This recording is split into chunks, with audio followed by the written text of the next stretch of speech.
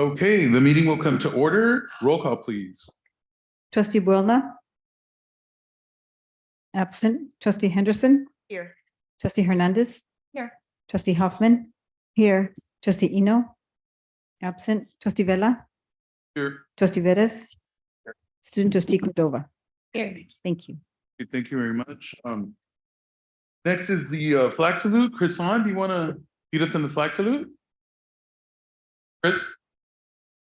You don't want to?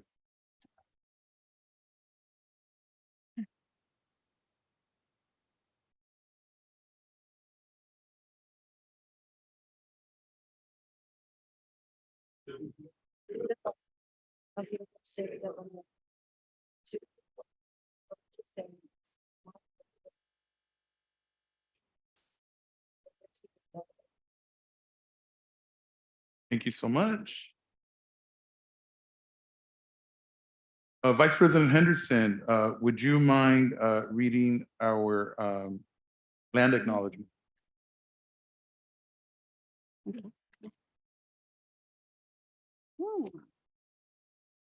Los Angeles Community College District recognizes that we occupy land originally and still inhabited and cared for by the Tongva, Tataviam, Serrano, Quiche, and Chumash peoples.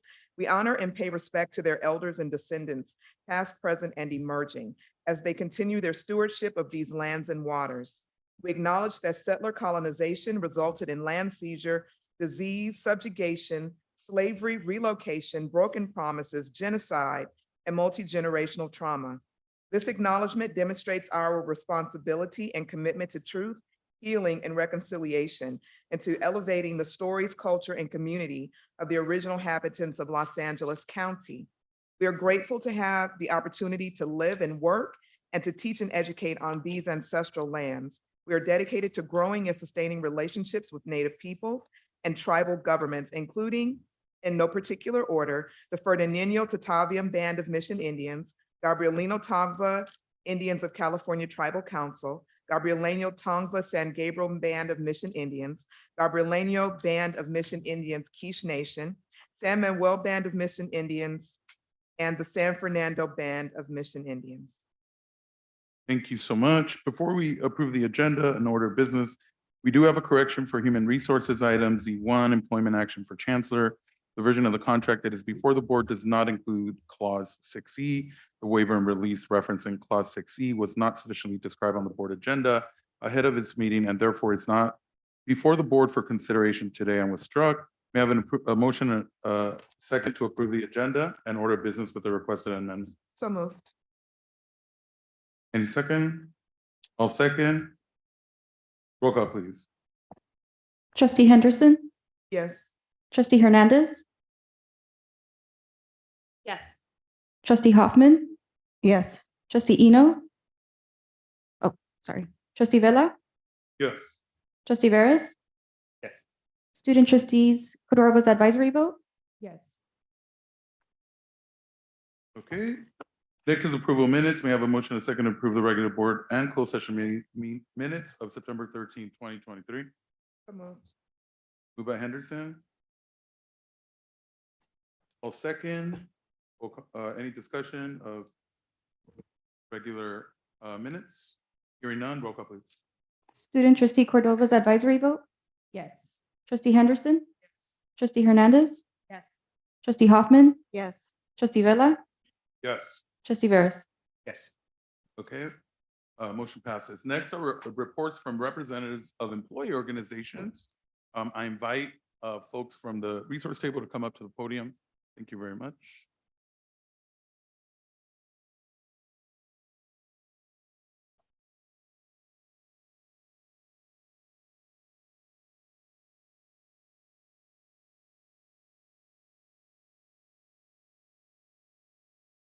Good afternoon, everybody.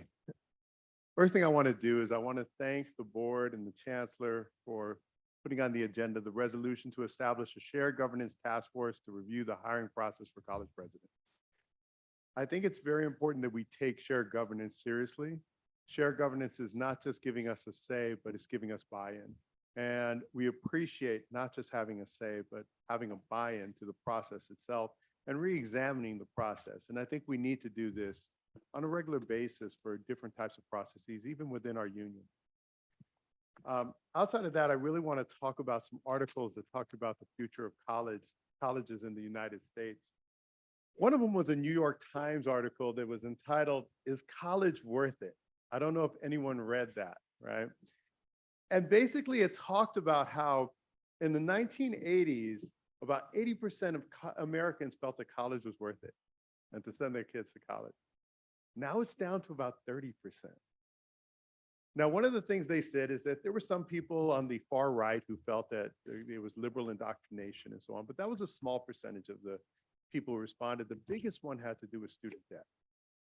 That was the biggest one, is that if someone graduates from college with the average debt now that a college student might have, how long would it take them to catch up with someone who did not go to college and went straight to working from high school?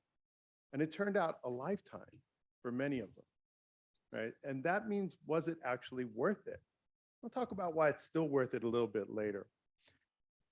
So we need to do something about that. And I feel on the community college level, we have done something about that, offering free college. I would love to see the state extend free college to part-time students as well, because I think it forces part-time students to take full-time loads to try to get through college and often fail on the way because they have to work full-time or they have other duties at home that they have to take care of. The second was an AP article. This was entitled, "Americans Have Poor Math Skills. It's a threat to US standing in the global economy," employers say, right? Do I really need to bring up AB 1705, where we're now trying to shove everybody into college level math, even though we recognize that Americans have poor math skills, and that we have students who are returning to college after years of not being in high school, and we're expecting them to pass college level math courses? And this article talks about the idea that employers say, once again, it's built on this framework about what's important for work, that they're not going to have the engineers for the future. They're not going to have the doctors for the future. They're not going to have the nurses for the future. And they're going to have to outsource these jobs to other people because the math skills are so low, right? So that's a big issue too. Now I want to say that neither of these articles address the importance of education for the sake of the enrichment and the value of an educated people. And I'm really tired of people forgetting that the purpose of education is not just to get a job, but it's actually to educate people, to help a populace make better decisions on the future when it goes to the election box, to help them understand what they're experiencing in life and how to navigate it, to help them understand their own histories. These are very important things that we forget. We also forget that in addition to the money that people make, there's also quality of life issues. When they said that a high school graduate could make as much money, okay, as a college graduate with loans, that much could be true. But what is that high school graduate doing for a job? Sometimes it's jobs that damage their bodies, construction, law enforcement, a variety of different jobs that endanger their lives. It's not a great quality of life at the end. They could have got a degree, a master's in social work, and they would have had a higher quality of life, greater job appreciation. You know, they would have felt better going in Monday through Friday to work. And I think we have to remember that too. It's not just about the paycheck. It's about what you do and how you do it. So I'm going to say education is more important now than it ever has been. And I love the transition the district is making to a holistic approach to our students. And not just consider their needs on the campus, but the necessities off the campus that will help them be successful. Food, housing, monetary help, all right? The idea of offering classes in other languages, all those things are really important. So I really want to thank the Board of Trustees members who've been involved with that. You know, Trustee Hernandez, I do appreciate you spearheading the thing on student housing, because this is not just important to find low-cost housing for our faculty and our staff, but for our students too. And hopefully what it leads to is us thinking about housing in the state to where we can start addressing the problem that when our students graduate, they might not be able to afford to buy a home. And I think that's an important look to the future. We are strengthening and supporting our communities. And the only bottom line that matters is changing the lives of our students and their families. And I want us to remember that. Thank you. Thank you very much. Yeah, please step up. So, good afternoon, Angela Echeverry, District Academic Senate. I want to thank my colleague, James McKeever, for pointing out the quality of life issues that are associated with education. And I just read an article in the New York Times about life expectancy. And I don't know if you've seen it yet. It came out yesterday, I think. And it says that people who have college degrees in the United States have a life expectancy that is about 8.5 years longer than people who do not. So quality of life really matters, and education makes a huge difference in the quality of life and how long people live and the choices that they make, the access to healthcare. And so it's really, I think, essential for us to keep that in mind. First of all, I want to report out. On our summit that we had on September 22nd. So I want to thank student trustee Alexi Cordova for participating in a student panel, and trustee Andra Hoffman for also being there, and the rest of those who were participating. We had over 300 registered participants, and we talked about curriculum alignment and improving student services to increase student success. I really can't underscore how important this effort is going to be and how much work is going to be moving forward, because we have a lot of work to do with the Common Course numbering, transfer reform. There's a lot that we need to do. And we are working towards that end. We have a resolution that we are considering at the District Academic Senate on curriculum alignment and forming a task force to figure out how to tackle this most effectively. I also want to thank the board for working on the resolution to ensure that the Presidential Search Committee is an integral part of the selection process for president. So I want to thank the trustees who were involved in that. And I also want to mention that the approval of our budget last month, the 2023-24 budget, really underscores the fact that the district is receiving more money than ever, but unfortunately, we're serving fewer students, as we know. And the recent increases in enrollment are hopeful, but do not make up for the tens of thousands of students that we lost during the pandemic and since AB 705 implementation. The elimination of remedial and pre-transfer math and English courses not only disenfranchises many students who suffered learning loss during the pandemic, but also makes it imperative that we offer sufficient tutoring. Let me say it again, tutoring to support the students who are in these transfer level classes and other supports be provided. Unfortunately, here in the LACCD, the requirement that we have currently that tutors be full-time students drastically limits our pool. It immediately eliminates 80 to 90% of our students. They cannot be tutors because they do not fulfill that requirement. So it makes it very challenging to hire student tutors and to serve students who need it the most. So I just want to repeat, and I'll keep saying it again and again and again. It is critical that we find a way to eliminate such an arbitrary and unnecessary barrier to serving our students. And that's what we're all about, right?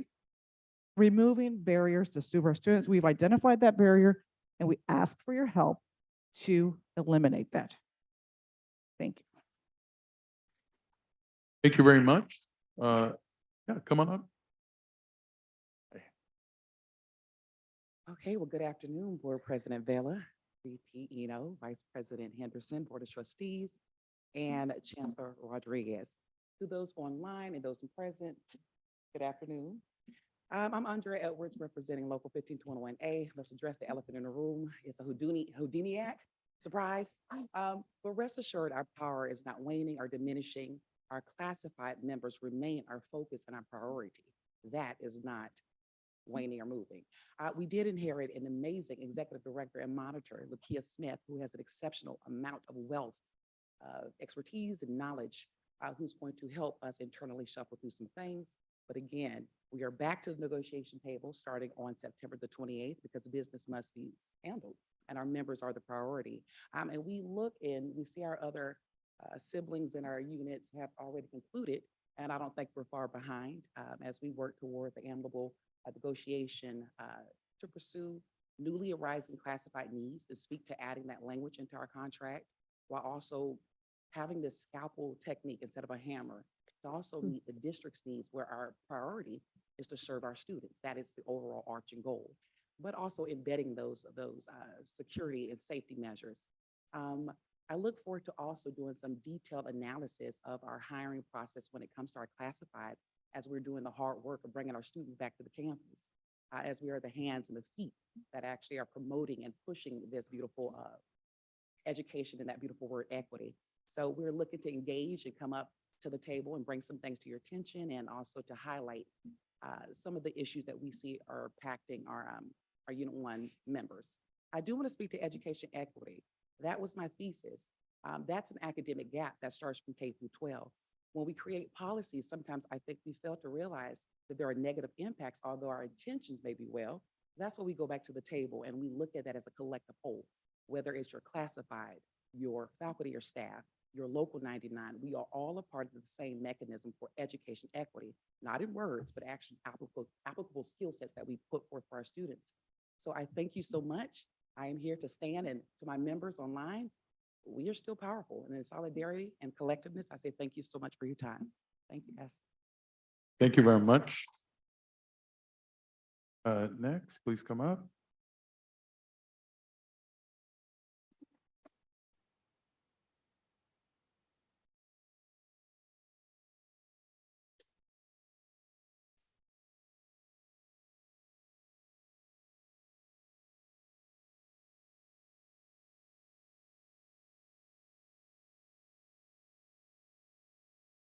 Good afternoon, Board of Trustees and Chancellor. My name is Christiana Ozan, representing SEAU Local 99.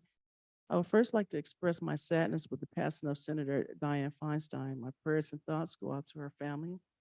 I would also like to thank this board for acknowledging National Custodial Workers Recognition Day on today's resolution.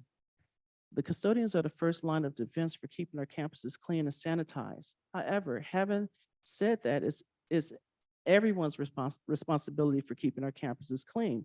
For example, we have a no eating and drinking policy in classrooms, but when students are allowed to bring food and drinks to the classrooms, libraries, and so forth, it increases the amount of work the custodians must do, which in turn decreases the amount of work that could be focused on something else.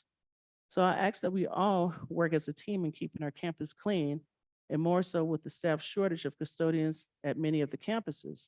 In addition to the duties custodians have, they carry many roles. Often custodians are the first ones on campus that students see when they need assistance or direction to a building. When the high school students are in areas that they should not be in, oftentimes it's the custodians that notice this first and tries to encourage them to return to their area. Anytime there is any type of national emergency, the custodian staff oftentimes must be available to assist with addressing any issues that affects the campus. I encourage our faculty and staff that if you have an opportunity, get to know your custodial staff. Oftentimes custodians are covering additional assignments as well as their own, and they may be in your area for only cosmetic purposes, such as emptying your trash and not doing the entire assignment. I think it would be beneficial to know what their job tasks are, as well as what their job tasks are not. If something is not done on your area, build that relationship and communication with your custodial staff first, if you haven't already, before going to their supervisor, because sometimes concerns can be addressed immediately and a lot faster than going to the supervisor. And if it's something that can't be addressed immediately, I'm sure something could be worked out. My point is, this should be a partnership from faculty and staff in keeping our campus clean and pristine for our students. I would also like to ask the board that when we have our next National Custodial Appreciation Day, that at least 2 or 3 custodians are recognized for their hard work and outstanding performance on this day by each campus. Although we recognize National Custodial Day, often our custodian staff is not recognized for outstanding work performances. And I think this would be a great way to build morale of the custodial staff. And we should also do the same for the custodial supervisors that's doing an awesome job as leaders for this district. Lastly, I ask that this board also add Breast Cancer Awareness Month on the resolution for the month of October. Breast cancer is a deadly disease, but it can also be preventable with routine checkups. And I would say that most people know at least one person that had breast cancer, and I think this is something that should be added on to the resolution. Thank you. Thank you so much. Anyone else from the resource table? Ms. Harrington? Well, good afternoon, Good afternoon. President Bella, members of the board, Chancellor Rodriguez, our deans that are here that were able to make it today. For the record, I am Deborah Harrington. I'm the president of the Teamsters, representing our district deans. Also for the record, and in advance of October 11th, I would like to say I am an out and proud lesbian. Nonetheless, I do want to acknowledge that coming out is not an easy or safe thing for many of our students and fellow employees to do. My hope is that my visibility helps any LGBTQ+ student or employee of our colleges feel hope, solidarity, and reassurance. If you recall, last February 1st, I stood here at this podium with my fellow Teamsters to offer our central message of Deans Deliver and to ask for support to help us achieve the fair and equitable contract we most definitely deserve. And so it has come to pass.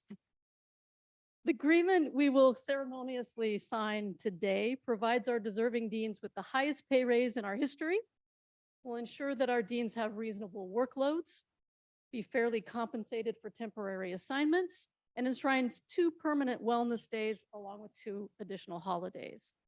Our members' unanimous ratification of this agreement reflects our collective feeling that as our college and district deans so critically support and lead student success efforts along all aspects of the student journey, from instruction to student services to workforce and adult education, how we so effectively deliver, we are indeed getting the contract emblematic of the respect, compensation, and protection that we deserve and have earned. On a personal note, I just want to say it has been one of the signature experiences of my nearly 40-year career in California community colleges to have been part of this negotiation. I absolutely believe this collective bargaining agreement is a tremendous step forward to placing our member power at the center of our work and harnessing this collective power to address the needs of our unit members, particularly around workload overload and fair compensation. As I've said before, and say again, every day the deans of LACCD encourage diversity of thought, create a culture of trust, embody an unselfish mindset, and foster leadership in others. They find a way to lead from the middle. And more than anything else, they always find a way to deliver. And now I do want to personally congratulate and thank again our amazing negotiations team for working across the aisle so effectively, and to acknowledge our partners in this across the aisle, that team, working with them. I think we did a great job. So I want to thank our team, Steve Reynolds, Armando Rivera Figueroa, Carmen Cortez Dominguez, Marla Juliana, Adrienne Ann Mullen, Ralph Davis, Claudia Velasco, and Maggie Cadero. I also want to thank as well 2 of our initial team members who transitioned to other roles, Shelby Subbaramian, who deservedly retired in June, and Carmen Donis, who equally deservedly is serving as acting vice president of academic affairs at West. And our deepest thanks to our Teamsters business rep, Judith Serlin, for expert guidance and support. And last, but definitely not least, B, please come up here. I do want to thank our fearless lead negotiator, V. Lee, although she too is transitioning to a VP role for now. She will, I know, always in her heart be forever a Teamster. And so, Oh, all right, thank you. Thank you so very much. And Chair Bella, can I ask a question? Yeah, absolutely. Actually, I would like for us, if you'd like to make some comments, the board, we are going to have a ceremonial signing. And Oh. then after we could do that, but absolutely, you can Oh, address. I was just going to ask, are you staying with us in the district as a vice president, or are you leaving us? Here? Oh, congratulations. That's all. Thank you. I love it. Okay. Anyone else from the resource table? Come on up. Okay. Anyone online? Ms. Roscoe? Okay. All right. Thank you all. We've received the Chancellor's monthly report, which includes activities at the colleges from the college presidents. Do any of the presidents wish to further comment or highlight anything not included in the written report? Please come up.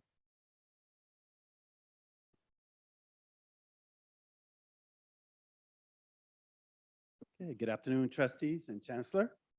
So what I wanted to report out, Trade Tech in September had a foster kinship care education and gardening scholars program in collaboration with LA County Office of Education. We hosted a series of Saturday trainings for foster parents, mentors, and youth. And the program was very successful. We had 62 foster families and 76 foster youth attend that particular event. The other thing I wanted to share, in last month, Trade Tech hosted its first reentry expungement clinic with the County Public Defender's Office, and we had 26 attendees.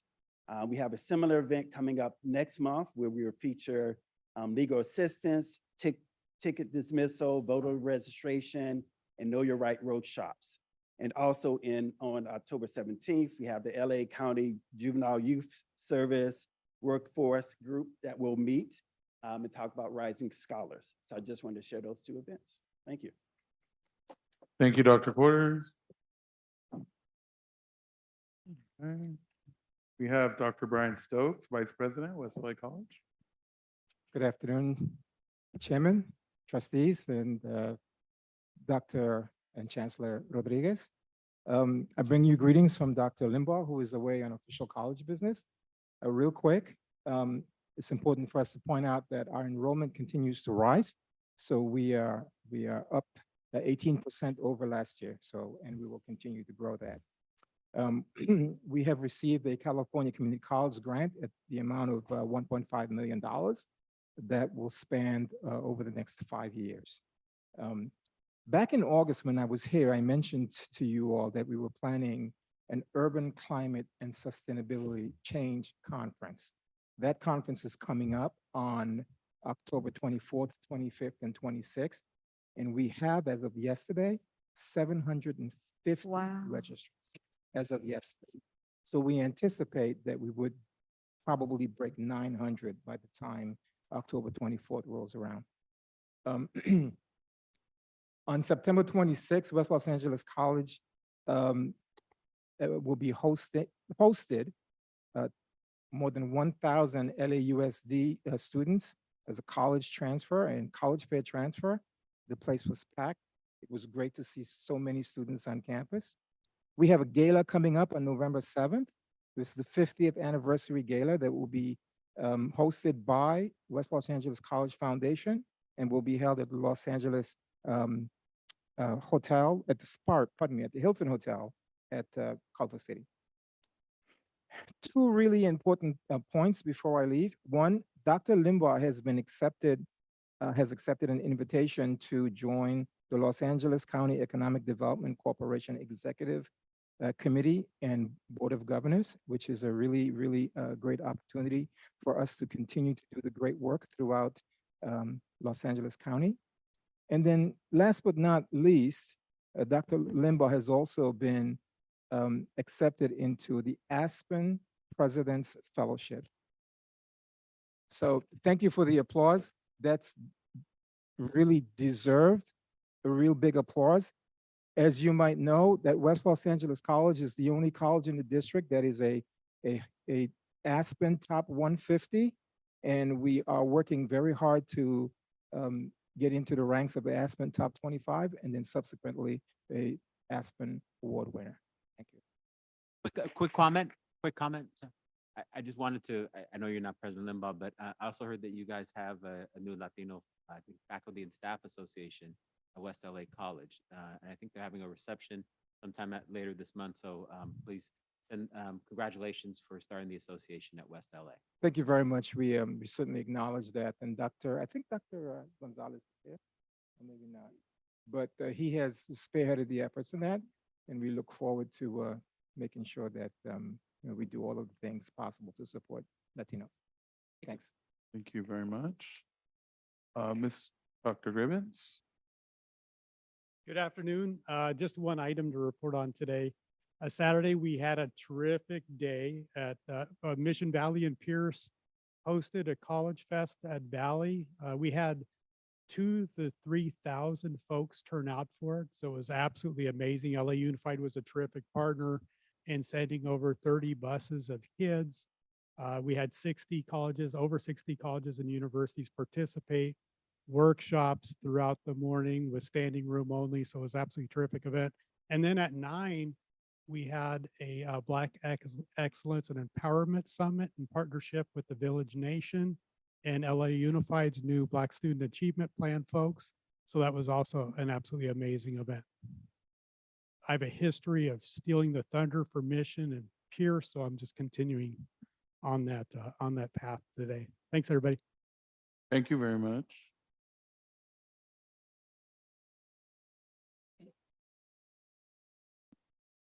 Good afternoon, trustees, Chancellor Rodriguez. Exciting activities on our campus as well. On September 28th, LACC's outreach team hosted the Los Angeles Unified School District Instructional Strategies meeting with Superintendent Dr. Albert Carvello, Deputy Superintendent of Instruction, Dr. Carla Estrada.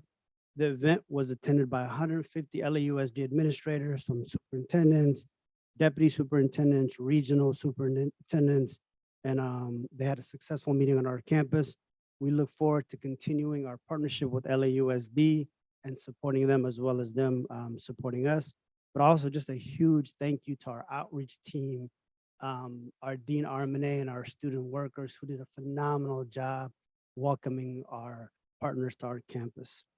Also, we are excited to host on our campus the Housing Forum on October 28th.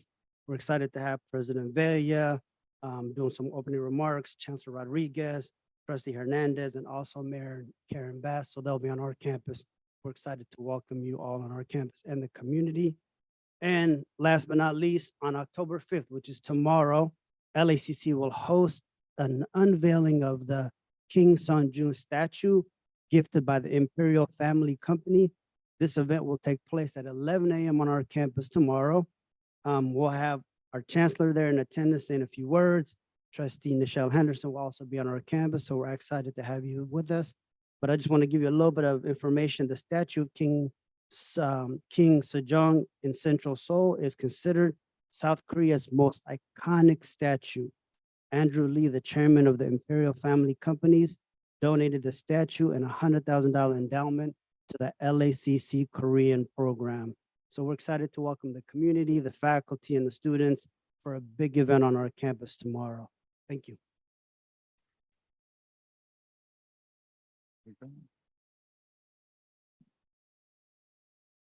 Good afternoon, buenas tardes. So before I begin my remarks, I want to say thank you to Trustee Henderson for joining us last Saturday as we honored 11 of our student athletes induction into the Hall of Fame. One of our inductees was our very own head coach of softball, Ms. Shawnee, and so we were excited. So thank you for joining us. I also want to introduce to you guys our Vice President of EWD, Dr. Alexandra Duran, who's joined me today. Please rise, Dr. Alexandra. She started with us since September 11th, and she's still coming back every day, so we're loving it. Welcome to the family, Dr. Duran. So I'll be brief because we have a lot of exciting stuff going on at Harvard College because, you know, we do it our way at Harvard. Last week, the announcement came out that we received the Hispanic Serving Institution grant for $3 million, yes, over 5 years. And this is to continue to increase the number of students that are taking dual enrollment courses and are completing with us at Harbor College. So we are excited. This is our second Title V grant at Harbor College. So we're excited of everything that we're doing as a team. And it takes a team and a village, and as you can see that. I also want to remind you guys, culinary competition is May 10th, 2024. Please put it on your calendar. This will be the second time that it comes to Harbor, and I know that we want our culinary cup back. So thank you for that and have a good day. All right, thank you. Next.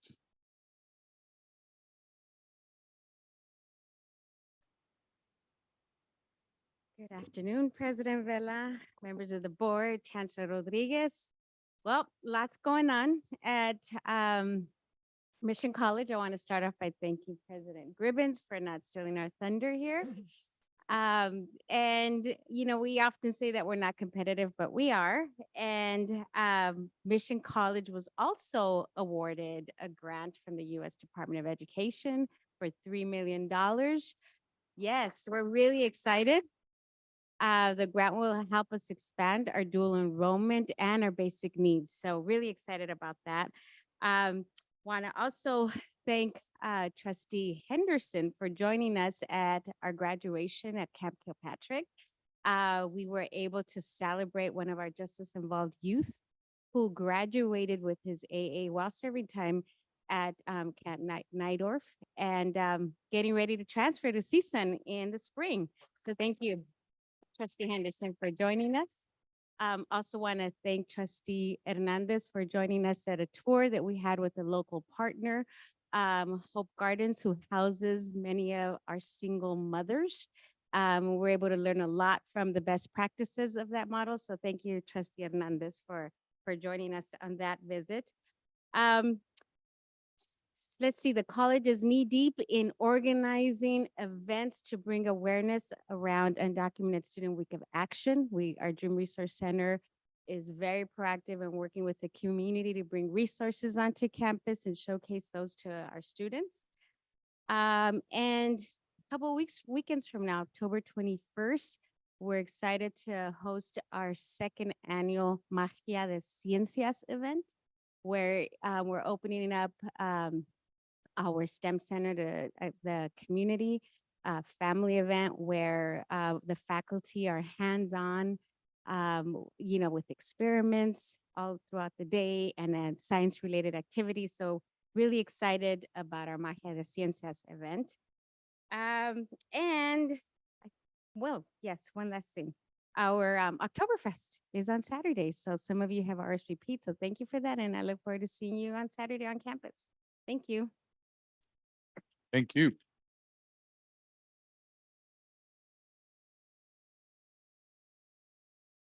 Good afternoon, trustees, President Vela, Chancellor Rodriguez. Well, I want to announce the first town hall on student housing coming up on October 16th at Pierce. It will be a college-wide event. We will be hearing from the LACCD build team, the consultants in terms of how we're going to implement and where we think our building should go. So the whole viability component to student housing at Pierce. So please, we'll make it, of course, a hybrid model so that everyone can participate. Also, we had a lovely event, and I do want to thank Trustee Henderson for coming and joining us at Pierce to meet her favorite author, Luis Valdez, and Jorge Huerta. It was an amazing evening, great food under the stars, and just a great collaboration and just sharing. It was amazing. And our enrollment continues to increase. And just to give you just a quick data point, we went from 61 dual enrollment sections to 98 just this semester alone. Great. And from 12 high schools to 23 just this year. So we're very thrilled. And I do want to do a shout out to Valley. It was a lovely event. Thank you, Barry. It was great. Great teamwork and partnership with LAUSD and of course with Mission. So we were all there having a great time. Fantastic. Thank you.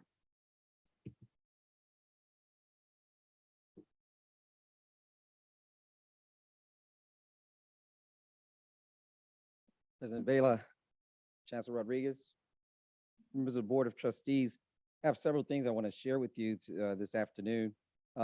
First, on October the 26th, 2023, we'll be hosting the Career Transfer Fair at Los Angeles Southwest College. Appreciate Lisa Ford and AJCC for putting that event on as we continue to support our students as they look toward their futures. Also, we wish to report that our first inaugural golf tournament partnership with the Los Angeles City College Foundation, as well as the college itself. We raised over $60,000 for scholarships for our students. Looking forward to even a more stronger turnout next year. Also, want to report that our Gateway Housing Program, you know that we've received anonymous funds to support the college. We can report now that we have received 583 applications. Of those applications, 30% of those individuals have been housed. And last spring, 18 of those individuals actually graduated with their degrees from Southwest College. And so we appreciate Rachel Thomas Green and Joni Collins for the great work that they've been doing to serve our students. We also see that there is capacity left to continue to find housing for Southwest College and obviously the district students. Also, we want to report that we have 2 new vice presidents at Southwest College. We have one of the deans that delivered. They'll be delivering in the VP position now. We have Dr. Tangela Alfred. She will become our Vice President of Student Services. And I know the district is upset with me because now we will be taking Mr. Blanchard as your former Director of Auditing will become our Vice President of Administrative Services. And so we appreciate both of them taking on those tasks. Last of 2 things here, our 75 student strong football team are not only performing well in the classroom, but we continue our strong, successful winning season. We are now 4-2.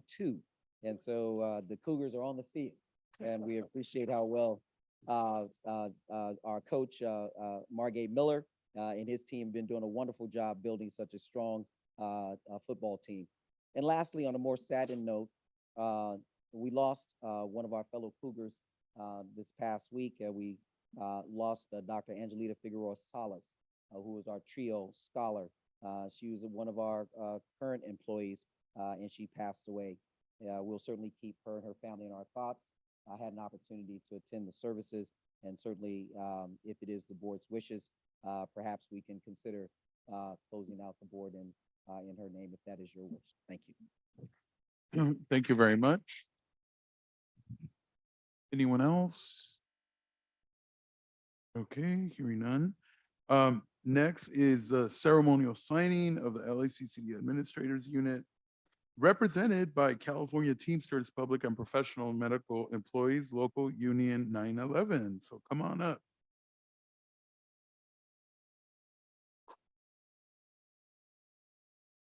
You want to go?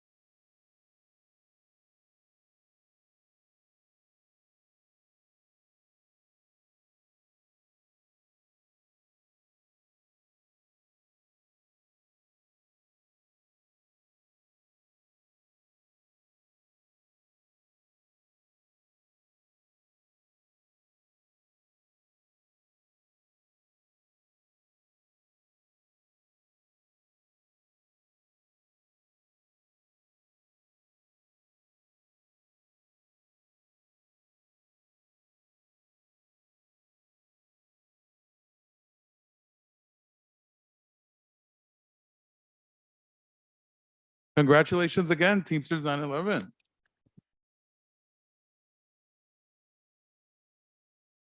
Okay.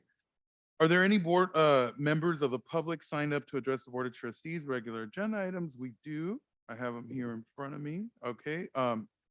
That will be first up is Rolando Cuevas, who's here in person.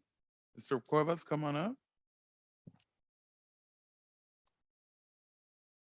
Good afternoon.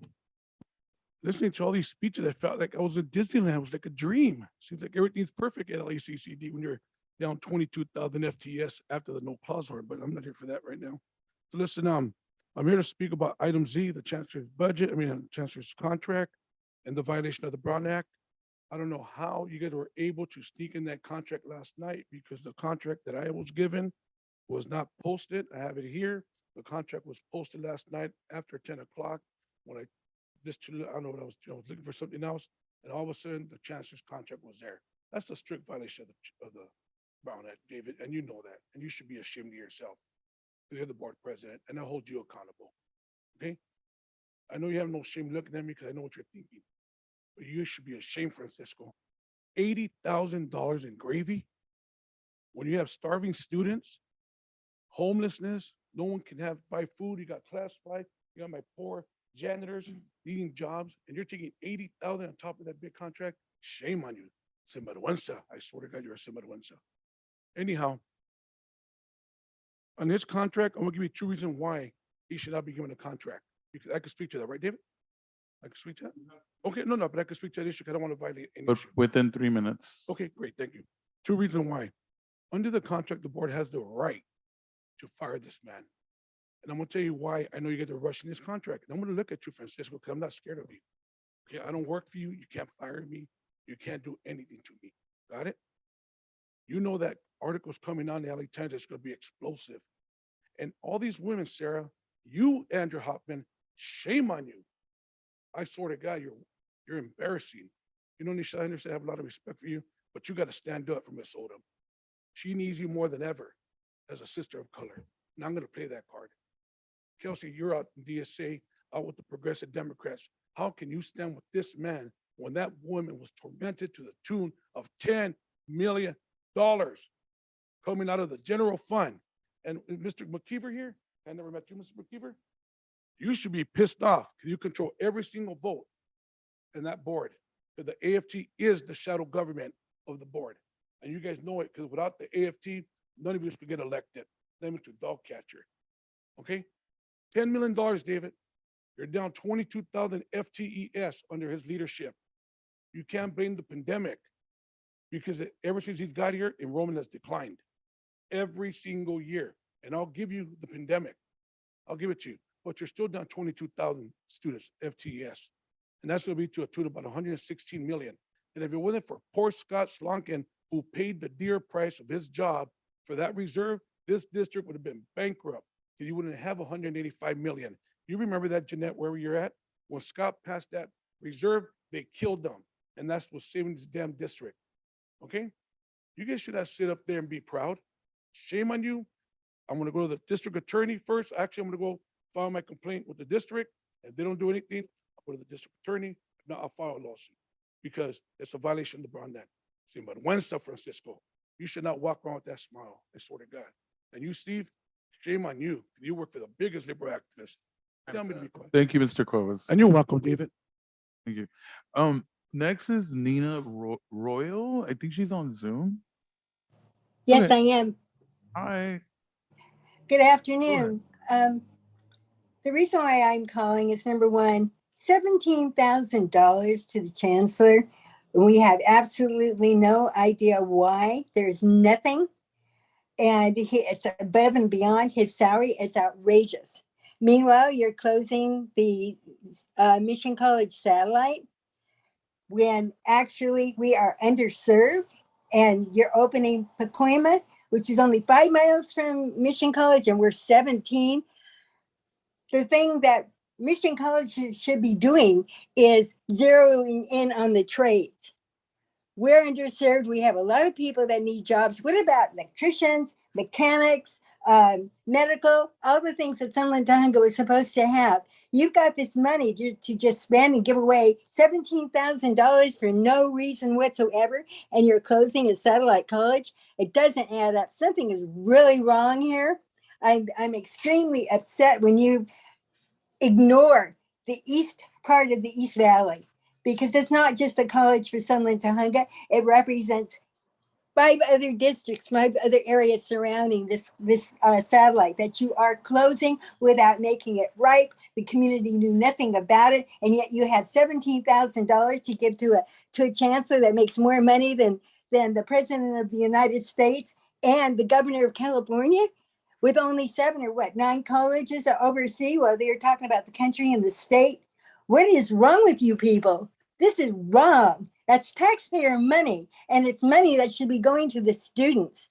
And not everybody is supposed to be going to a 4-year college. That's what you have. Electricians, you've got all these trades, and that's why community colleges came into being to begin with. They're not supposed to be competing with 4-year colleges. They're supposed to be helping everybody.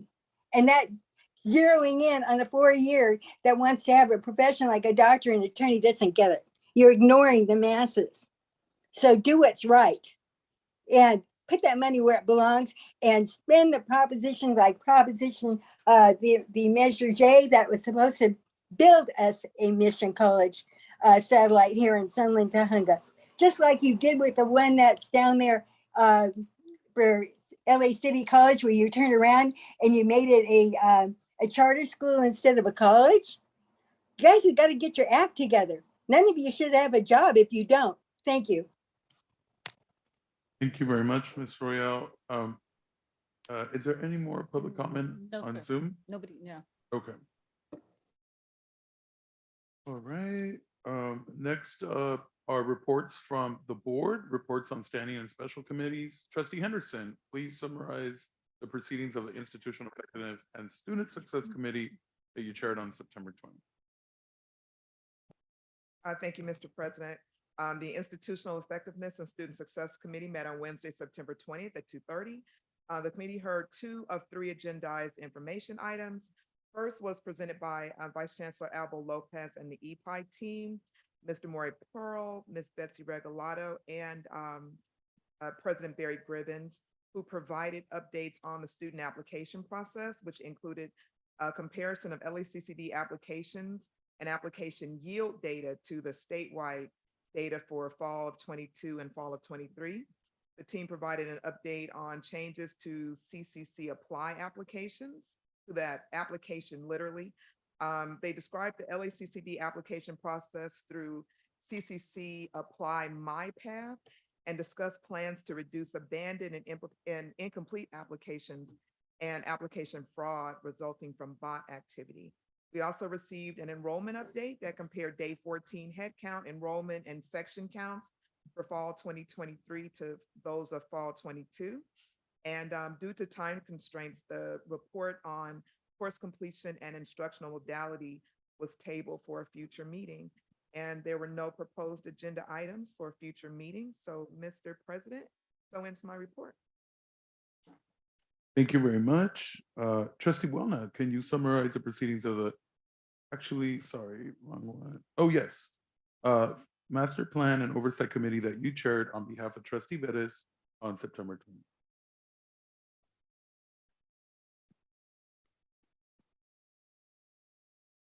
There was no update. We were actually quite fast. Okay, thank you so much. I'll go ahead and summarize the proceedings of the LGBTQIA affairs that I chaired on October 3rd. So we had a very productive meeting. We went ahead and made plans on how we were going to utilize the permanent $10 million that's going statewide for LGBTQ+ programs. Thank you, throughout the state. And LACCD will receive approximately about $900,000. Perfect, because there's 9 colleges. So, you know, all of the presidents were present. Thank you so much for attending. And so we're going to be looking at the criteria on how we divvy up those funds. Some colleges are, you know, already in the process of putting that funding together. We had I believe Mission College already hiring part-time staff for an LGBT center with that money. So it's just great news all around. We did alert the committee of the Student Housing Symposium on October 28th in order for the LGBT community to come, in order to provide input to the student housing policies, which, as we know, overarching and, for the most part, a lot of the housing insecurity, I would say the number's around 50%. That is represented by LGBTQ communities. We did, and we will be recommending, Chancellor, a task force for, in particular, protecting student and employees that are trans, and how what district policies have been, either working or not. We talked about dead names. We talked about a lot of really critical implications. We also talked about the travel ban lift. That's Senate Bill 447 Atkins, which will set forth a chain reaction of what we hope are good policies throughout these red states that previously were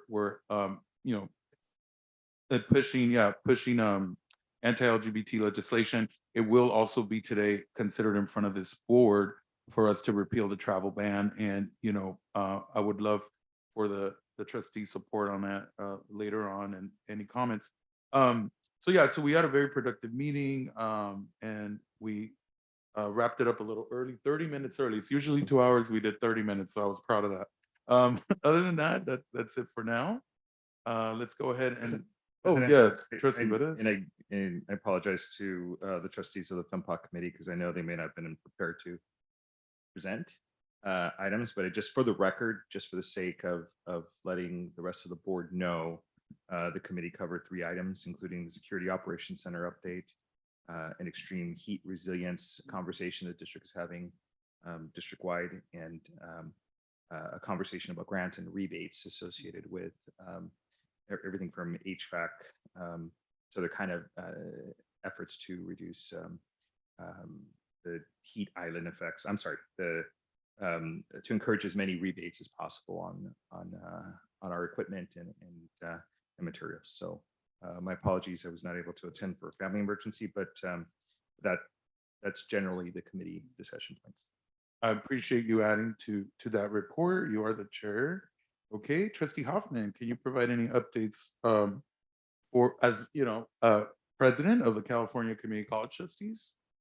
Yes, thank you, Chair Vella. We had a triple CT board meeting last weekend. We welcomed, and I had the opportunity to swear in a new student trustee to the triple CT board. Her name is Nicole Wynn, and she is from Foothill College, from the Foothill De Anza Community College District. I was also at the DEIA summit that the Chancellor's office put on. This was their first, I guess, annual. And I want to thank Trustee Henderson, who was there with me as well. It was great. It was record attendance and wonderful workshops. And I had the opportunity to serve on the opening panel, which was really a great honor with your friend, Chancellor Constance Carroll. It was great. Paul Medina, who is the student on the Board of Governors, and he's also a student at ELAC. And a gentleman from the United Domestic Workers. And I don't know if you've read that the Chancellor's office is partnering with UDW to try to provide education and other opportunities for their workers. They're the largest union in the state.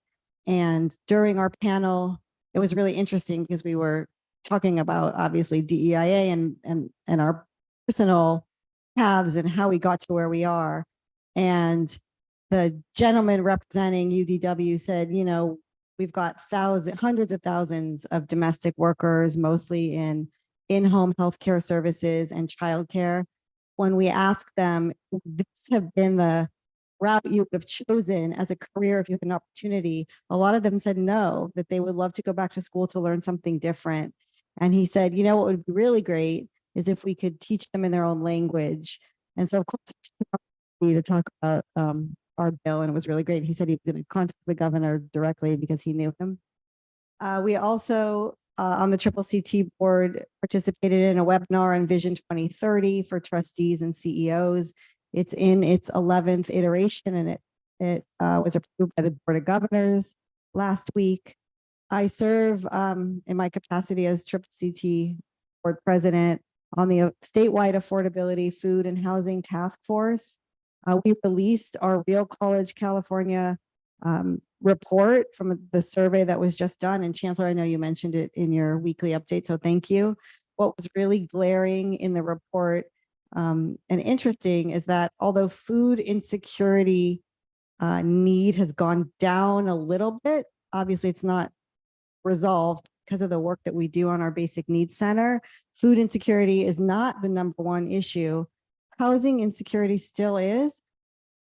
Certain groups, students, LGBTQ plus and trans students are experiencing higher rates of housing insecurity than they did in 2019.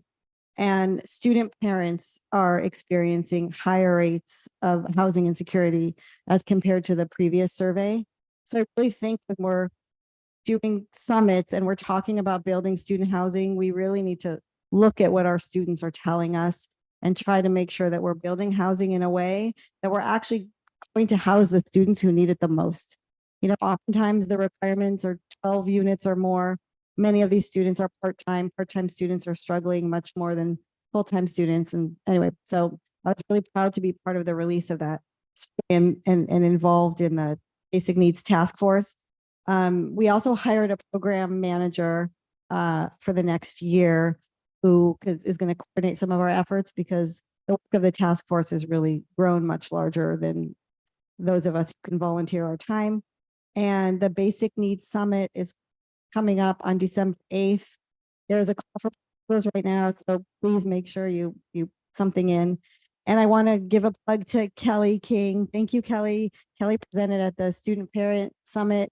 It was a National Student Parent Summit hosted by Michelson, and really highlighted the work that we're doing with housing and highlighted the work of the Gateways program at LA Southwest College. And so thank you so much. And I had the opportunity to be on an opening panel there as well with our UC and CSU partners. And I have to say, student parents feel so much more comfortable on our campuses as community colleges than they do when they transfer to CSU and UC. And that is my report. Thank you. Thank you so much for all your work and report on that so much. Next, we're going into resolutions. Resolution G1 is a resolution to establish a shared governance task force to review the hiring process for college presidents. Can I have a motion and a second? So moved. Moved by Henderson, Second. seconded by Eno. Any discussion? Well, I just want to thank again AFT and their leadership, both at the academic senate level. Thank you, Angela, Jeff, Mr. McKeever, and really all of the chapter presidents that also work with the chancellor's office and staff to relook at this. And I think there's a lot of validity to the way we're going to do it, which again, it really details and hones in on shared governance. So thank you all for your cooperation. And I look forward, and I think the board looks forward to any progress that comes from this and policy implications and changes. So thank you all so much. Hearing no more discussion, roll call, please. I'm sorry. Oh, yes, Trustee Willis. Wanted to, for this, and thank you for bringing this. I think it's long overdue for a frank conversation on how to do this better. I wanted to encourage that in this conversation that takes place, that there is a potentially a dialogue about including a statement of ethical values and code of conduct. I think a lot of what we'd like to see is, as we get to the point of final hiring processes, that we can have full confidence that all conversations and discussions took place in the setting that's designed to hear these kinds of things. And so, so if there's, we have a statement of ethics ourselves that we conduct our business with, that we have to uphold to. And sometimes it's not necessarily totally clear with all the different entities that are there, that ultimately we'd like to see full confidence with whatever sort of final product is delivered to the board, that it happened with the greatest and utmost standards that we can think about having. So if there's an opportunity to include that, or if there's some other place, it may be redundant what I'm asking for, but I think sometimes to emphasize, ask people to get together that these are the rules that we want to hear, and what we'd like to do. I think we had the same kind of discussion many years ago with building user groups and dealing with our bond programs and some of the criticisms that were laid there. But in terms of this process, I think it would be helpful to understand that this is an empowered group and that we expect conduct and activity to be held at the highest standards. Particularly, there's also some outside community members that are included, and they may not be familiar with the LACCD process. And so to emphasize that and have they be part of their education process and inclusion, I think would be wonderful. It doesn't have to change the resolution. I just wanted to, as it's part of the dialogue, to raise as a concern and as a desire to make sure that we can uplift confidence in the process. No, absolutely. And thank you so much for mentioning that. And the chancellor and the district will take note of that as they move forward in the task force. I think both sides are really looking for that on both sides, really, so that we're able to trust the process completely. All right. Okay, so we have a motion and a second. Roll call, please. Student trustee Cordova, advisory vote? Yes. Trustee Boulna? Yes. Trustee Henderson? Yes. Trustee Hernandez? Trustee Hoffman? Yes. Trustee Eno? Yes. Trustee Vella? Yes. Trustee Vettis? Yes. Okay, next is item G2. We have a motion and a second. It's LGBTQIA History Month and National Coming Out Day. So moved. Moved by Henderson, Second? seconded by trustee Cordova. Okay, any discussion? Again, just want to thank all of the community and every single person in this room who has been supportive of the LGBT community for government affairs, and also Pride Month in June, and now October, which is LGBT History Month. Okay, hearing no more discussion, roll call, please. Student trustee Cordova's advisory vote? Yes. Trustee Boulna? Trustee Henderson? Yes. Trustee Hernandez? Yes. Trustee Hoffman? Yes. Trustee Eno? Yes. Trustee Vella? Yes. Trustee Vettis? Yes. Okay, next is item G3, Filipino American History Month. May I have a motion and a second? So moved. Moved by Eno, seconded by Puelna. Any discussion? Hearing none, roll call, please. Student trustee Cordova's advisory vote? Yes. Trustee Boulna? Yes. Trustee Henderson? Yes. Trustee Hernandez? Yes. Trustee Hoffman? Yes. Trustee Eno? Yes. Trustee Vella? Yes. Trustee Vettis? Yes. Okay. Resolution passes. Next is G4, support for undocumented student action week. May I have a motion and a second on G4? I'll move to approve. Okay, moved by Buelna, and then Um, I think we can give oh, it to trustee Cordova. Oh, yes. Okay, all right. Okay, let's move forward. Any discussion? Can I say so just really quickly? Absolutely. Thank you. First of all, thank you for having this on the board agenda. I'm excited about the week of October 16th. And I want to thank you, Dr. Gabru and Dr. Andreassian. You might not know this yet. I did run it by your dean though, Hananju. Carolina and I will be presenting on a webinar that week with the Chancellor's office. We've been asked to present. And so thank you so much for lending her to me for the day or for a couple hours. Appreciate it. Thank you so much, trustee Hoffman. Okay, hearing no more discussion, let's go ahead and take roll call. Student trustee Cordova's advisory vote? Yes. Trustee Boulna? Yes. Trustee Hernandez? Yes. Trustee Henderson? Yes. Trustee Hoffman? Yes. Trustee Eno? Yes. Trustee Vella? Yes. Trustee Vettis? Yes. Okay, motion, resolution passes. Next is G5, National Custodial Workers Recognition Day. May I have a motion and a second on G5? Moved by Buena, Second. seconded by Eno. Any discussion? Just a comment. Sure. Just thank you, Local 99 for all you do. We really appreciate you. Yes, thank you so much. Okay, hearing no more discussion, roll call, please. Student trustee Cordova's advisory vote? Yes. Trustee Boulna? Yes. Trustee Henderson? Yes. Trustee Hernandez? Yes. Trustee Hoffman? Yes. Trustee Eno? Yes. Trustee Vella? Yes. Trustee Vettis? Yes. Okay, next is G6, Clean Air Day. May I have a motion and a second on item G6? So moved. Second. Okay, moved by Henderson, seconded by Eno. Any discussion? Hearing none, roll call please. Student trustee Cordova's advisory vote, Yes. trustee Boulna, Yes. trustee Henderson, Yes. trustee Hernandez, Yes. trustee Hoffman. Yes. Trustee Eno, Yes. trustee Vella, Yes. trustee Vettis. Yes. Okay. Next is item G7, adopt resolution supporting the California Bridge Project and rescinding the July 12, 2017 restriction on LACCD funded for sponsored travel to states that have enacted discriminatory legislation. Do you have a motion and a second? So moved.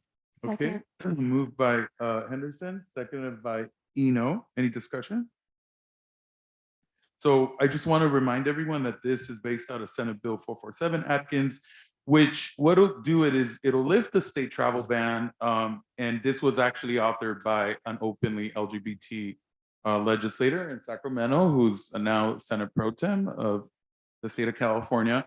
And what it does, it lifts it, but then it creates in its place a program called the Bridge Project. And what it does at those states is that encourages the acceptance of the LGBT community by sending ambassadors, by creating projects. So it's really actually a fantastic way of positively affecting some of the predominantly LGBT cities in red states. So, you know, for example, Dallas and Texas, New Orleans and Louisiana and so on and so forth. So, okay, hearing no more discussion.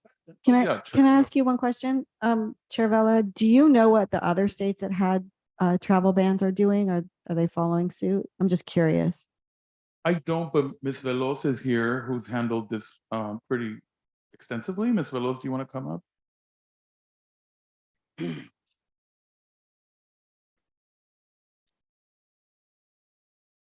Hi. I believe we're going to be one of the first to lift the ban. That's what I've been told. Okay, thank you. Just so you know, also Equality California has also endorsed and other LGBT California groups. So, okay, any more discussion? Hearing none, roll call, please. Student trustee Cordova's advisory vote, Yes. trustee Boulna, Yes. trustee Henderson, Yes. trustee Hernandez, Yes. trustee Hoffman. Yes. Trustee Eno, trustee Vella, Yes. trustee Vettis. Yes. Okay. Next up is item G8, and that's a resolution to recognize Asian American and Native American Pacific Islander serving institutions, otherwise known as AANAPISI, from September 25th to October 1st. Can I have a motion and a second? So moved by Bona, Second. seconded by Eno. Any discussion? It's on a posse. David, on a posse, right? Oh, okay. It's- Yeah, I did not get that.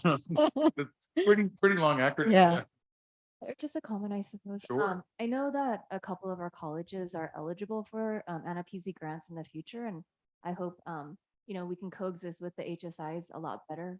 So hopefully the state can work on that because our students under the NFPZ could really use the support, particularly the Pacifica population. That's really good to hear. And trustee, I do know that there was some miscommunication that a lot of the Asian American communities are taking up space from Latinos and African Americans and some of these or that we are taking spaces away from the Asian American community. So I think that that discussion, I think, needs to continue to have because we're not doing that. I think we're working together. And I would love for us to continue to work on that. Yes. Awesome. Agreed. Okay. All right. Any more discussion? Hearing none, roll call, please. Student trustee Cordova's advisory vote, Yes. trustee Boulna. Yes. Trustee Henderson, Yes. trustee Hernandez, trustee Hoffman, trustee Eno, Yes. trustee Vella, Yes. trustee Vettis. Yes. Okay, awesome. Next is report from the Chancellor. We'll now turn to Chancellor Rodriguez for his report.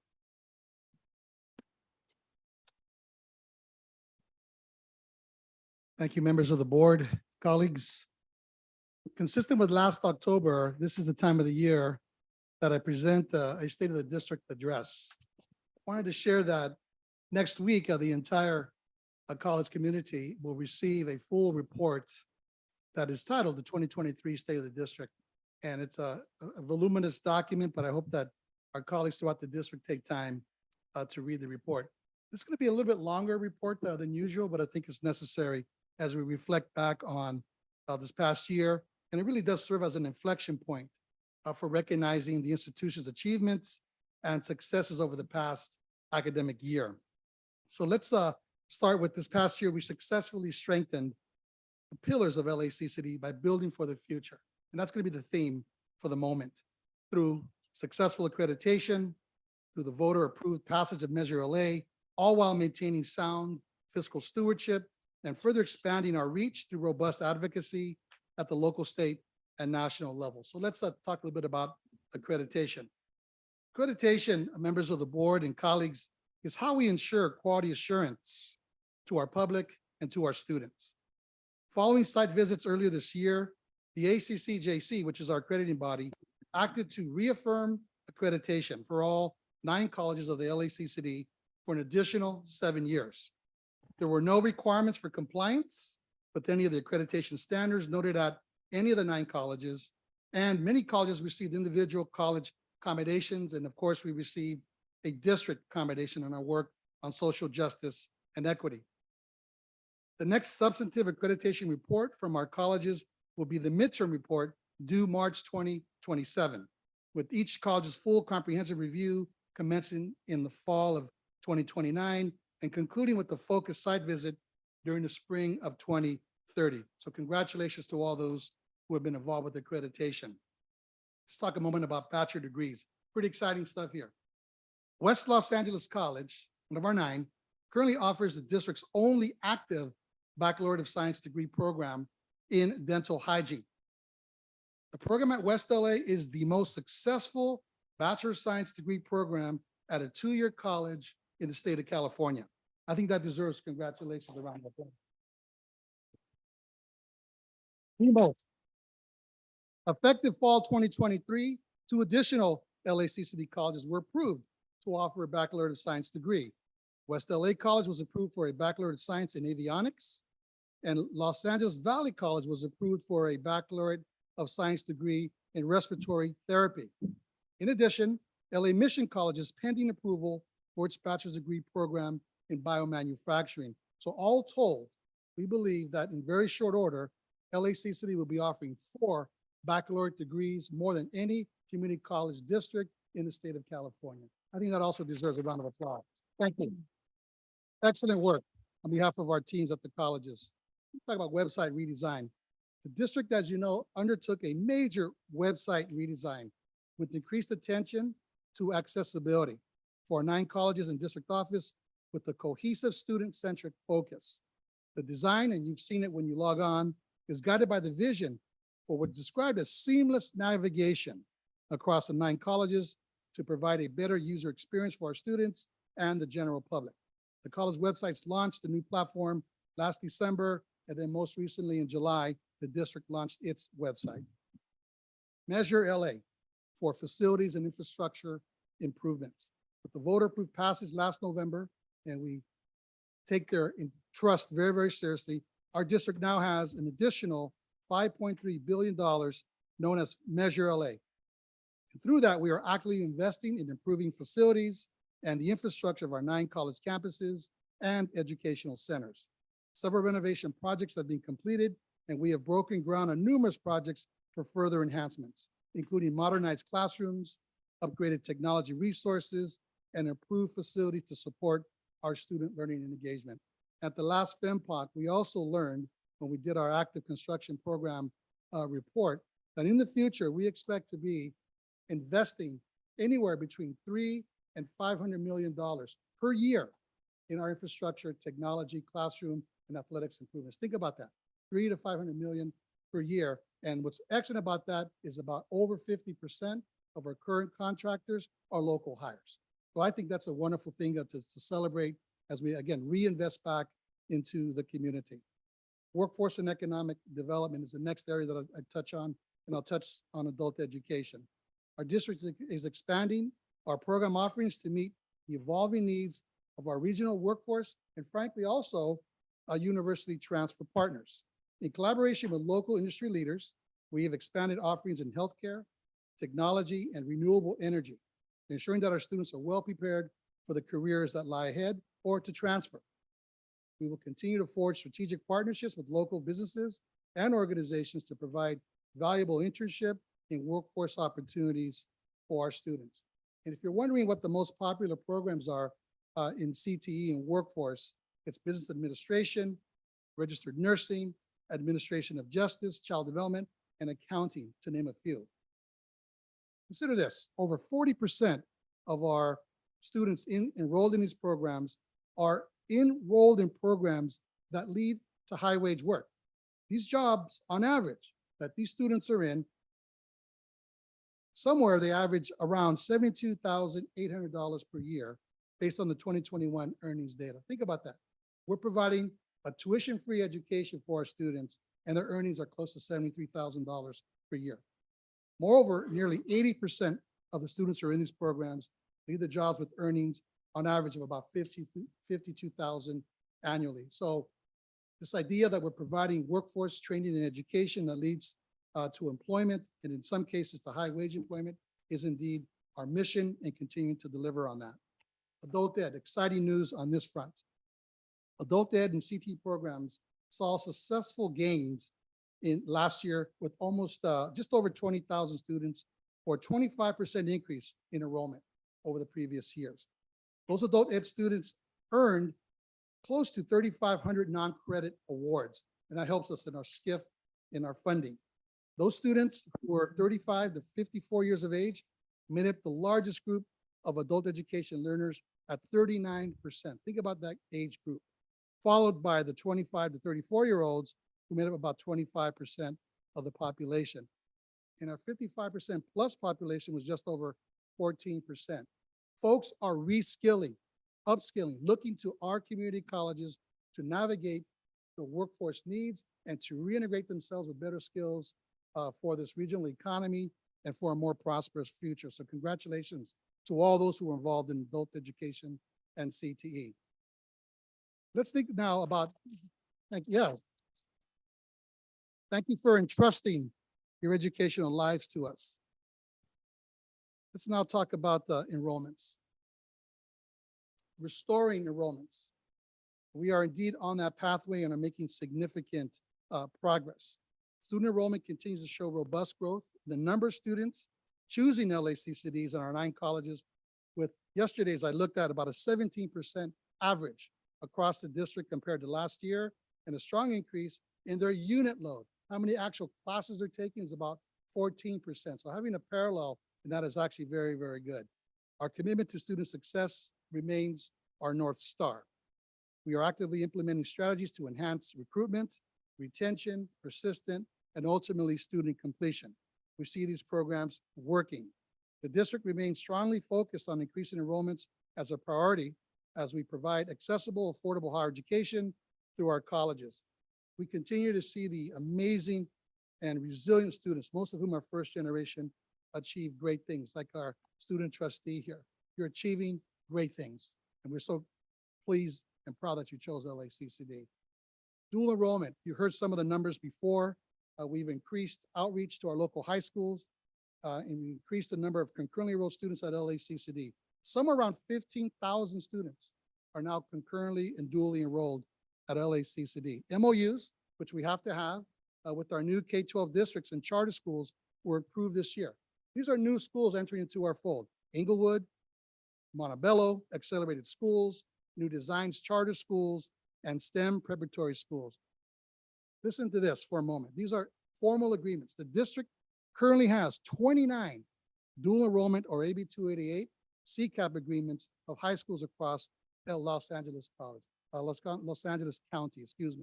29 partnerships with these schools. That's going to be an engine of future opportunity for students to take college level classes free of charge from LACCD professors. Very, very proud of that. Let's talk about College Promise. College Promise statewide was funded, fueled, advocated for, and initiated by this district in 2017.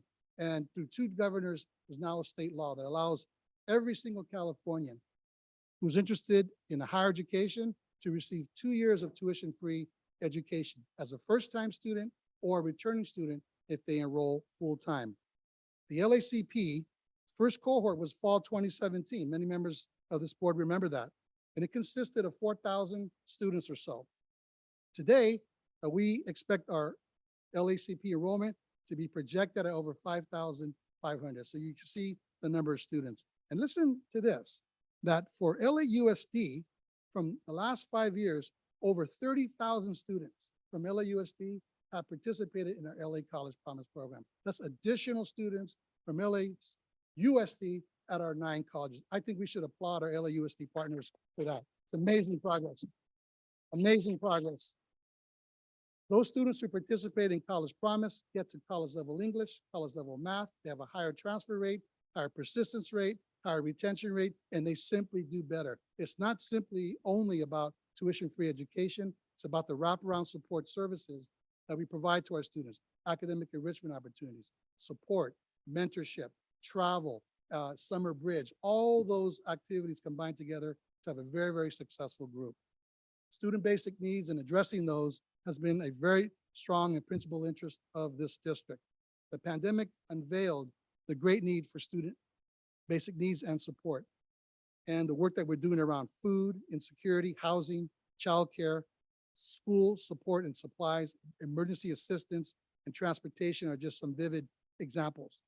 With the student population at LACCD, with nearly 50% of students who are low income, our district recognizes the challenges our students face outside of the classroom. Having a secure place to sleep, a guaranteed meal, or reliable mode of transportation can be the difference between a student completing a degree, stopping out, or frankly, dropping out. As such, our district is committed to finding solutions for our student basic needs so that they can focus our students on their education and continue on that pathway to prosperity. We continue to have strong community partnerships for on-house students. You're going to hear a presentation during the committee of the whole that will outline much more definitively. So I will not say too much about that, but I wanted to mention this: through the board's support and through your support of us advocating very, very strongly at the state level, we were able to secure, along with colleagues around the state, $100 million statewide for emergency assistance that could be used for housing and other basic needs. That's what we're using to support the over 100 students that we're housing right now with our partnerships. And again, you'll hear more about that in just a moment. So we're going to continue to look for additional ways, as has been brought out, to look at additional housing options for both staff and faculty and our students. And I want to reiterate the October 28th community forum on housing that will take place at Los Angeles City College later this month. So we're looking forward to that. So thank you, Trustee Hernandez.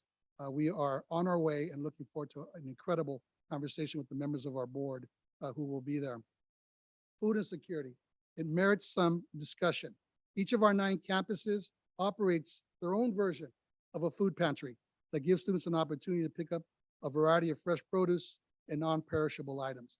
Our students are hungry. If you go anytime during the distribution points, the lines are super long. I've seen those. It's heartbreaking, but it's a visceral reminder that we are now in and have the opportunity to bridge some of the needs that our students have. These same pantries provide additional supplies, personal hygiene products, bookstore vouchers, gas cards, clothing to help our students to protect them from inclement weather. They also act as a point of contact for additional campus and community resources. And those resources might be mental health, it could be immigration assistance, counseling, it could be a whole variety of other kinds of supports that our student needs so that they can stay on the path, again, towards prosperity.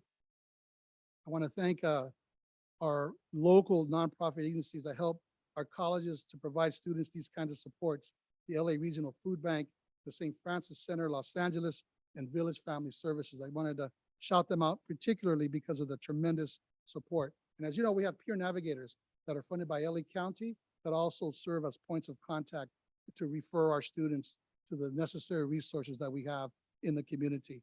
Transportation, it bears noticing this as we talk about student basic needs. Again, transportation can be and make the difference between a student graduating or a student staying home. And we, over the years, have advocated for a fareless metro pilot, and we were successful. Some of us remember that this took about 5 years in order just to get through the finish line.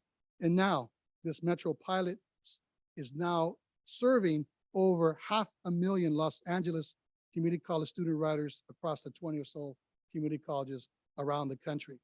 In 2022, and in response to this particular need, LACCD was proud to secure a federal earmark, or what is described as the Senate-directed spending appropriation through the office of the late Senator Dianne Feinstein. May she rest in power and in peace.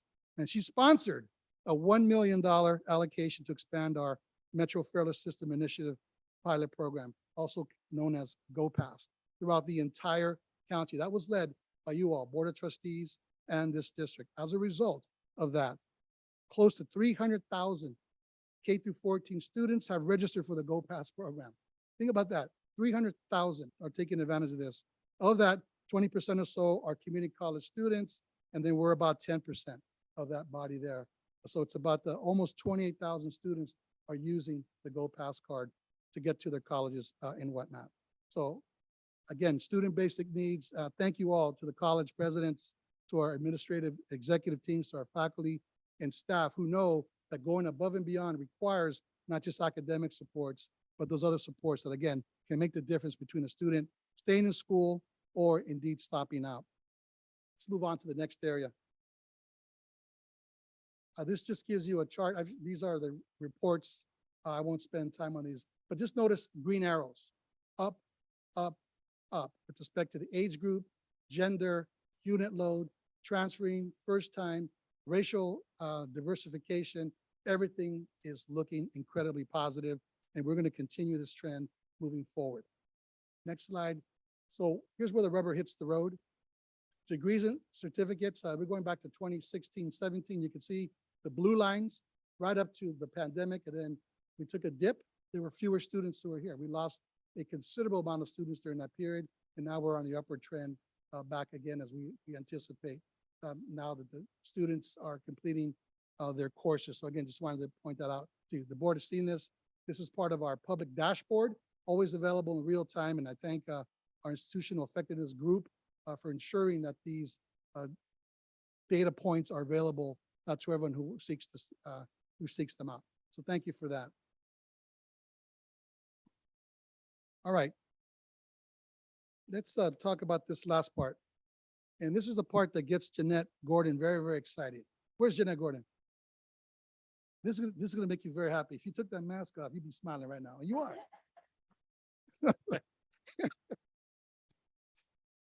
In September, this board adopted the 23-24 final budget that now totals $10.4 billion for all funds. As mandated by the LACCD board policy, we maintain a minimum of a 6.5 general balance reserve, 3.5% contingency reserve for 10%, and a 2% deferred maintenance fund. We continue to hold our responsibilities and commitments to that. For this year, as we reported last month, our district's financial outlook remains stable, and that's a good thing under the current state-adopted student-centered funding formula, or the SCIF. We benefited from the State Chancellor's Office one-time emergency conditions allowance, the ECA, which has brought in additional one-time funds of just over $45 million. We're using a considerable amount of that for student supports, for ensuring that we have a flexible academic schedule for our students, and for the hiring of instructors that will help us there. We believe that this academic year, if all the hiring takes place as planned, we will hire over 200 new full-time tenure track faculty members into our body. That is a significant number. 200. Think about that. How many districts can say that? All right. Thank you. Our best investment is in our talent and in our people. So as we look forward to this next year, we thank our governor, our state legislature for their investment and trust in our state's community colleges. They indeed helped us to navigate this and to weather the storm. And now things are looking stable and a much more prospect that lies ahead. With respect to independent audit and bond ratings, these matters that go together. An annual audit that takes place at this district is conducted every fiscal year by independent auditors and reported to the Board of Trustees. The district has received an unmodified opinion on the financial, the single audits, and bond financial audits for the last year, fiscal year 21-22, frankly, as it has for years. An unmodified opinion means that the basic financial statements referred to in the audit present the district's financial position and the results of its operations and cash flows for the year ended in conformity with generally accepted accounting principles. The outstanding audits are a testament to our commitment to ensuring financial integrity and indeed accountability. We're now undergoing our fiscal year 22-23 audit and expected to receive the same unmodified opinion. In fact, we're going to adjust the November Budget and Finance Committee to the end of the month and bring our ultimate audit report to the board for presentation in December. By way of our bond ratings, this is when we go out to sell bonds, our ratings really dictate the kind of rates that we get and how much they're paid for, and ultimately how much our taxpayers are paying for our bonds and entrusting that with us. So the better the bond ratings, the better the results, the lower the taxpayer impact. Our district continues to receive excellent bond ratings from Moody's and Standard & Poor's because of our strong and stable financial position, and they commented on our outstanding leadership. In June of this year, the district met with rating agencies, both Moody's and Standard & Poor's, and reaffirmed in this market environment the district's high ratings of AAA and AA+, respectively. I think that deserves a round of applause. Ms. Gordon, thank you. Ms. Gordon, thank you. All right, next slide and last slide. I'm finishing up here. Thank you for your patience here. State and federal advocacy, and then our partnerships, and then I'll close.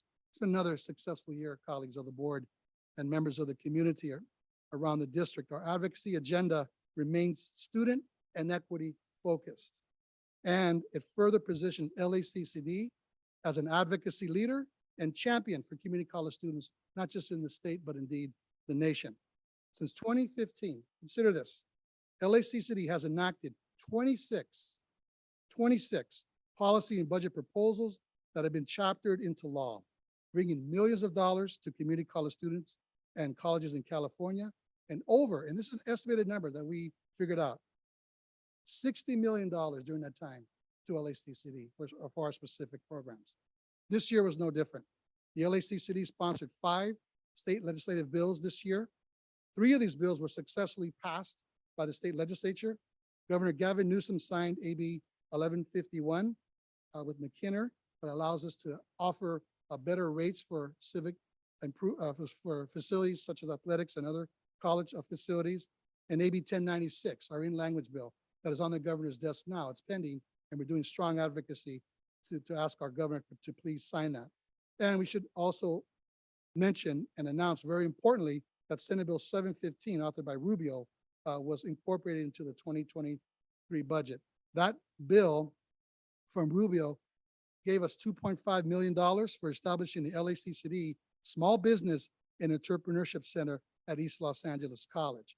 And of the other priorities, the state budget priorities, includes, as was mentioned earlier in Board President Vela's report, $10 million over the next 3 years for a total of $30 million for LGBTQ students statewide. I think that deserves a round of applause as well. Thank you so much for that. At the federal level, I'll just mention this. Over the last couple of years, we've secured over $13 million in federal earmarks for LACCD specific programs, for academic programs and student supports. Again, wonderful, wonderful news, and a testament to the outstanding work of our staff and faculty and our Board of Trustees for their leadership. Local government, community, and partnerships, I'll finish this out here. The district has continued its outreach to our 38 cities that we are responsible for and that are in our service area and unincorporated areas, and 11 school districts to inform and educate the community about LACCD course offerings, our academic and certificate programs. This year, outreach occurred to 6 cities in South and Southeast LA during their public meetings. They want to know more about us, and we're going to continue to do that. We've intentionally strengthened our collaborations with the County of Los Angeles, LA City Hall, cities and school boards in our service area, tremendous partnerships with our nonprofit agencies and the business community. Working in collaboration with these groups and our stakeholders, they have served and enabled LACCD, frankly, to sharpen our policy agenda, to strengthen our advocacy reach and approach, and increase awareness about LACCD to their constituencies. And really, as was stated earlier, I think in Dr. McKeever's statements, stating the benefits of a quality post-secondary higher education, and ultimately to bring in much needed resources to our colleges that can then be serving our students. So in closing, and this is my last section here, let's stay the course. Stay the course. And we are absolutely committed to doing that, to accelerating our growth, accelerating our advocacy, accelerating our completions, accelerating the efforts that we have to serve the students that we are so proud to serve. We remain committed to fostering a diverse, inclusive, and equitable learning environment for underrepresented students, for two-year students, to actively engage with our civic partners, our elected officials, our nonprofit and community organizations, and with philanthropy to serve this region while promoting inclusivity and advancing social justice, something we should be very, very proud of. Our district is indeed takes pride in itself on affording and providing accessible and affordable education to all who seek it. And I want to express my deep appreciation to this board, to my colleagues in this district who I work with on a daily basis, my deep appreciation for your dedication to the success of our students and for your continued support. Each student represents immense potential and opportunity.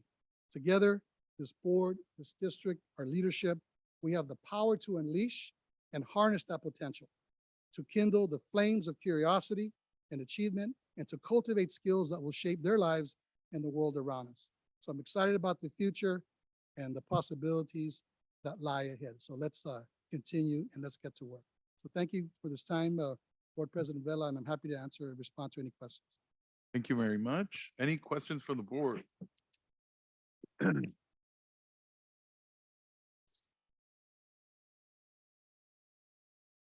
Trustee Hoffman? Thank you, Chancellor. That was a great report, very long, and very detailed. So thank you. Can you provide us with some of the dual enrollment in writing statistics from, because that was actually really impressive. And I know there's, dual enrollment and enrolling every ninth grader is one of the goals in Vision 2030. And I would like to just, show what we've done in LACCD, because that's really impressive that we've served all of those students. So thank you. Yes, our goal is to double that number over time. And you've heard of the CCAP agreements that we'll report out the wonderful relations that we've had. LAUSD has stepped up. You may be aware, and I reported before, that we're in consultation now with LAUSDs that every junior take a class, a community college class delivered by LACCD, and then we have a separate class for their seniors. So in addition to the statewide effort around ninth grade. So we're doing ninth grade now, piloting at East LA College, and then we have strong programs, but we want to offer counseling and or what we call a College 101 class to all their juniors. So we're working out the mechanics of how to do that at the beginning of next year. Great. And I'm doing a presentation with the Three Valley residents, which is, they have a great partnership with LA Unified together. So thank you. Good work. Okay, thank you very much. Trustee Bola? I don't have a problem with any of the speech. In fact, the chancellor is probably the best speaker in the entire system. Here's what I have a problem with.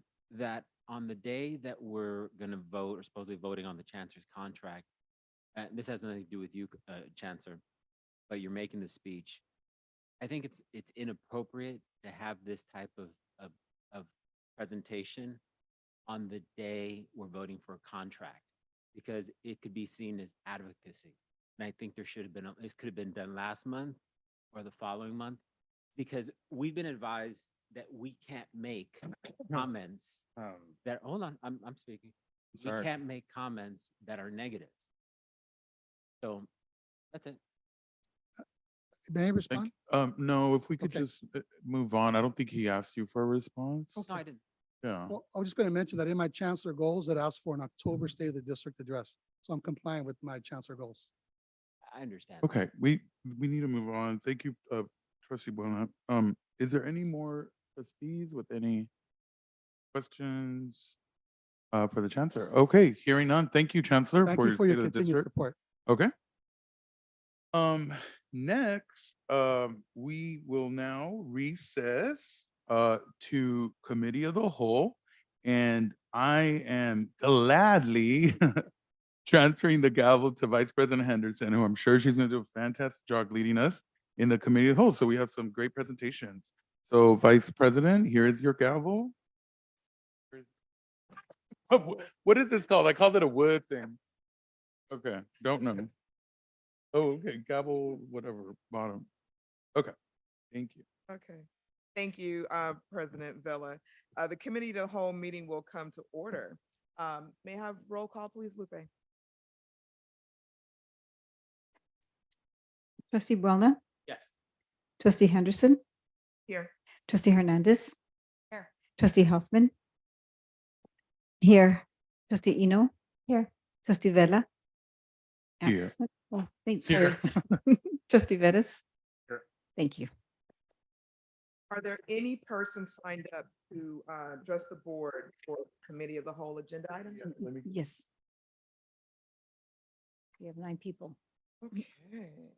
So first up for public comment, we have Logan Fisher.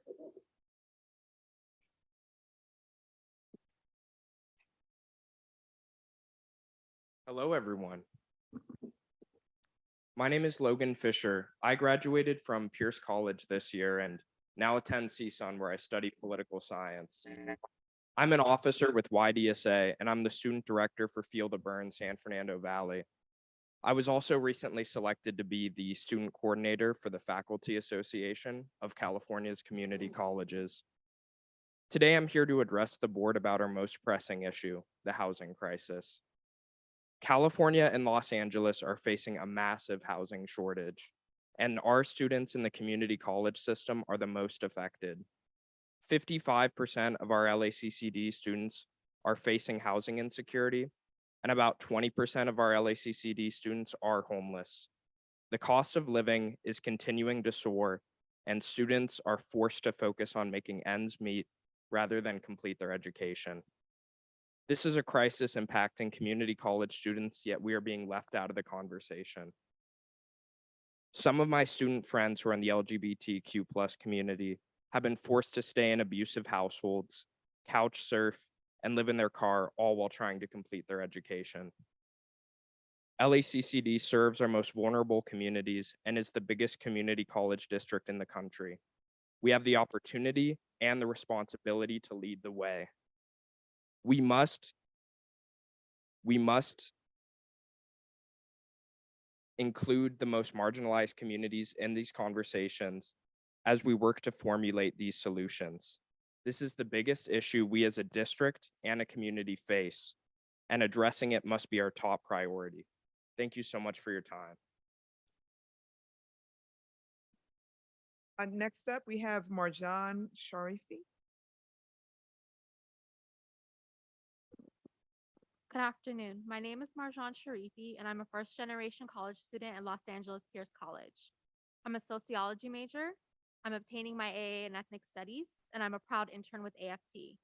I would like to thank you for the opportunity to speak about a topic that is very important to college students and community members alike, just and affordable housing. Many college students live at home while pursuing their college education, but there is another portion of students who support themselves. They do this while they pursue the dream of obtaining a college education.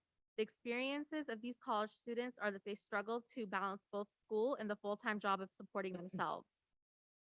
They do all this while the price of housing continues to rise. These students have too many times had to choose between school and keeping a roof over their head. And too many times the dream of a college education has had to take a back seat to the demands of rent and the cost of living. I was a student reporter at Los Angeles Pierce College last semester, and I covered a story about the foster youth that attended our campus. I learned about their hopes as well as their struggles. Unfortunately, most foster youth end up homeless because of the lack of support, and especially because of the rising cost of housing. When so many of our friends, peers, and classmates face these circumstances, we have to come together and think of a new solution and a new strategy. Students need affordable housing. Can we count on your help and support to make just and affordable housing a reality? Thank you. Next up, we have Christian Yagoyan. I hope I pronounced it correct. Yes, you did. Thank you. Good afternoon, dear Board of Trustees and Chancellor. My name is Kristen Yugoen. I'm senior majoring in psychology at CSUN, and I'm a LACCD alumni.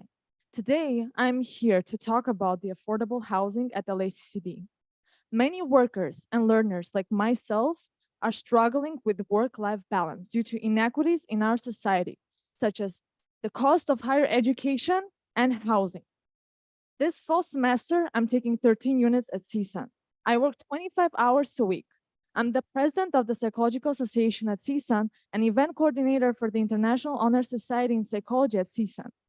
In addition to this, I'm student intern of AFT 1521. Right now, I'm in the process of applying for grad schools. It's not easy to be a student, especially when you're financially squeezed, because it impacts our mental health and our academic performance. I had classmates who were homeless, who had no place to stay, no place to go.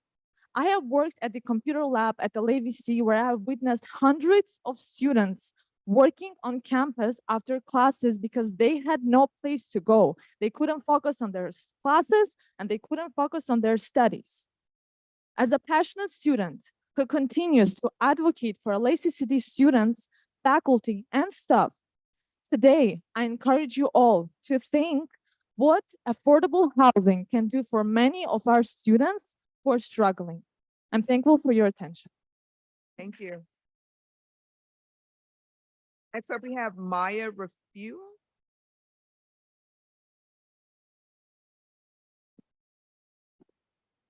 Hello and good evening. My name is Maya Rafua.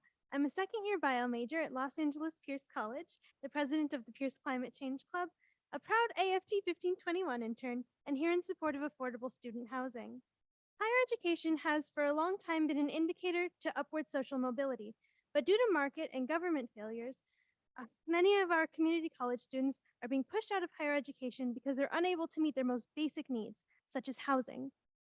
In late 2022, right out of high school, 4 friends of mine banded together as roommates to rent out an apartment just a few minutes away from the Pierce College campus. While I was fortunate enough to have a good relationship with my family and to keep living with them, many of those friends did not, and used moving in together as a chance to get out of unstable homes. Though all of them had originally planned to attend Pierce on top of living independently, the financial burden of paying for rent, utilities, and the simple cost of living has caused all but one of them to drop out in favor of working full-time.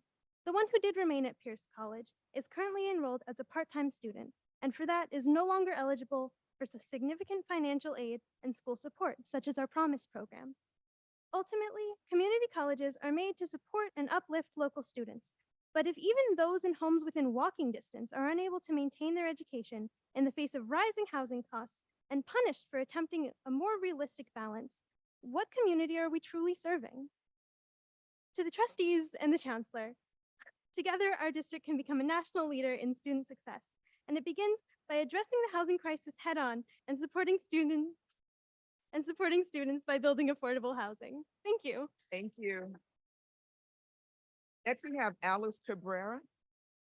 All right, good afternoon, everyone. I am Alex Cabrera, and I want to talk about an issue that is impacting many LACCD students. Obviously, I'm talking about the housing crisis. It's no surprise how expensive it is to live here in LA. I mean, dang, rent here's through the roof, but like, what I'm trying to get at is that there's this issue affects many people in our community college all around the county. And what I want to talk about is that what's it called?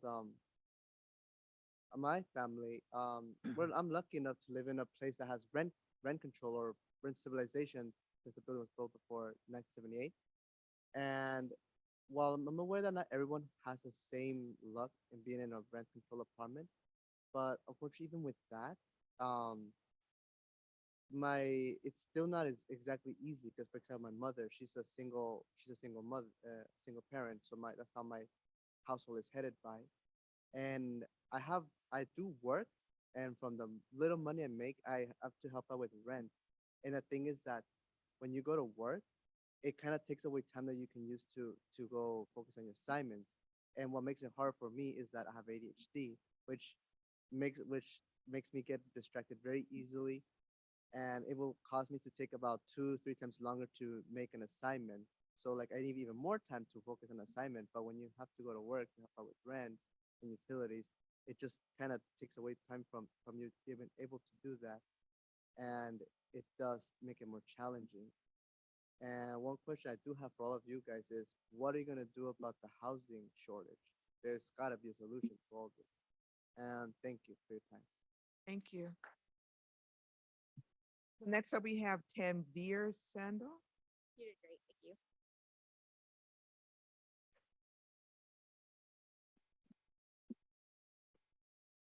Hi, my name is Tanvir Sandal, and I'm also a first-generation college student at Los Angeles Pierce College.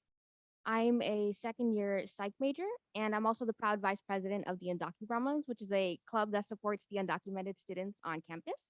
And I'm also incredibly grateful to be supporting our communities through interning with AFT 1521. So thank you for that. So today I'm here to talk about the importance of affordable student housing and why it's simply not a want, but a need. Every student who dedicates themselves to truly learning their craft and what they're passionate about deserves to be able to complete a satisfactory education and lead a fulfilling life. However, this becomes increasingly difficult as the cost for education and student housing rises. Students become more and more focused on surviving just the day-to-day basis, and this is very detrimental to supporting a healthy lifestyle that's they're also able to apply to learning. So the students who support themselves financially are a lot more likely to sacrifice their mental and physical well-being simply to stay afloat, to education put aside, which is by no means sustainable in the long term for anybody involved. My colleague, for example, a really dedicated person. She works 3 jobs, takes 7 courses, and is a parent. She is an incredible worker and is also a photo editor for our school. Completely full-time, totally, and is unable to dedicate a lot of time to raising her children, causing her to miss milestones with her family, that milestones that most parents, like many people in the room, are very proud to celebrate with their children, and she has to miss this because she wants to and should be able to attain an affordable education, which is why we ask you to support our students and provide them with housing support so that they're better able to lead us into the future. Because we, the students, are the future decision makers and leaders and might one day be in your seats in the future. So thank you for your time. Thank you. Next up, we have Hazel Timble. Good evening. My name is Hazel Timble. I attend LAPC pursuing my ASD for law, public policy, and science and decided to engage in a political science major and interning with the AFT. I'm here in support of the affordable housing for students at LACCD. This fall semester, I've become fully booked, full-time student, part-time worker, interning, and lucky enough to give my studies full attention. However, years ago, I was in a very unstable place, my mental state completely rock bottom with no support from my parents, almost failing the classes that I wasn't dropped from. But I rose up because of the people that I love and love me. And I know that many of us share similar stories. But the people that I love still haven't escaped their own tough situations, mainly to do with having to escape abusive households. My friend who had to drive at 2 a.m, nearly breaking the law to save me from an overdose, can't leave parents who hit him. You could say to them is just to move out, but the problem with that is they can't afford to move out, especially if you're a student and even if you're sharing the smallest space you can find. Rent's too high, averaging 2.8K for a 1 bedroom. Good places are too far from what you need or support is like too unstable. At Pierce and basically every LACCD, students who need help staying in a home include veterans, parents, students old and young, foster students, LGBT youth and unsupported households, and other disadvantaged people. And I know that there's so many services that we provide for them, but we can always do more, especially as the times are changing. We all need somewhere to be housed, somewhere that's safe and stable, and then we can actually call a home, and somewhere somewhere we can be dedicated to our studies. We ask you to support affordable housing. Thank you. Thank you. So do we have Francisco Delgado?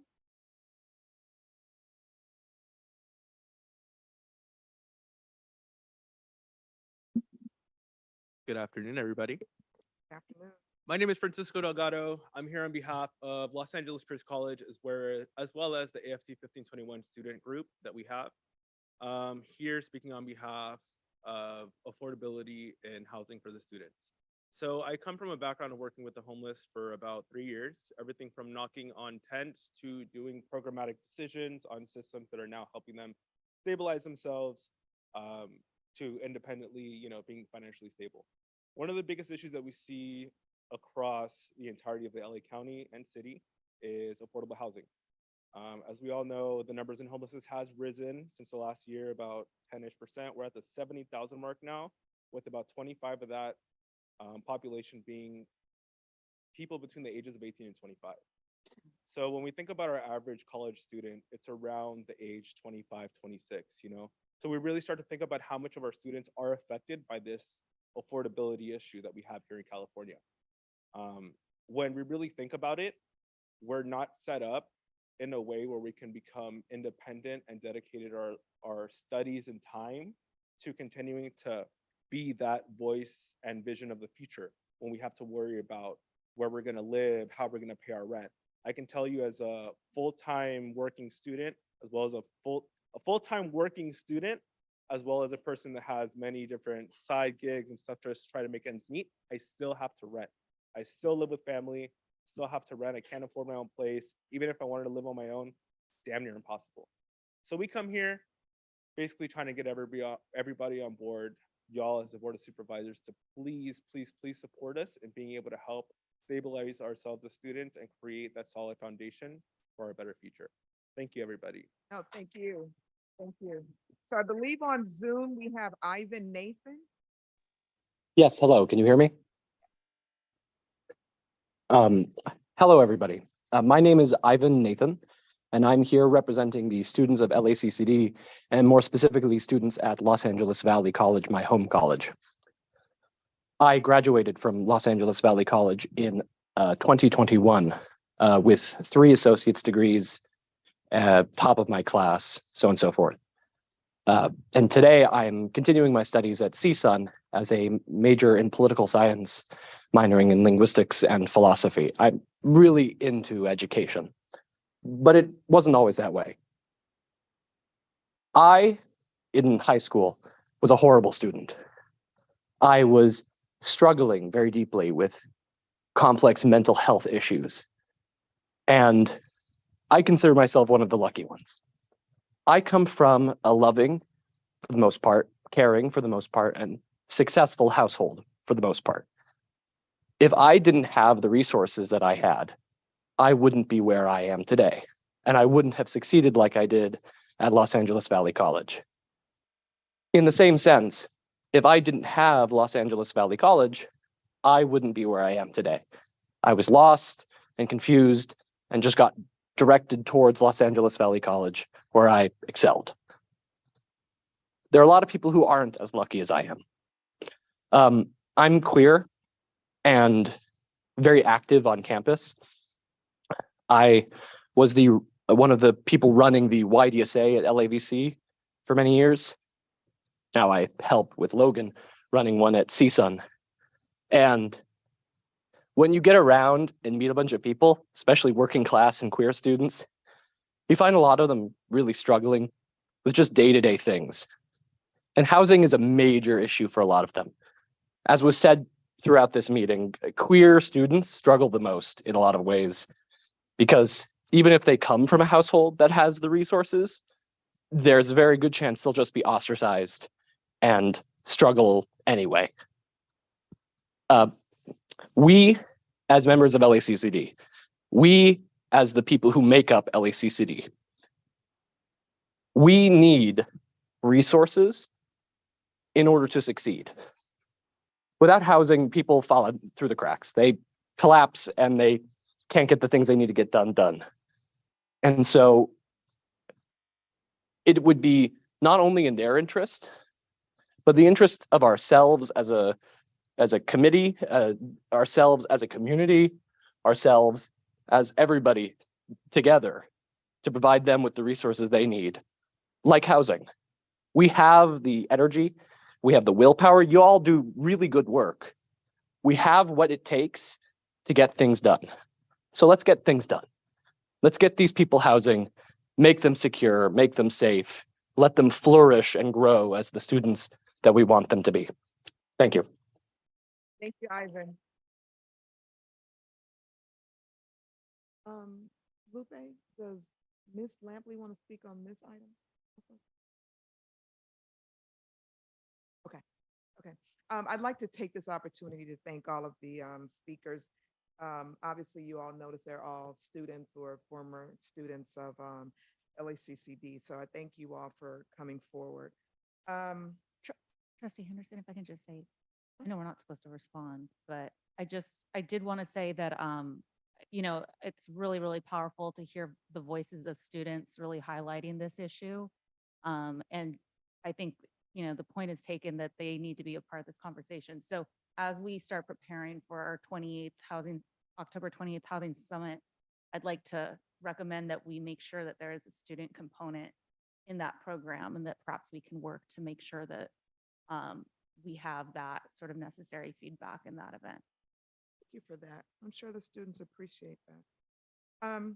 So joining us today is Ms. Kelly King, our Chief Advancement Officer, and Dr. Nicole Albo Lopez, our Vice Chancellor of Educational Programs and Institutional Effectiveness, present our LACCD housing partnerships. Sure. Ladies, the floor is yours. So thank you for the opportunity. We're going to do this in two parts. I'm going to start by providing some buckets of vocabulary that we can use as we think about the strategies that are already underway, the strategies we want to build, and then we'll move to dive deep into one of those, which is our pilot program with community-based organizations. Oh, it worked. So what we're going to do quickly is map some of the strategies on this very simplistic but meaningful chart, starting at the bottom with rapid short-term assistance. These are things that are low barrier, quick, someone needs help tonight. How do we make that service available? And then all the way up at the top, we're getting to longer-term assistance. This could be providing stability that's for several months, maybe even several years. So as we look at the services that are currently provided, one of the most important elements is the door or the entry in which students find the help that they're seeking, or we find the students that are seeking assistance that we know we can provide. And the point of entry on our campuses, we want many of them. Sometimes it's the CalWorks, sometimes it's Emoja, sometimes it's Veteran Services. Students raise their hand or we find them in a host of ways, and we want to make sure we have an open and transparent and very accessible door to each of them. Now, the first type of services that we provide, and I hope this helps us guide future conversations as to where we're putting our energy and investments, are public resource referrals. The Chancellor spoke about peer navigators on our campuses, and a lot of work has been done, whether we're talking about rapid short-term assistance, like tiny homes and shelters that are located near our campuses, all the way up to longer-term assistance, where we might work with the students for years to get them something like Section 8 housing. Another strategy that we have in a number of different ways across our campuses is direct financial support. So that could look like an emergency grant, direct aid to a student who needs it right away, all the way up to pilots in which we've done things like guaranteed basic income through private philanthropy who are going to sustain their investment in our students' financial needs to sustain their housing accessibility. And we make good referrals, not just to publicly available resources and funded resources, but to community-based organizations who can serve their needs. And these again span from something a student might need tonight for themselves and their family, all the way up to much longer term assistance. And I know it was mentioned earlier today that Trustee Hernandez toured, for example, Hope Gardens. Really strong partnership with Mission College, and LA Mission College students are getting a really special service because of the way the college and that community-based organization work together. We also at times use our own resources or resources we've gotten through partners to provide rapid housing. So we already mentioned Gateways today, which is a fantastic program at LA Southwest College, and they have a contract with a chain of hotels. So they can immediately place a student in a hotel that night without impacting future eligibility, but providing something if none of these other resources are available. Moving up, we're going to focus today more on our pilot program, in which we're not just making referrals to community-based organizations, we're actually funding the resources that those organizations have to provide. We also have a couple examples in which we are sponsoring rentals. We master lease apartments and then support students to be successful in those placements. And again, I offer Gateways as an example of this. Finally, there's things that we're thinking and designing and aspiring to provide to our students. And LACCD owned housing, provided housing, built housing, we can pick the words there, is one of those opportunities that I assume is going to be higher up on this list of midterm to longer term assistance, but that's a key decision point that forums and other venues will help us decide. And then finally, there's other good ideas out there. I know that many of us are in conversations with our CSU, UC, and other partners about ways we can use housing resources across our systems and make them available to community college students. So for this to be cute in a house, let's add some windows, also because we need more up there. And really the roof of this is what we are all working together towards. It is the systems, the culture, the policies and practices that make this a comprehensive plan and set of services. And that is, I think, what we are constantly building and really is the foundation of this house, even though it's at the top. So one of the reasons that this model is useful to us is because of the way that students are experiencing this. And it'd be great to get even more feedback on this point. Students might enter the door through one of their programs. They might be sent to a community-based organization who has a resource available to them right away. Then over to a financial aid solution or an emergency grant. Then maybe back to a CBO. Then maybe we get them to a longer-term public resource. Ultimately, we want to graduate them not only from our colleges, but from the system of supports to something stable and healthy and long-term. And so this is why, rather than thinking about any of these as solutions in isolation, we are weaving this whole comprehensive set of activities that will meet students where they're at and take them to where they want to go. So our graphics team made a little LA based. So we are going to now zoom in on this one room or box and provide an update on how we are working with community-based organizations, not only as referral partners, but as funders and supporters of their work. Thank you, Kelly. So last year, we launched our Student Housing Services Pilot Program. We put out an RFP and we selected 5 service providers. Each of our providers contracted for a certain number of space or beds for our students. As you can see at Hoviness, we had 18 students supported, Optimist Boys Club 13, Jar of Hope 15, Alabama Board 43, and Seed House 14. Approximately $1.3 million a year. And at the end of that first pilot, we realized that first year of the pilot, we realized that our students really need more time to complete their goals and objectives. And so we've extended the funding through 2 years to help our students become stable and move through their educational journey. Each of our providers that we are piloting with work in a little bit of a different way and serve a little bit of a different population. Some of the services that they provide might be therapy, tutoring, meals, financial literacy, mental health services, helping them create savings so that they can transition to a lease of their own. So each of the providers brings something a little bit different to the table. And what's been fantastic for us at the district level is that we've been learning about how this is all working or not working along the way. Our contracts are for a total of 103 district-sponsored beds. As of our finalization of this PowerPoint, we had 93 of those beds full. Some of our students transitioned, I think we had one transition into the military, a few graduated over the summer, others found other housing, and our wait lists are full at each of our providers, and interviews are taking place this time, and our providers will be filling those last vacancies, I would assume early October. We currently provide the referral to the community-based organization.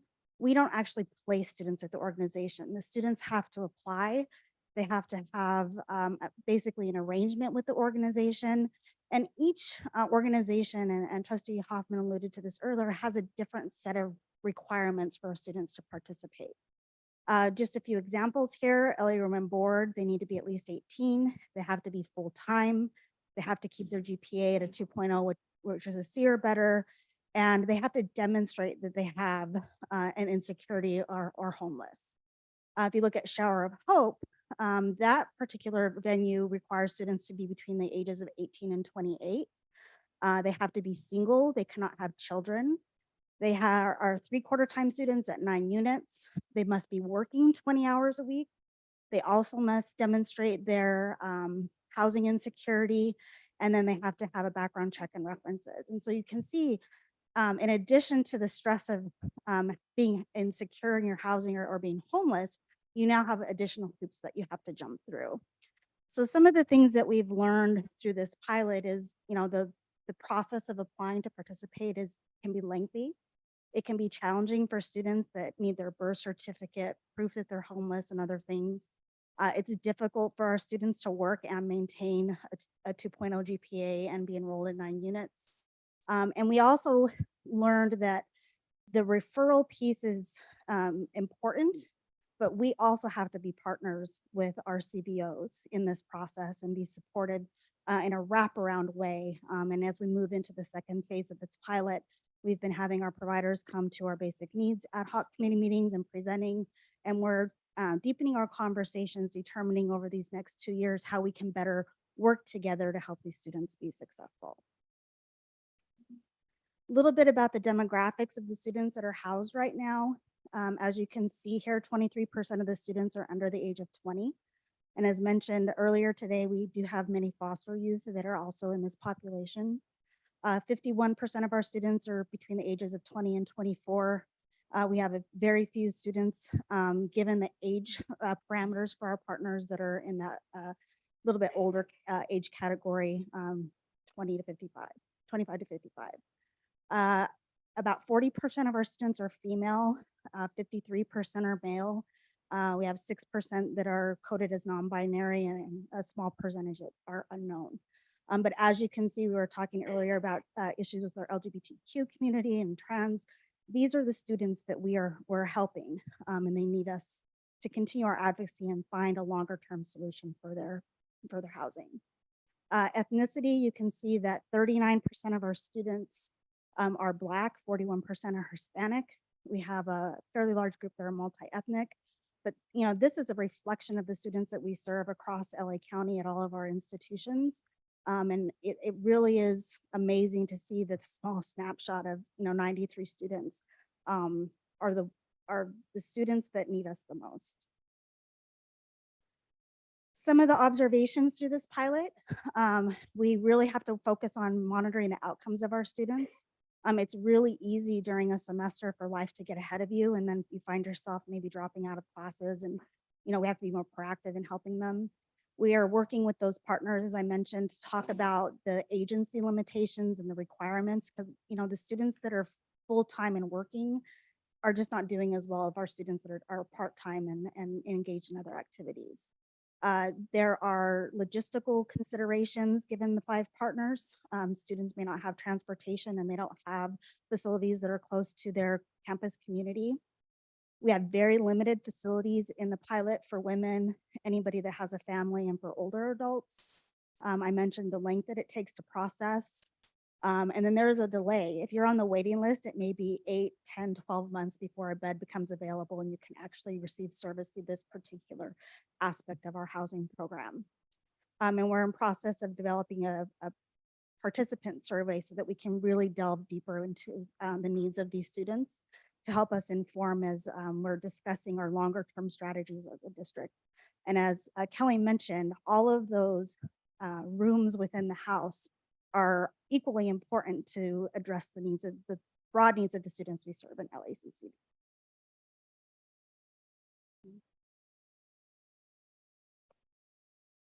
on me. So I'll call on my colleagues, starting from Trustee Hoffman down at the end. Do you have any questions? I do. Thank you so much, Vice President Henderson. Thank you both for the report. I did get a sneak peek because Callie did present at the Student Parenting Summit. I think this is really good information that everyone, anybody considering participating in developing housing for us should know what we're currently doing. My biggest concern is making students prove over and over and over again how poor they are and how unhoused and hungry that they are. And I'm hoping that when we consider developing student housing, we keep that in mind, because of some of the projects that I've seen so far. Santa Rosa Junior College opened their housing. There still is a lengthy application process. I'm not sure why you need references and all of that, but I'm hoping that, whoever wants to partner with us has to understand that our students need to be able to focus on being students, and asking them all of this extra information, while some of it is important, I understand. I just want to make sure people know that the clients are basically, and I really want to applaud all the students for coming here today to speak. Thank you. It's what the Real College survey told us is that there are vulnerable communities, trans students, LGBTQ student parents, veterans, foster youth are still really struggling. So thank you so much for the presentation. I really appreciate it. And I just have one other request, Chancellor. All of our colleges participated in the Real College survey, and I think results, I don't know if they were sent back college to college of what our students actually said. Can someone, and I'm looking at you, Dr. Alba Lopez, and I'm looking at Maury in the back. Can somebody synthesize that to like, what do the students in our district need? And then do it college by college, because do Pierce College is going to be very different than what we do for LA Southwest. Thank you. I love this presentation, and thank you so much for being here. Trustee Hoffman, Trustee Hernandez. Thank you so much. I know that, when we started the ad hoc committee, we were really focused in on the pilot, the housing pilot. And then we recognized that there's all of these other efforts across the district that our colleges are doing, that various organizations are involved with, different service providers. So we just thought, because so many folks on this board are huge advocates of providing basic needs for our students, specifically housing, we wanted this presentation so everyone got a good sense of a generalized view of what the district's doing, because it's really, really exciting. I loved I think it was like the last slide that you showed, just kind of what we are looking to do going forward. Part of the ad hoc is to really compile this information as we're like building the plane as we fly it in terms of the pilot program. And ultimately that will go to inform, potential LACCD owned housing.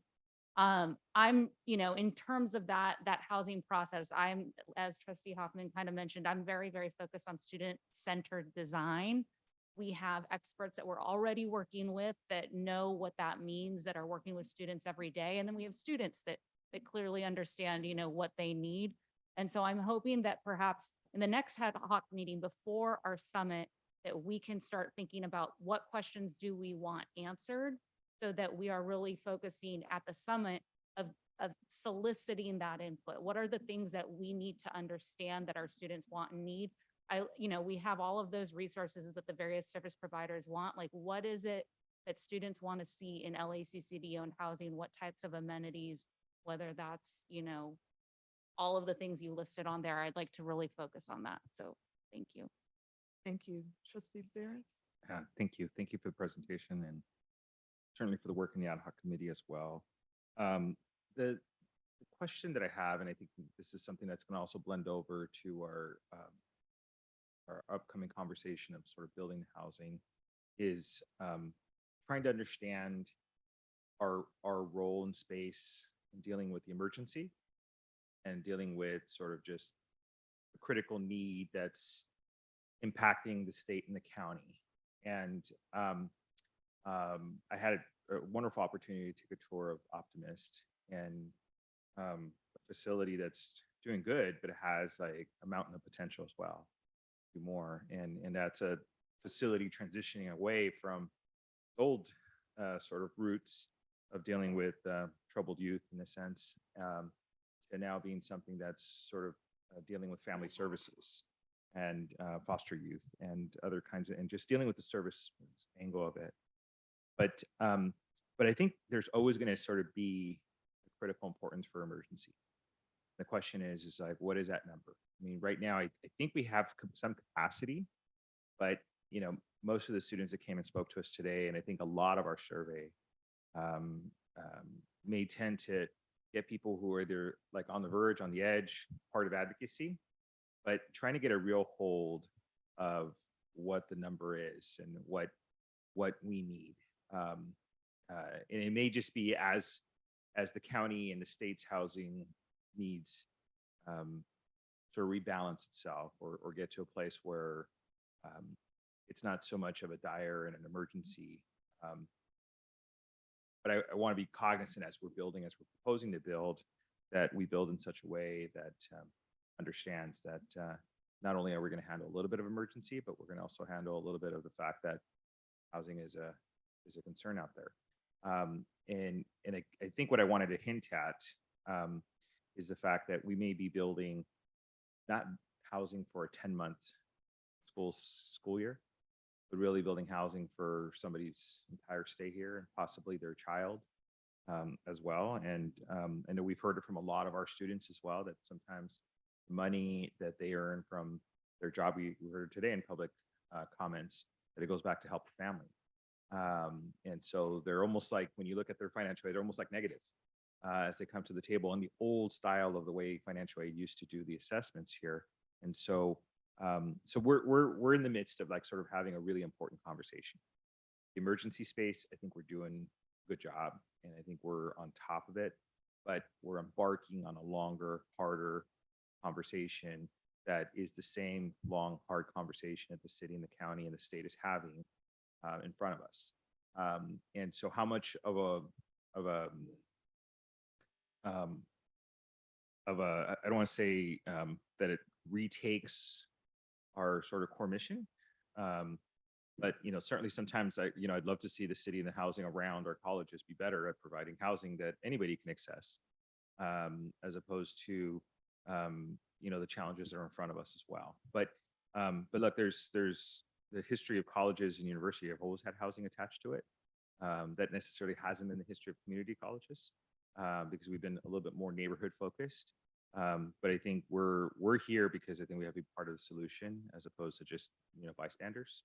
But I think at some point we have to learn a lot and take copious notes and really be able to sort of learn lessons to the policymakers that are going to come right after us as well, to understand when you look at like a Cal State, for example, they have dorms that are 40 years old now, and the last few years weren't heavily utilized, and we had to push them to get more heavily utilized.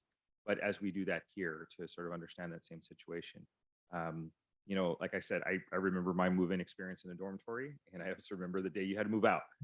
And there's still articles, and I think I share this with our staff, there's still articles about how much trash piles up in Westwood because of move-out date. But move-out date to me is in the kind of housing we're talking about is almost like eviction date. And I don't want to go to move-out date. I don't want to talk about eviction date. It needs to be sort of continuous, and there needs to be some continuity. And if the student moves to a CSU that's within the range of travel, that our housing should be able to be continuous and connected. So thank you for the presentation. There's some general comments, but I think we have lots of work to do upcoming. Thank you so much, Trustee Veras. President Bella? First of all, I want to thank you both and thank you, Nicole. You really took this program to a new level. I really have to give you and commend you for that. I really do. When I think it was about like 4 years ago, when I connected LA Women Board with Maria Veloz and Sam Prater. I mean, we never thought we would fill these beds, and the fact that there's a waiting list just again proves the need. And again, Chancellor, I want to thank you for also pushing this and taking a chance on this pilot. And, everyone on this board who has supported the pilot. And, I'm, been to several of the unveilings of all 5 of these, and I can tell you that it's a sigh of relief that there's something temporary there. And so, first of all, I want to applaud the graphic designer with this house. I think it's pretty amazing. It really is.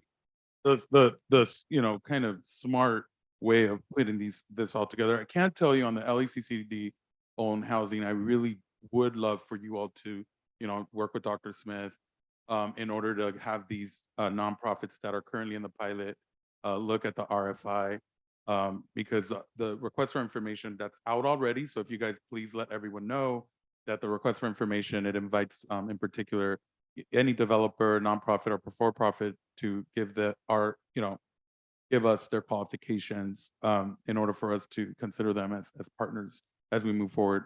And then I guess, as Trustee Hoffman just mentioned, working with the league, working with her as president of the league would be also to look at the tweaks of, and I know probably a lot of this and all the, 18 and over and all that, it must be funding that they have, or I would guess, right? Would you like to elaborate a little bit on why those are requirements?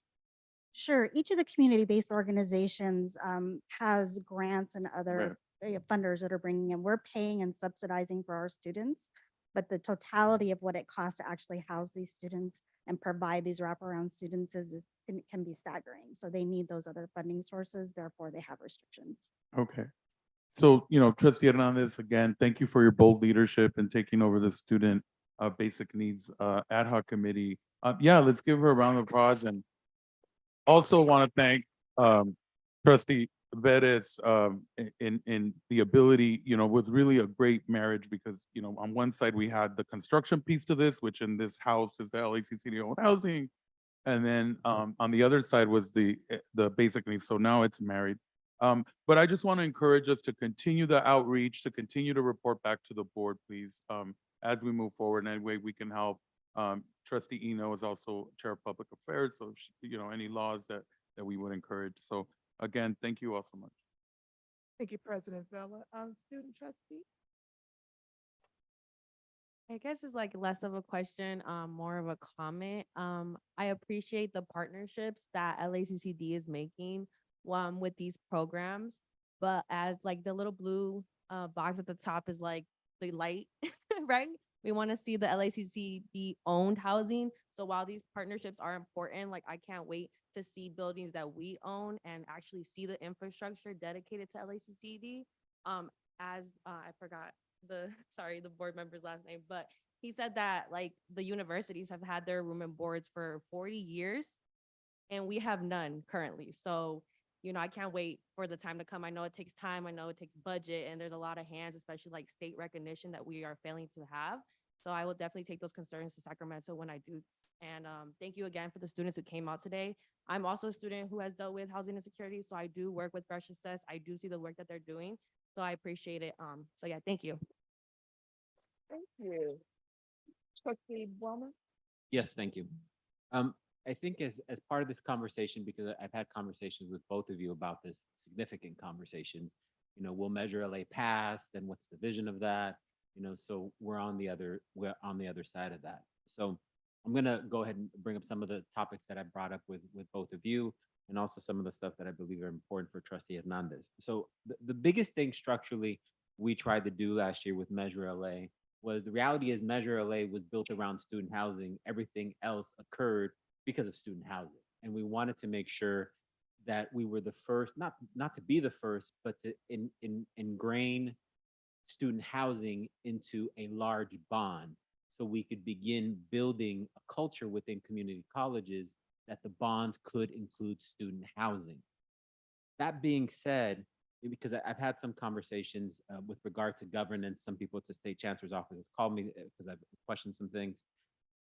But the biggest thing that my biggest concern, and with Ms. King, I've mentioned this to you before, is, by the way, this is beautiful. Let me just say it's comprehensive, not just beautiful, it makes sense, it's articulate, it covers everything. But unless we deal with the overall strategic governance issue of student housing, meaning we have 9 colleges, likely different developers in that process.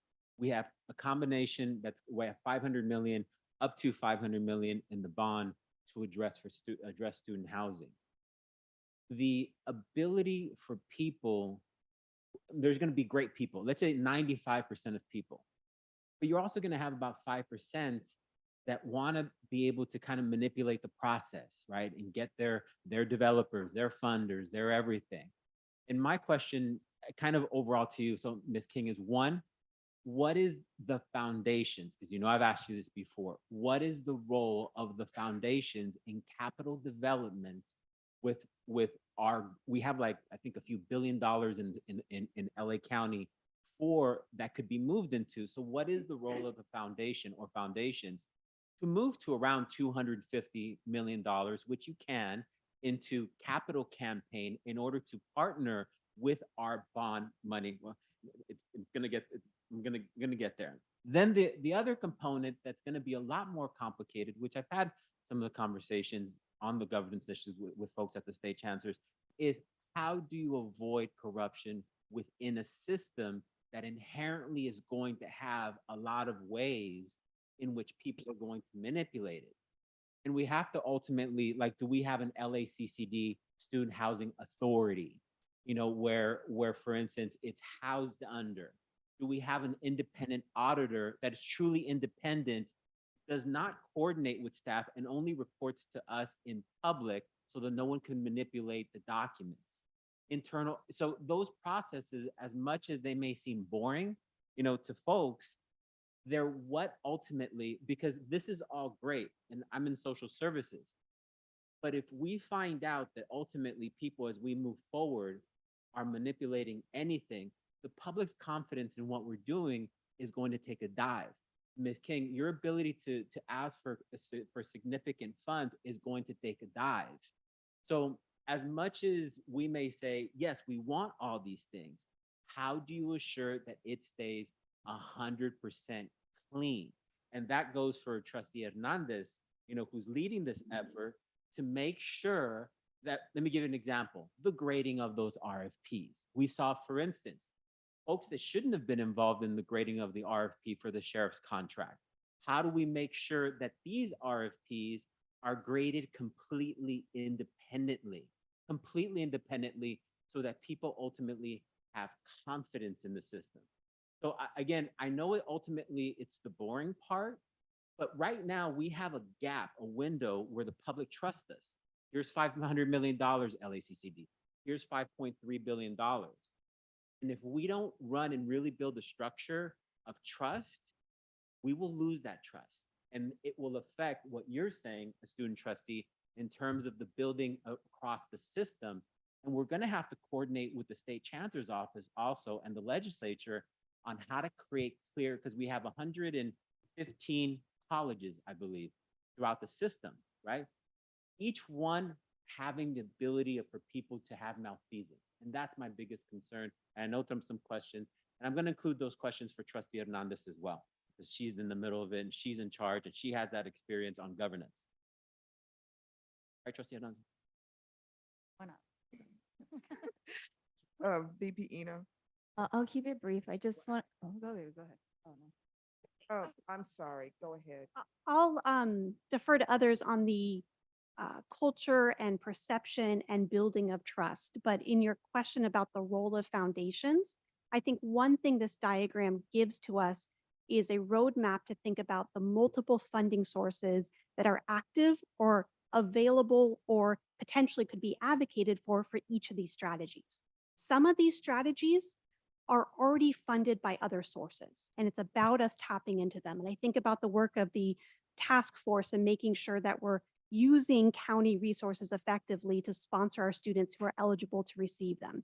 Some of these, we need private philanthropy to seed it because it's an idea, it's a risk, it's something that no one has tried before, and we need some flexible funding to allow us to pursue it.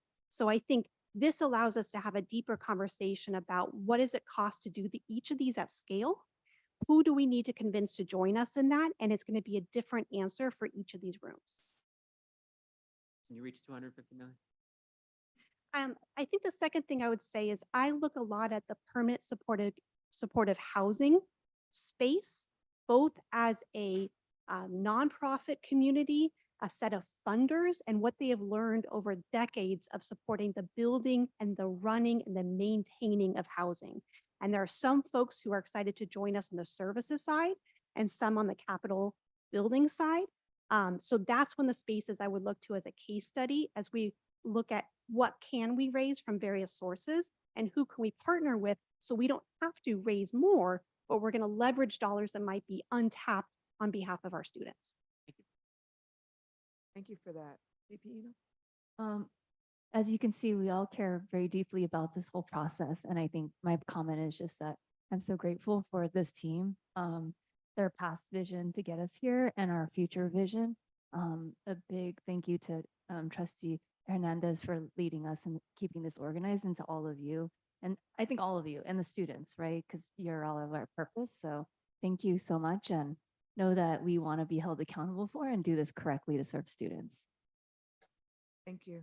So I want to thank you for the presentation. And I have two questions. You didn't mention, so that's not to say that this isn't happening. There were questions regarding the length of the application and the length of the process. Do we actively, as LACCD, help students complete and submit the applications? Yes, at our basic needs centers, we have a housing navigator that will help the student in aggregating the required information. For example, we have funding available to purchase another certified copy of their birth certificate, and helping them complete that application process. And again, each vendor is different, so it can vary. And the other thing is probably not necessarily a question, but I think it's something that we should look into doing is finding ways that we can provide additional financial resources to students that are in immediate need so that they can meet the requirement.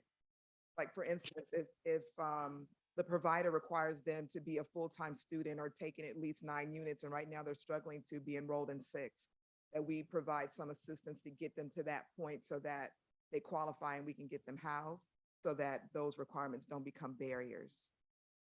Yeah, I think that speaks to, if we go back to these arrows, right? Oops, go forward. Right? Our students are going to experience it like this, and we need to meet them at that. And it could be that they start with that financial award, which helps them get access to another set of services. This is not to say we have sufficient services. We need to build each of these boxes, but we need to build them in relationship to each other. And to your point, if that door is not open and well-staffed and clear, then none of the rest of this matters. And the other thing is to piggyback on Trustee Hoffman's concern regarding students constantly being asked information. If there is some way that we can create some sort of a database, so once we know these students have the need, one, it allows us to more quickly support, but so that they don't have to do that, because that's also an obstacle and a deterrent. If everything is a different questionnaire and you're feeling as though you've already submitted 3 and then there's another 3-month waiting period, you don't want to, you'd rather sleep in your car than try to work towards getting this assistance. So again, not to say you're not doing that, but to really work on making that a priority. VP Henderson, just really, really quick. Are we already involving workforce development in our district to help with getting jobs to the students that need a part-time job? That are the requirement, or can we fold them in? Yeah, That's an excellent point. We do have career centers at each Yeah. of our colleges. but maybe we covering could fold both in roles. Vice Chancellor Lancaster to help us and create a more robust way of connecting our students with part-time jobs. That would be fantastic. And then Trustee Hernandez, if we could definitely look at the way that other community college districts have been approaching this in regards to trustee wellness concern and just kind of overall management of what they've already done. I know there's just tons of different models. And then hopefully we can also team up with the league on what they've done as well. Thank you. Thank you. Thank you again for the presentation. Joining us next is Ms. Carmen Lids, our Chief Information Officer, to provide an update on the District Enterprise Resource Planning, or ERP system. Ms. Lids, you have the floor. Oh, thank you, ma'am.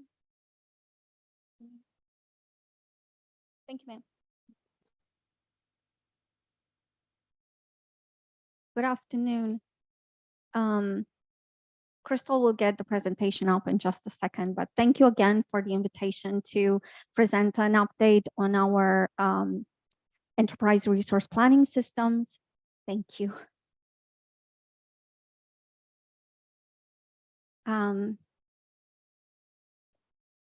Next slide, please. Thank you. I'm going to start by providing a quick overview of our Office of Information Technology and the resources that we provide to our colleges. And then I'm going to dive into a current state of our enterprise resource planning systems. The district has two main enterprise resource planning systems. We're going to go over the historical background. How did we come to be where we are? What is the functional and technical state of our systems? Who supports them? What do we pay for the support? And then we're going to talk a little bit about what is in the foreground.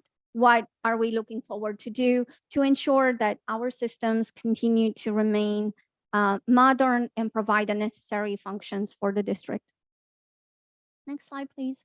Thank you. So our Office of Information Technology serves a multitude of different functions, from technology customer service support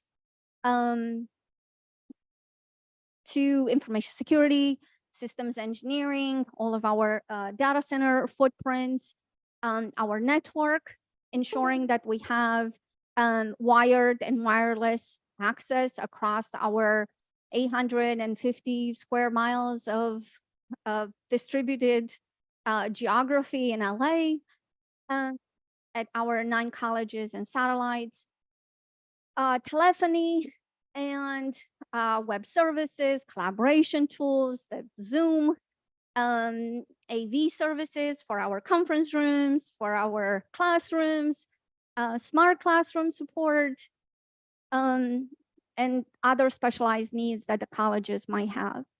The core of what we are here to review today are the third and fourth columns. They're pillars which focus on the enterprise applications and support of our students, and the enterprise resource planning system that focuses on our administrative functions. So on administrative functions, we'll dive into that in a little bit. So at a glance, next slide, please, Crystal. At a glance, we have two major systems. One more. Thank you, ma'am. We have two main systems. For the student side of the house, we currently use PeopleSoft Campus Solutions as our ERP solution, and covers a variety of different functions, including recruiting, enrollment, admissions, student records, financial aid, academic advising, curriculum, and reporting.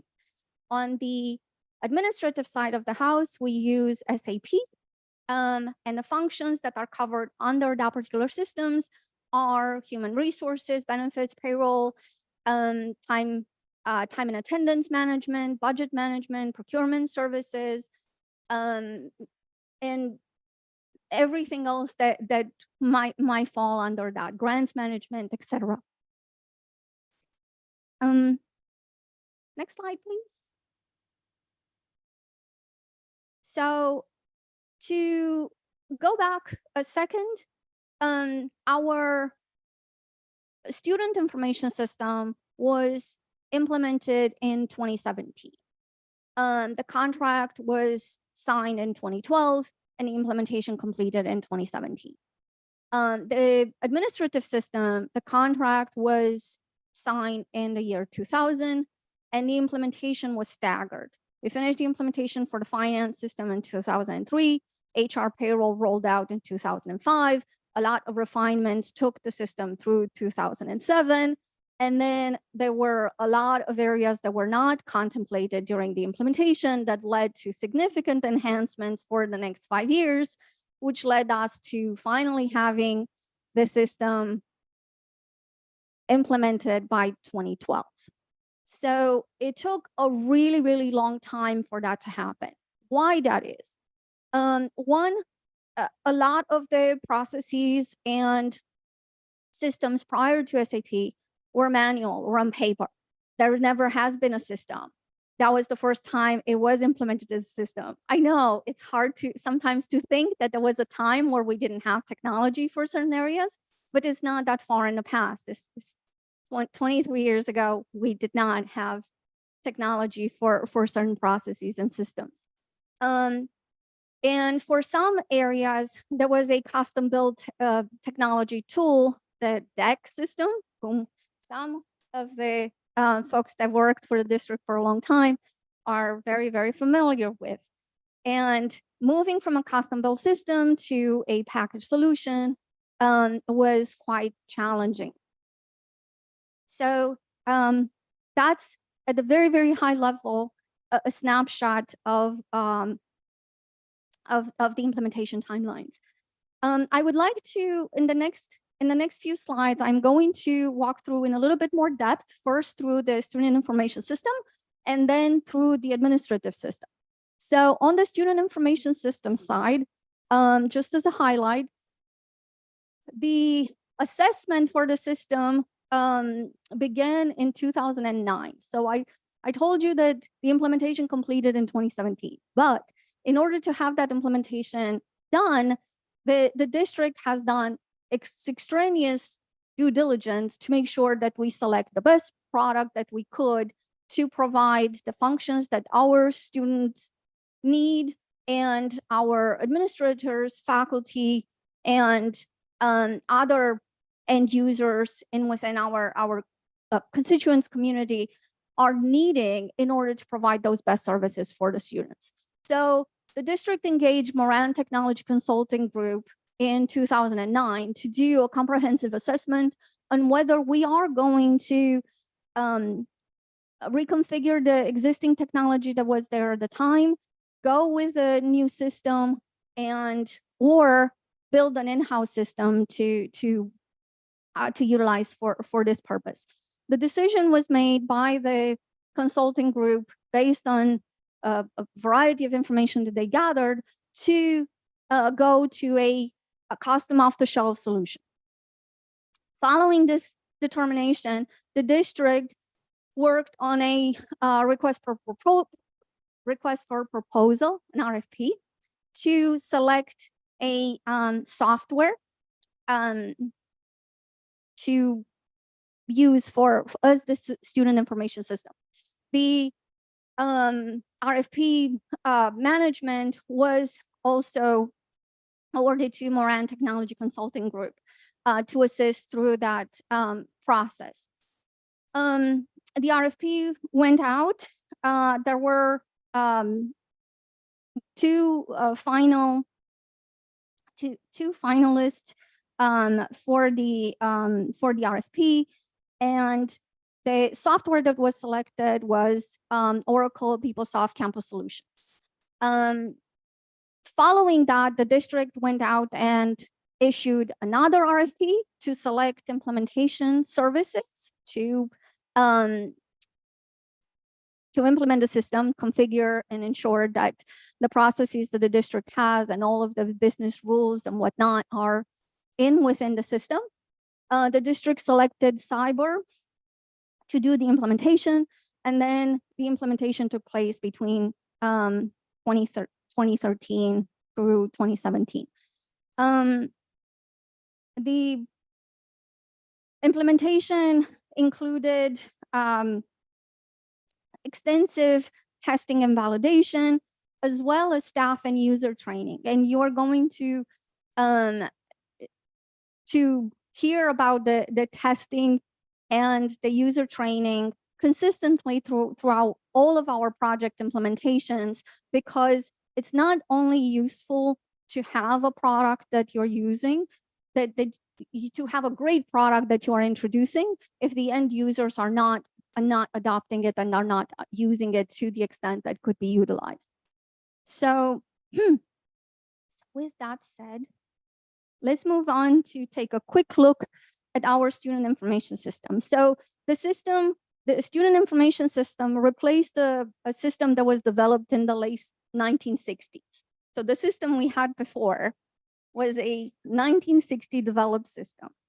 It upgraded unsupported technology. We didn't have any, by the year 2012, 2017, we hardly had any staff that were able to support that 1960 technology anymore.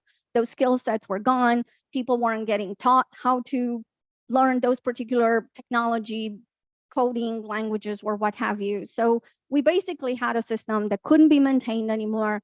There wasn't the skill set, and the vendor was, and we didn't have a vendor to provide support with that. We moved to a model that has improved maintenance and updates. So with our current Oracle PeopleSoft Campus solution, we get regular updates to releases, updates to the system to ensure that it has the most security updates, that it has new features introduced, and we introduce new functionality as it becomes available. We also have a central system for enrolling at all of the 9 colleges, which we didn't have before. This allows for one of our students to be able to enroll anywhere within the district. And it allows for us to have students have one single point of entry for a variety of different functions and services that the district provides. So I don't need to go to different platforms and utilize different tools for different things. The other thing that I'm really excited about is that the system supports single sign-on, which allows us to have federated identity, and the students don't need to use multiple logins for different functions that they have. Moving on to the next slide, I want to highlight my fantastic technology support team, whom our applications and programming team, the infrastructure team, the network team, the security team, all of these staff that we have within our Office of Information Technology are supporting the student information system. And I just wanted to highlight that for you. I'm immensely proud of my team. Moving to the next, thank you. Moving to the next slide, I want to just have a couple of highlights into some of the updates I've mentioned. With Oracle PeopleSoft Campus Solutions, we have regular updates and releases that happen to the product. Some of the updates are based on regulatory requirements, and some of them are based on the end user community request for feature improvement or adding new capabilities into the system. Our partners have been very receptive to our feedback, and typically we do get things in the queue to be addressed. So on the left-hand side of this list, and I'm not going to read through each one of them, we have a few of the functionality that's been introduced and within the last 12 months. On the right-hand side of the slide, we have some of the planned future capabilities that are to be introduced. So I'm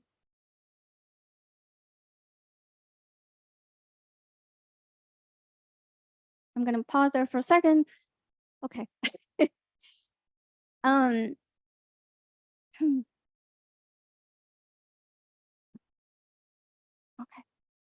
Moving on to the next slide, I want to highlight some of our peers institutions that utilize the same solution we do. So People's Off-Campus Solutions is broadly utilized in the higher education institution.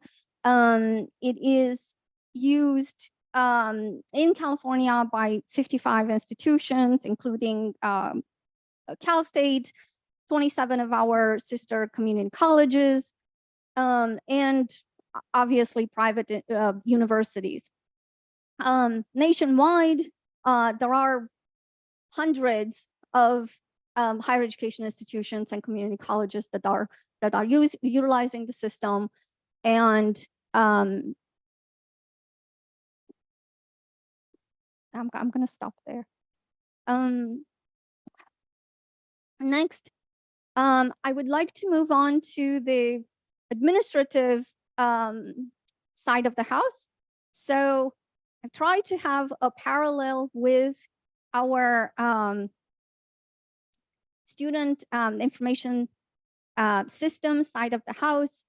So we went and dug out for information of what happened prior to this being in a digital universe. So we found that there was an RFP project issued back in 1999. Part of the RFP selection process, SAP was selected as the product to be utilized. Similar as on the student side, there was an RFP issued for implementation services. There were 5 vendors selected to participate in that implementation. All of them have been selected to contribute. My understanding is in different portions of the implementation, depending on their skill set. Obviously, I was not here in 2003, 2005, but the understanding is that they were selected to do various components of the implementation, some on the HR side, some on the financial, some on the training and organizational change management, etc. The system implementation was very challenging.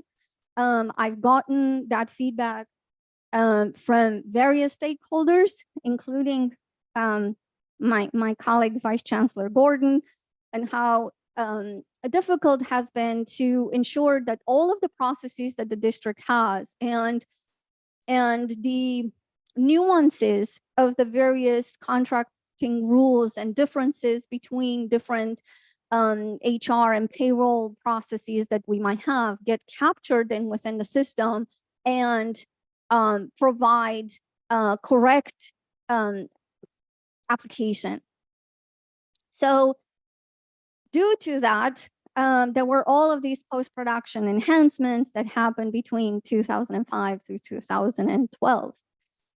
Also, Cordoba Group was involved to do training. My understanding was that throughout this process, they provided training. So I don't have the exact dates here, but that's at a glance the investment that the district has made on the administrative ERP side of the house. The next slide will highlight all of the integration that this system has. So our administrative system does not live on its own. We engage with all of our payroll vendors, with all of our benefits vendors, partners. We've have MedLife, Delta Dental, VSP Vision, whatever. All of our retirement plans, all of the banks that we engage with, CalSTRS, CalPERS, and then other integration that we have across the district with all of the different systems that the data from the ERP needs to be fed into to ensure that those processes happen correctly. So some of these integrations are one-directional, some are multi-directional.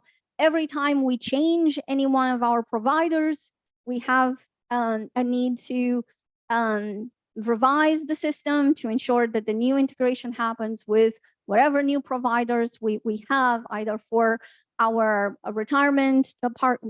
Retirement doesn't change so much, but some of our other benefits providers, as well as any of the ancillary systems that we might use for whatever purposes. Moving on, the next slide highlights again our technology team that supports this system. We have our SAP ERP team, all of our programmers, business analysts, data warehouse folks, the infrastructure team, network team, and security team. They are the same teams that support our student systems house side of the house. So the only difference for the administrative side is that top tier staff. And again, I am immensely proud of all of my staff. In terms of ongoing cost, on the ERP systems, we have an annual license and maintenance fee for the student information system of $1.6 million. On the administrative side of the house, it's a little bit more complex because our SAP solution doesn't really provide all of the functions we need. So we actually have a few more smaller vendors that we use for additional ancillary software wraparounds for functions such as org chart publishing or payroll monitoring or what have you. And that's why you have that second line for roughly $250,000. I wanted to have a comprehensive view for you as to what it costs to maintain our overall ERP footprint.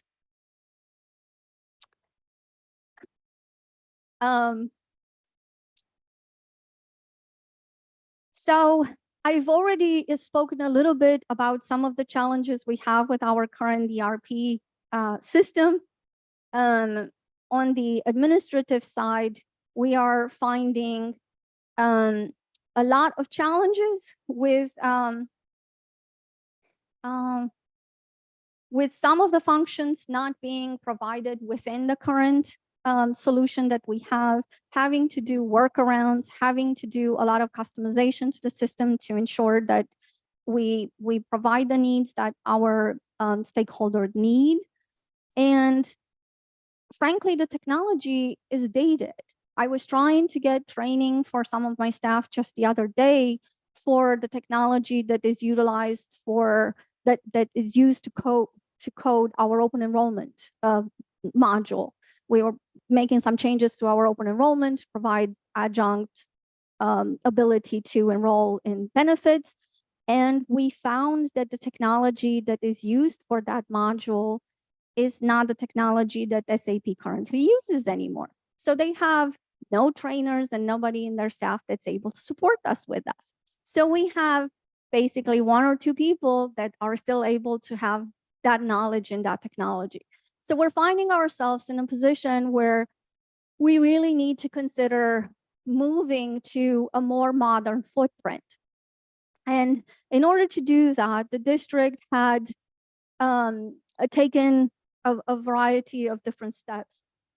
Crystal, if you don't mind forwarding 2 slides. Thank you, ma'am. So the district engaged KPMG between October of 2021 to January of 2023 to help us understand our business processes. And I know that sounds very broad, but what they did is look at every process that we had in finance, budget, payroll, time, procurement, business processes, grants management. On our bond side, they had interviews and conversations with what are the processes that we're doing on that side. On the human resources, benefits, general HR processes, and understand what makes sense for us to standardize, what makes sense for us to change and streamline and make it in a more optimal way rather than how we've done it or how it's currently in the system. Or where are the gaps? There are areas where the system does certain component of that process, and then there are manual steps that colleges need to do. And put this all into a map of here is where our current processes are. Here is where all of the gaps that we have are.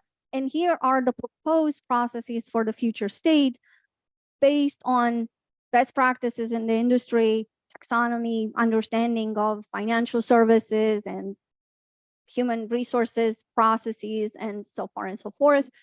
And basically help us design the to-be processes.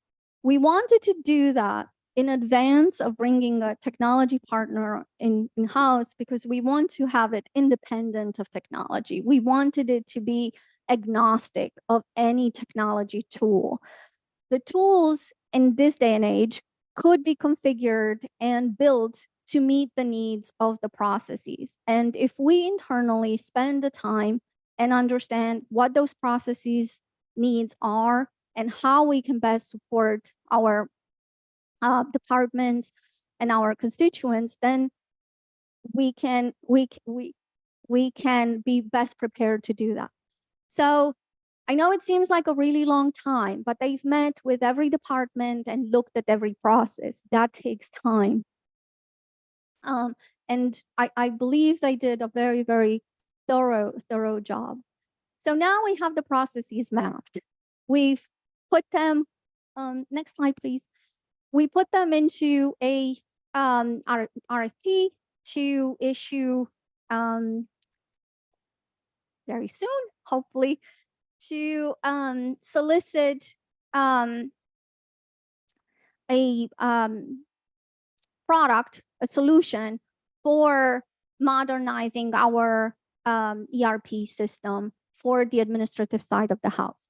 That includes finance, budget, payroll, time, procurement, human resources, benefits, and all of the ancillary services that fall in within that administrative umbrella. We plan to publish the RFP here shortly. KPMG will assist us with that process. To answer a forthcoming question, they have recused themselves from responding to the RFP for implementation services, upcoming RFP for implementation services. So they are helping us through this process, only through the RFP process. We anticipate receiving the bids. Well, we haven't published the RFP, so my timeline is a little off. We haven't published the RFP in September, so hopefully we'll publish in October. We anticipate receiving the bids in 5 weeks or so after issuing the RFP, following our very thorough procurement processes, and having a product selected by the end of the year. Once we have selected a product, we are going to issue a second RFP for implementation services, stipulating that we want a implementer that is skilled and competent to implement the selected product. And then we will begin the implementation process in partnership with that implementer. And of course, the selected product. So those are obviously estimated timelines, depending on how fast we move through those processes. We hope to complete the implementation in roughly 3 years. I know based on the previous implementation timelines that the 3-year implementation seems rather accelerated. I personally feel more confident in the 3-year timeline due to 2 factors. One, we did the business process mapping and reengineering ahead of the project. So we won't have to untangle all of that in the midst of the implementation. And two, we streamline some of the processes, and we're moving from some digitized environment to a new platform. So I think it's more in line with what can be done in the current times. So thank you for your patience. I know I've thrown a lot of information at you. I appreciate you bearing with me through all of this, and I welcome any questions that you might have. Thank you for that. So I'll open the floor up to questions starting on my right. Trustee Cordova. None at this time. VP Eno? No, thank you. It sounds like a lot of cleanup. Appreciate it. Thank you. President Bell? I guess I do have a question on the product, as you call it. And I know it's gonna sound really silly to you, but why is there two RFPs, one for the product and then one for implementation, and then could the people that produce the product implement it themselves? Yeah, very good question. So typically for an administrative ERP solution, robust enough to support LACCD scale and size and complexity of processes, there are basically 4 or 5 on the market. And the majority of them work with implementers, integrators that they partner with to assist through the implementation.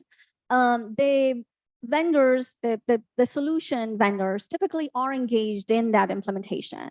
And some of them may want to bid directly, but we wanted to make sure that we are as inclusive as possible to the integrators within our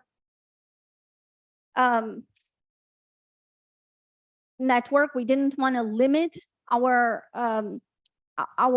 we didn't want to limit ourselves to only having 4 or 5 responses. We wanted to make sure that we provide the district with the best options and all of the options. The other thing is, if you do it bound together, then you are forcing a particular integrator or implementer to partner with one product. And they are very skilled integrators out there that are specialized and qualified and have certifications to implement multiple solutions. So then you are potentially providing a disadvantage for some of them, but also for the district, because you might not give yourself the opportunity to see all of the possible options that you might have. So in order to ensure that the district has as much options and be as inclusive with everything that we could obtain and be as competitive as we could be, we chose to do the product first. And then once the district has made a decision on which product we want that best fits our needs of the district at this current time, is to solicit integrators that are specialized, certified, and best qualified to implement that particular product to provide us with their bid. Thank you. You're very welcome. Thank you so much. Trustee Barrett, do you have questions? Yes, one question and related to human resources. I think as presented to us in the past, the challenges with filling the expertise and skill sets necessary to manage our student information systems, at the same time, a different system in our finance and human resources and business services has been called out. And I wanted to sort of ask what type of attention have you given to that human resources question in the way that you're doing this sort of mapping process? In essence, I think one of the recommendations of the past was that instead of having technology that had 2 separate certifications, how can we have people who can work on both systems? Yeah, so even within our student information system, Crystal, if you don't mind, go to slide 10.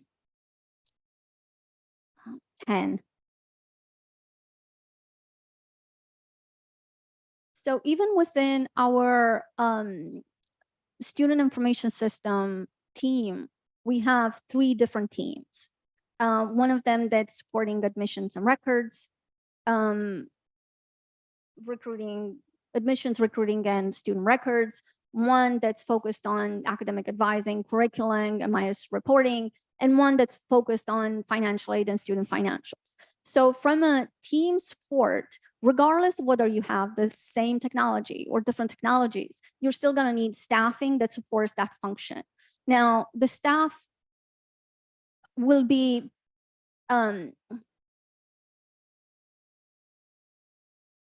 will not necessarily if we replace the system, the skill set might not necessarily be the skill set that they currently have for their current job, but that's where the reskilling comes in play. Regardless of the technology that comes in play, I'm looking at the functions that we need to support, and those functions still need staff associated to support that need. I think maybe to clarify the question and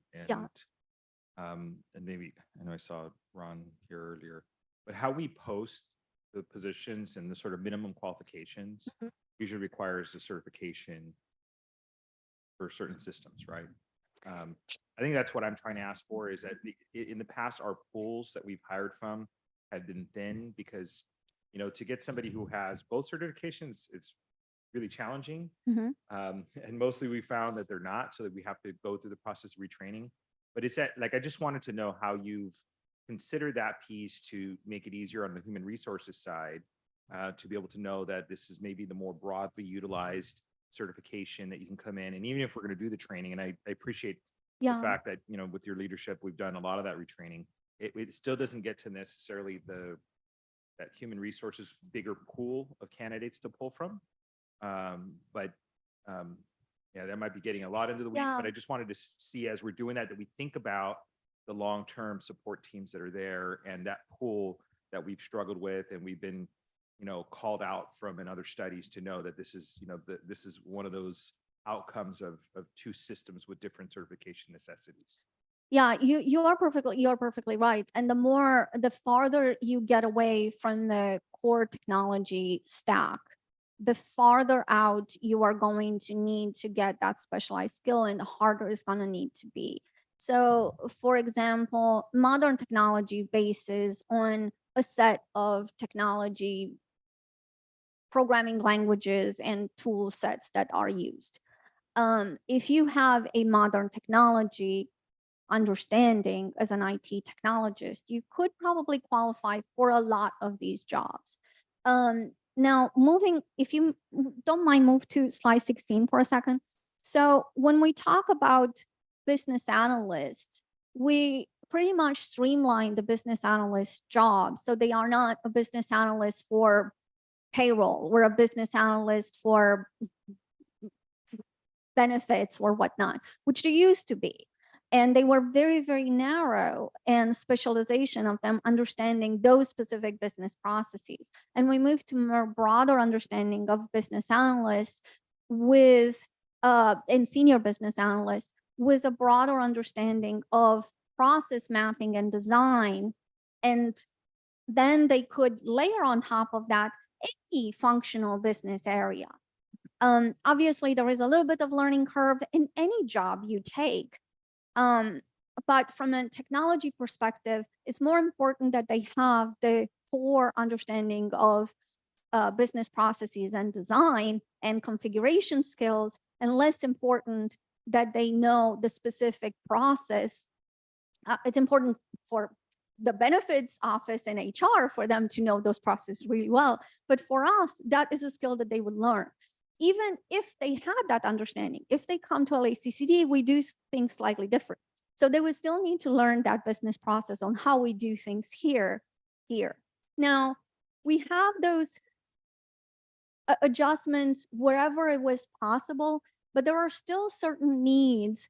So in the programming team, for example, that's where the differentiation happens, because you're going to need Java programmers, you're going to need ABAP programmers, you're going to need portal programmers that do your front-end interface and whatnot. So you're going to need all of them. But you do need, and the job needs are very specific to that, and it can't be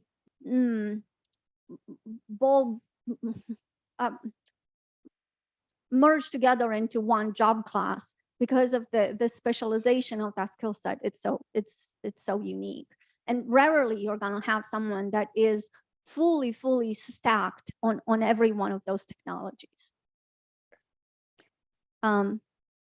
You're welcome. Not sure if I've answered your question. No, better than anybody else before, so thank you.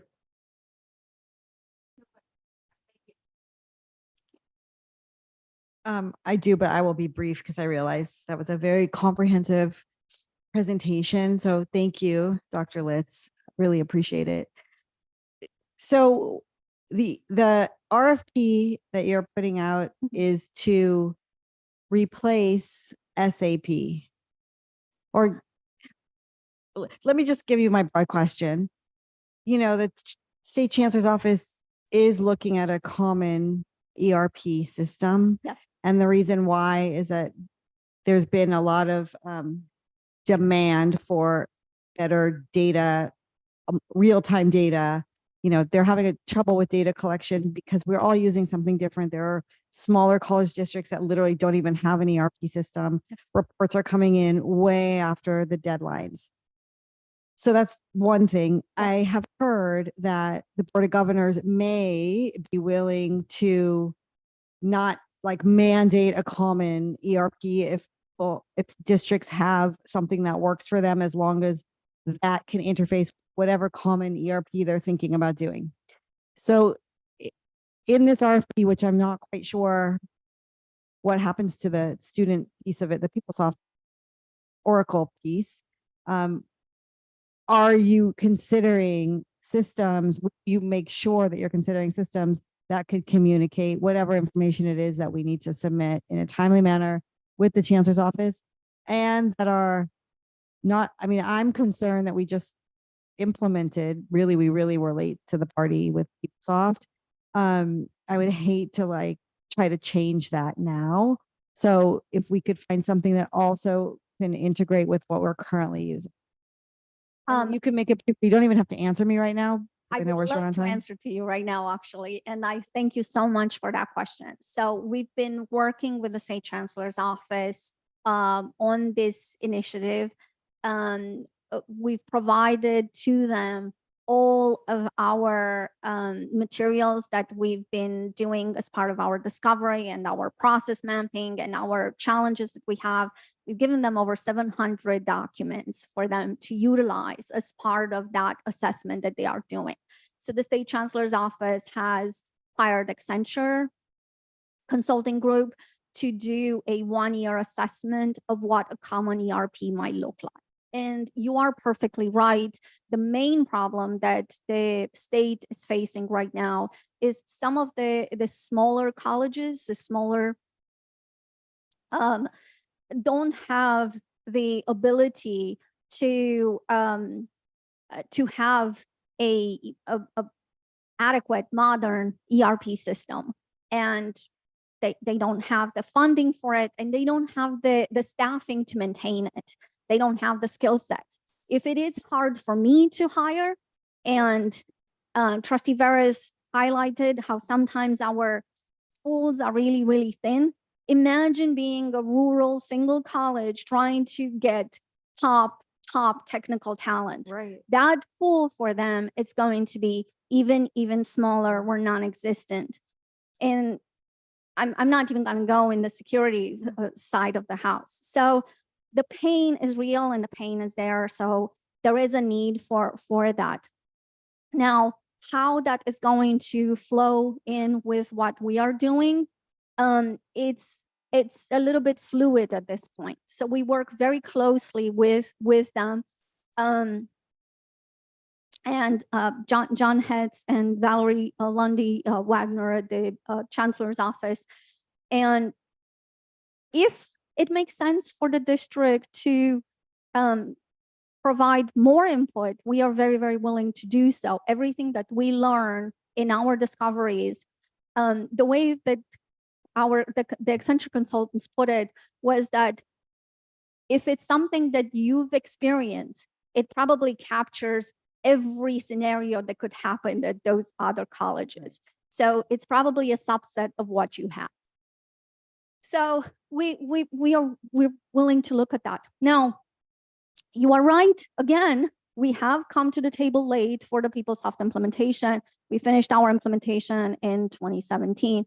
Typically, when you implement a student information system or a ERP system in general, you want to use it for at least 15 years before you replace it to get your return on investment. You don't want to replace it after 5 years because you really, you've spent 5 years to implement it. Now you're replacing it. It's very painful, and it's a big lift for the district to do that. So our intent is to continue to use our PeopleSoft campus solutions. Of course, one of the big requirements is to ensure that we have integration, not only into our current student information system, but whatever it is that the State Chancellor's office is going to implement, and for reporting, for data warehousing, or business intelligence, or any other purposes that they would require us to, or maybe not require, maybe ask us to participate in. Could be both of those. So yes, that is forefront. And we'll provide an update once the State Chancellor's office finalizes their assessment and define what the common ERP solution might look like and what the future holds for the system as a whole. But of course, we will always be at the table. Thank you. And thank you so much for taking the time for You're that very thorough welcome. presentation. Thank you so much for the update, Ms. Liz. You're very welcome. And I want to thank again Vice Chancellor Alba Lopez and Ms. King for the previous presentation. And now it is my absolute honor to adjourn the Committee of the Whole and pass the gavel back to President Wellman. Well, no, it's I'm sorry. Bella. President Vella. But that's Freudian slip there. That's what it Freudian was. My bad. slip. Okay, so now I will take the gavel. By the way, you did a fantastic job. I think we need to accelerate board presidency vote to November. Okay, all right. So now it's combined consent calendar matters requiring a majority vote.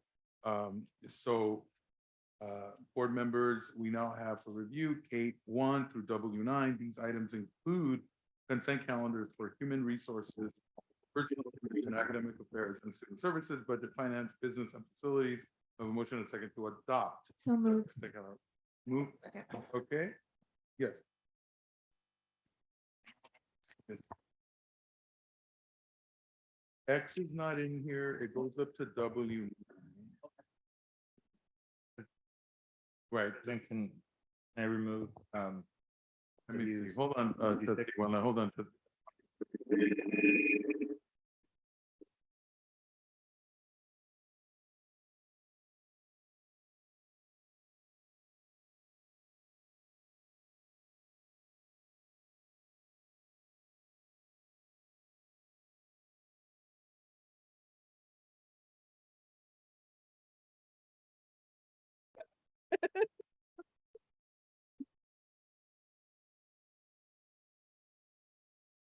Oh man, that's too bad.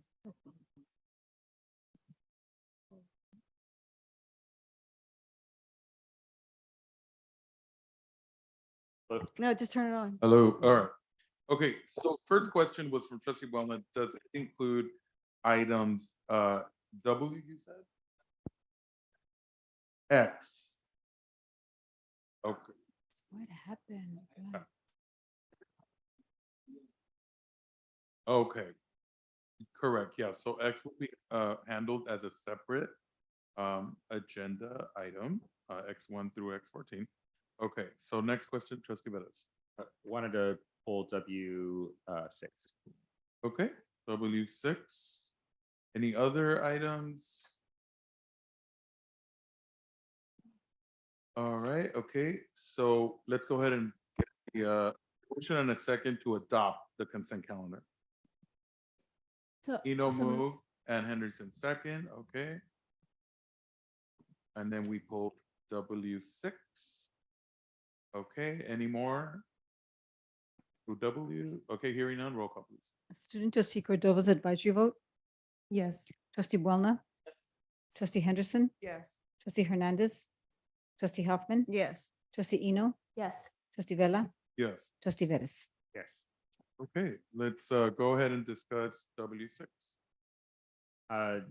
Quick question here in terms of, we're going through an extension for this conversation. I just wanted to be very clear that, that this extension is also going to take place in the middle of the holidays for this district. So it is oftentimes challenging to get together. So I just wanted to be fair in the extension process that that we can make this business days as opposed to just flat out calendar. It would make sense that as we're doing an extension, if there's going to be windows of not having staff present. We can accommodate for that, trustee, for business days. Okay, any more discussion on W6? And to ask the question, I know I asked earlier, General Counsel, is this something I need to specify here, or that the fact that we vote on that with that understanding?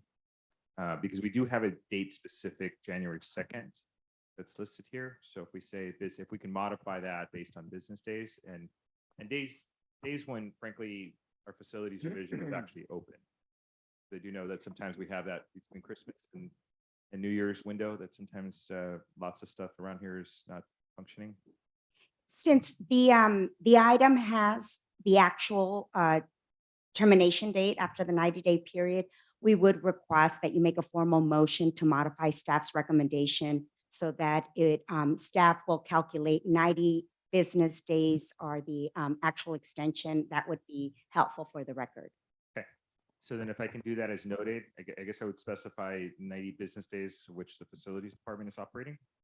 And then you can calculate that however post-meeting what the exact date of that is. Yes, I'll make that as motion. Second. Okay, motion by Vettis, second by Hernandez.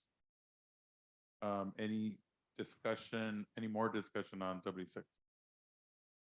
Hearing none, roll call please. Student trustee Cordova's advisory vote, Yes. trustee Buona, trustee Henderson, Yes. trustee Hernandez, Yes. trustee Hoffman, Yes. trustee Eno, Yes. trustee Vella, Yes. trustee Vettis. Okay, next is item X1 through X14. We have a motion, a second to adopt, and then we'll pull in a minute. So moved. Moved by Henderson, Second. seconded by Eno. Okay, it's adopted. Any items? Okay, X13. Any others? Okay, hearing none. Let's go ahead and discuss. Actually, hold on. Let's go ahead and approve, sorry, the rest of them, besides X13. Can I have a motion and second for that? So moved. Moved by Eno, Second. second by Henderson. Roll call, please. Student trustee Cordova's advisory vote, Yes. trustee Buona, Yes. trustee Henderson, Yes. trustee Hernandez, trustee Hoffman, Yes. trustee Eno, Yes. trustee Vella, Yes. trustee Vettis. Okay. Now let's take X13. Trustee Bono. Yeah, thank you. So in terms of the X13, and this is a short-term contract, leave to go through the end of the year, but this is about Exeter with regard to their monitoring. And just to be very clear, this is supposed to be an independent monitor of the bond. However, and just to confirm, General Counsel, Chancellor, is this monitor legally required? No, they are not. They are a consultant. So and while we always want extra safety, there's just a few issues that I want to point out. One, in the contract, this extension, it does say that because according to this and all the information we've gotten, Exeter was supposedly sold to Resnick. It says that at the bottom, these services include. It says it right there in the document. Resnick acquired Exeter. All right. Within the document, what the document appears to say, because I got this document that shows kind of everything blacked out, it doesn't seem like Exeter was bought out by Resnick, but only that contract. That's what I'm getting from it. One, I just want to make sure and point that out. So from communications that I've gotten from Miss Gordon and from the Chancellor, so I did visit the website, and this entire monitoring process is based on Board Rule 6740. Did I get that right, General Counsel? Okay. The Board Rule general reporting, because I think a board member had a question of, oh well, we're not the ones who they're supposed to be reporting to. I'm going to read on the reporting requirements. The bond program monitor shall report directly to the Board of Trustees, directly, but the directed and supervised on a day-to-day basis by the Chancellor or designee. But that directed is very, very important. As you move on in the board rule, it talks about the bond monitor shall make quarterly reports. Very important. Again, board rules, the Constitution of LACCD. But in terms of powers and duties, to evaluate the policies and procedures governing the bond program, as well as where appropriate, the performance of work related to the bond program, in order to develop recommendations on revisions that would facilitate prevention and detection of possible misconduct related to the bond program. So I went again and I looked at some of the documents and some of the reports, and words matter, right? But because in their report, in the Exeter report from January 1st through December 31st, 2022, Exeter in their documents states the bond program monitor reports to the Board of Trustees through the district's chancellor as outlined in board rules. I go through their board rules, and actually the link doesn't work. They never identify what the board rules are. The reason I'm pointing out is that as we're talking about student housing and all these things, a lot of these reports are supposed to be directly to the Board of Trustees, not just facilities. It says the Facilities Committee, the Board of Trustees, and the Board Oversight Council. As then I went to the website of Exeter, of the Build LACCD program. And they state the LACCD board rule requires the board monitor to submit periodic reports. The reason I'm saying that is in the Exeter contract, and I asked Ms. Gordon, she was great to send, Ms. Moffitt, they were excellent. I only see 9 reports. I don't see, and as Chancellor, are they missing quarterly reports? Is there a reason why there's a confusion about the quarterly reports with Exeter? I don't think there's any confusion. Those are the 9 reports that have been submitted. Okay. So they didn't, just to be clear, they did not submit then the required quarterly reports. That's correct. But I do meet with them on a monthly basis as the board's representative. So one could surmise that they have sustained some of their reporting responsibilities through their discussions with me as the board's representative and their interface with multiple units, the PMO, Facilities Division, OGC, and other parts of our organization, as well as having a field representative. So they are actively working to fulfill the responsibilities as outlined. The narrow and very specific question, their quarterly reports, when they did occur, we presented them to FEMPON. Okay. So I'm reading the direct report, and again, this may be some people might say, why be so picky? This is a little boring. Fact is that the board rule calls for direct reporting to the Board of Trustees. Again, let me read it. The bond program monitor should report directly to the Board of Trustees, but no one's questioning your authority or to work with them.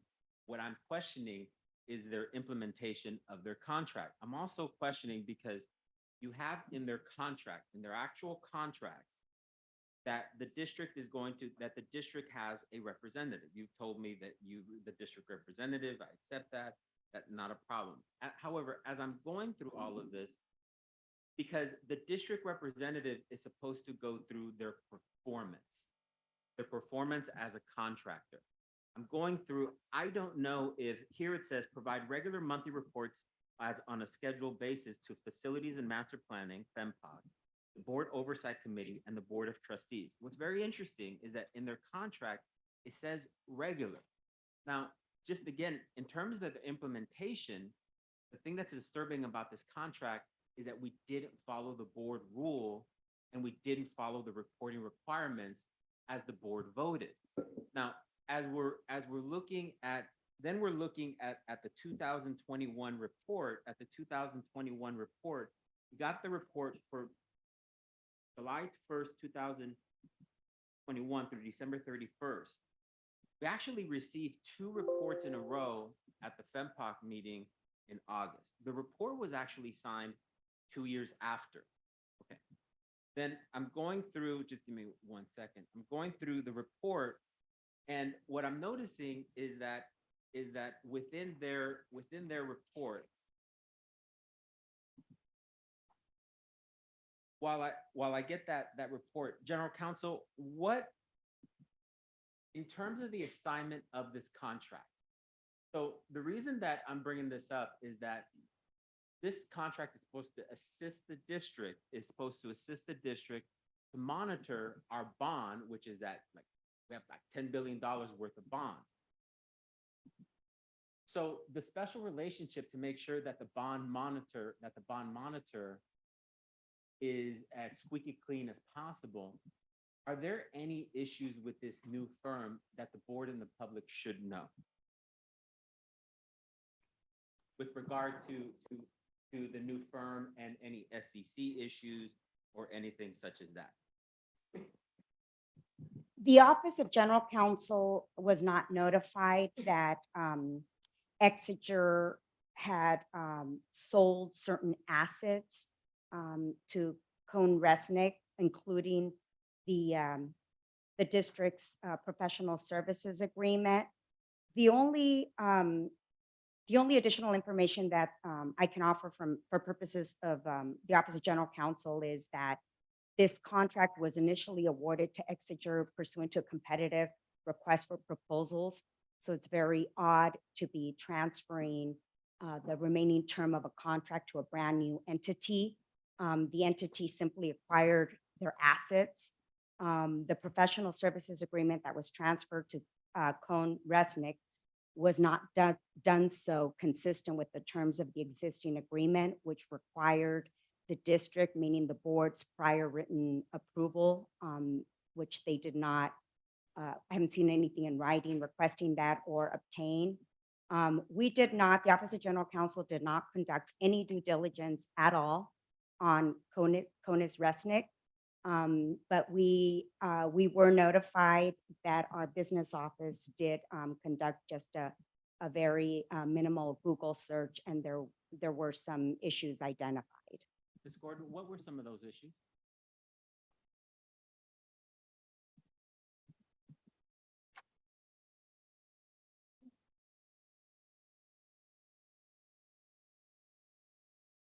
Can you repeat the question, please? General Counsel just stated that there was some review by your office of this new company with regard to any concerns with regard to any SEC violations or anything. Are there any concerns with this company and any ownership with regard to any past SEC violations or anything that the board should know? Research indicated that 2 or 3 of the parties from Con Resnick had been sanctioned by SEC. about 4 years ago. 4 years ago. Thank you. Do we know the scope of those sanctions? No. So as just to be very clear, we talked about earlier about the bond requirement, bond rating and everything.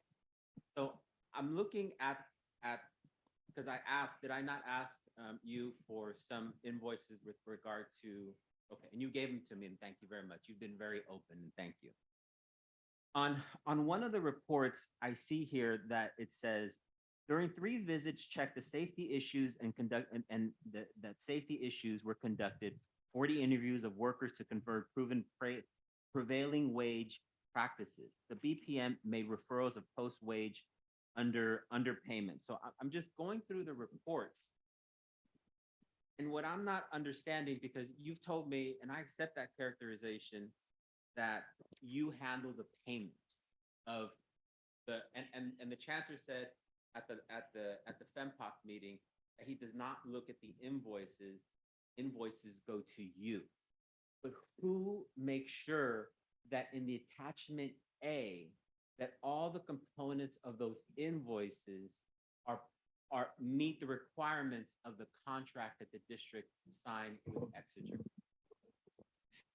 Staff in my office goes through every invoice when they come in and reviews it, checks to make sure that they are following the contract, that none of the payments are more than are allowed in the contract before I approve it for payment. Once it's approved for payment, it goes to accounts payable, and they do basically the same thing again. They double check everything to make sure that they're paying making proper payments that coincide with the contract requirements. Because from what the biggest, one of the things that I'm concerned is that you have a company, Exeter. They billed how much to date? They're a little over $4 million. $4.5 million, I think, to be exact. In looking at their scope, we've received 9 reports. I have them all here. I'm looking at the contract and they're supposed to voluntarily do some stuff. And I'm questioning whether Exeter, I'm questioning and asking whether we have properly vetted the validity of a lot of those invoices, because as I'm looking at their reports, it doesn't seem like the scope of work that they were hired under meets their reports that we just heard have, I think, 9 out of 15 or 16 that we should have. Because here they talk about visiting some of the colleges for on-site visits, prevailing wage, on-site. So, and they might say, well, yeah, we're doing it to avoid corruption, right? Okay, that's fine. But I'm wondering how much of what of what Jacobs, nothing wrong with Jacobs, right? Nothing wrong with Jacobs. Of what Jacobs should be doing is this company double dipping, or folks are kind of doing stuff beyond the scope of their contract, and then they sell the contract. And that's where to me it's a little suspicious. Again, I don't know them, except I know that they were supposed to report to FEMPOC, the board, and facilities. And as we've heard, and you sent me an email, just didn't bring it, about those meetings, and they weren't consistent. So as we're looking to extend their contract through December 31st, I not only think we should not at all extend them, but actually look at them and actually ask for outside counsel to investigate whether the invoices that they submitted, because we've heard that there really isn't a function with regard to really monitoring them, did they actually do the work? If we're going to ask for more money like we have, this company is supposed to be shipped tip top, and this new company, we should want to hire a company that doesn't have SEC violations from 4 years ago. So it's just, am I saying anything wrong, General Counsel? Am I getting anything wrong here? I'm not going to even try to answer that question. General Counsel, did I miss something in this presentation? Your questions are valid. They are very important issues that the board needs to consider, as you indicated. You're going to hire a consultant to be a bond monitor. Due diligence should have been conducted, and the due diligence that was conducted raises issues that the board needs to take into consideration as you determine whether or not you're going to award Koenig Resnick the remaining term of the bond monitor contract. And they could, this new company, because I believe that they told us that they're gonna hire this team. Haven't heard anything bad about this team. They could, at this point, let them go. There's no obligation to necessarily keep them. So that's why, I mean, the opposite of giving them a new contract, I'm actually requesting an outside review from an independent body of them to see where they're at. I'm absolutely not voting for this. Excuse me, General Counsel. Well, the discussion I think is over, but we need to caution that we discussed this item in closed session and with the Board of Trustees. And this item is written precisely to move forward with the direction given by the board in closed session. So I would caution us to have a public conversation about elements of the discussion that were indeed discussed in closed session. Out of an abundance of caution, I think that we should probably close the discussion. Chancellor, if I may, the board could not and did not discuss approving the contract in closed session. If they had done that, it would have been a violation of the Brown Act because the Brown Act does not allow for that. What the board did discuss in closed session under anticipated litigation were potential litigation issues, which are not being discussed here. Thoroughly vetting a potential contract and the vendor is completely appropriate and should be conducted in open session. I agree with that. I didn't say that we discussed matters of the contract, but what I'm saying is that the item as presented is precisely direction we received from the board. Would you agree to that? No, I would encourage the board to have a thorough, full discussion in open session on approval of contracts. And closed session is limited under anticipated litigation to potential litigation matters. I just want to make sure that I've identified all public documents,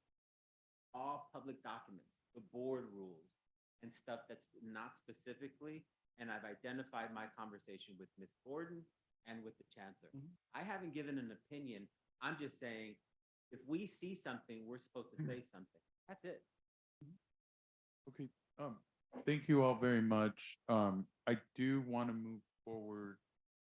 There is, this was pulled separately, so I would like to give the other trustees a chance to discuss this item. So I'll start to my right. Any issues with this item? Ms. Cordova? I don't think it's my place. I'm just gonna withhold my comments. Okay. Anyone here to the right?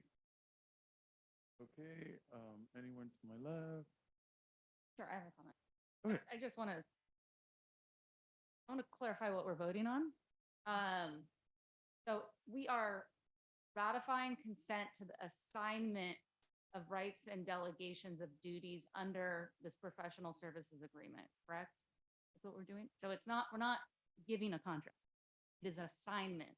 So I just want to make sure that we're very clear on our words because I really appreciate Trustee Walnut, everything you've done, but I want to make sure that it's very, very clear what we're voting on because it sounds to me, through what you've said that you're talking about giving a contract and that's not what we're doing. We're assigning rights, right? I just want to make sure that's what, because I'm hearing something and this is different from what I'm reading. Okay, Trustee- General Counsel, can you please answer yes. Trustee Hernandez? Thank you.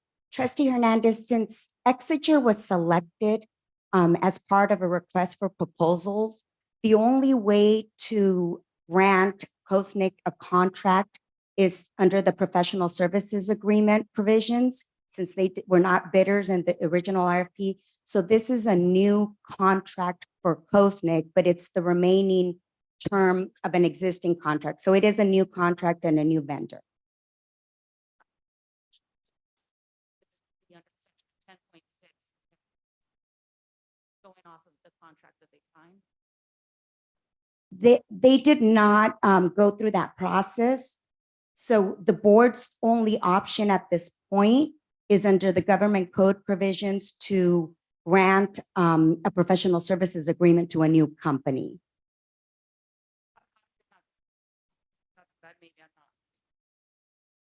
So generally, if the board opts to pursue a request for proposal, a competitive process, the board is limited to only selecting companies or vendors that actually bid. Kosnick was not one of the original vendors. Prior to selling the district's contract to Kosnick, Resnick Kosnick, Exeter did not submit a written request to do an assignment. If they had, we could have gone through a different procedure, but here the board is limited to utilizing the government code's provision for a professional services agreement for the remaining 6 months. Okay, so their contract that Exeter signed, you're not going by the contract, section 10.6, that they signed through the RFP process that they went through. They're in breach of that provision. Breach of that provision because there's no written request, or is that, I'm just trying to understand, like, where's the breach? So pursuant to the contract terms, Exeter was legally required to submit a written request to the district and request the district's approval to assign the contract. In June, they sold off the professional services agreement, which is very, very unusual to sell off a public entity's contract that was awarded to them pursuant to a competitive process, and they did that. So in June 28, 2023, when they sold the district's professional services contract to Coast Resnick, they immediately became in breach of the contract terms. The board has been a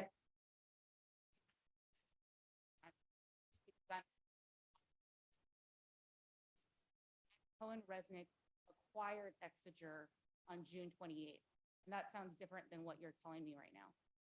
It has been a bit challenging making sense of the different positions that Exeter has submitted in emails.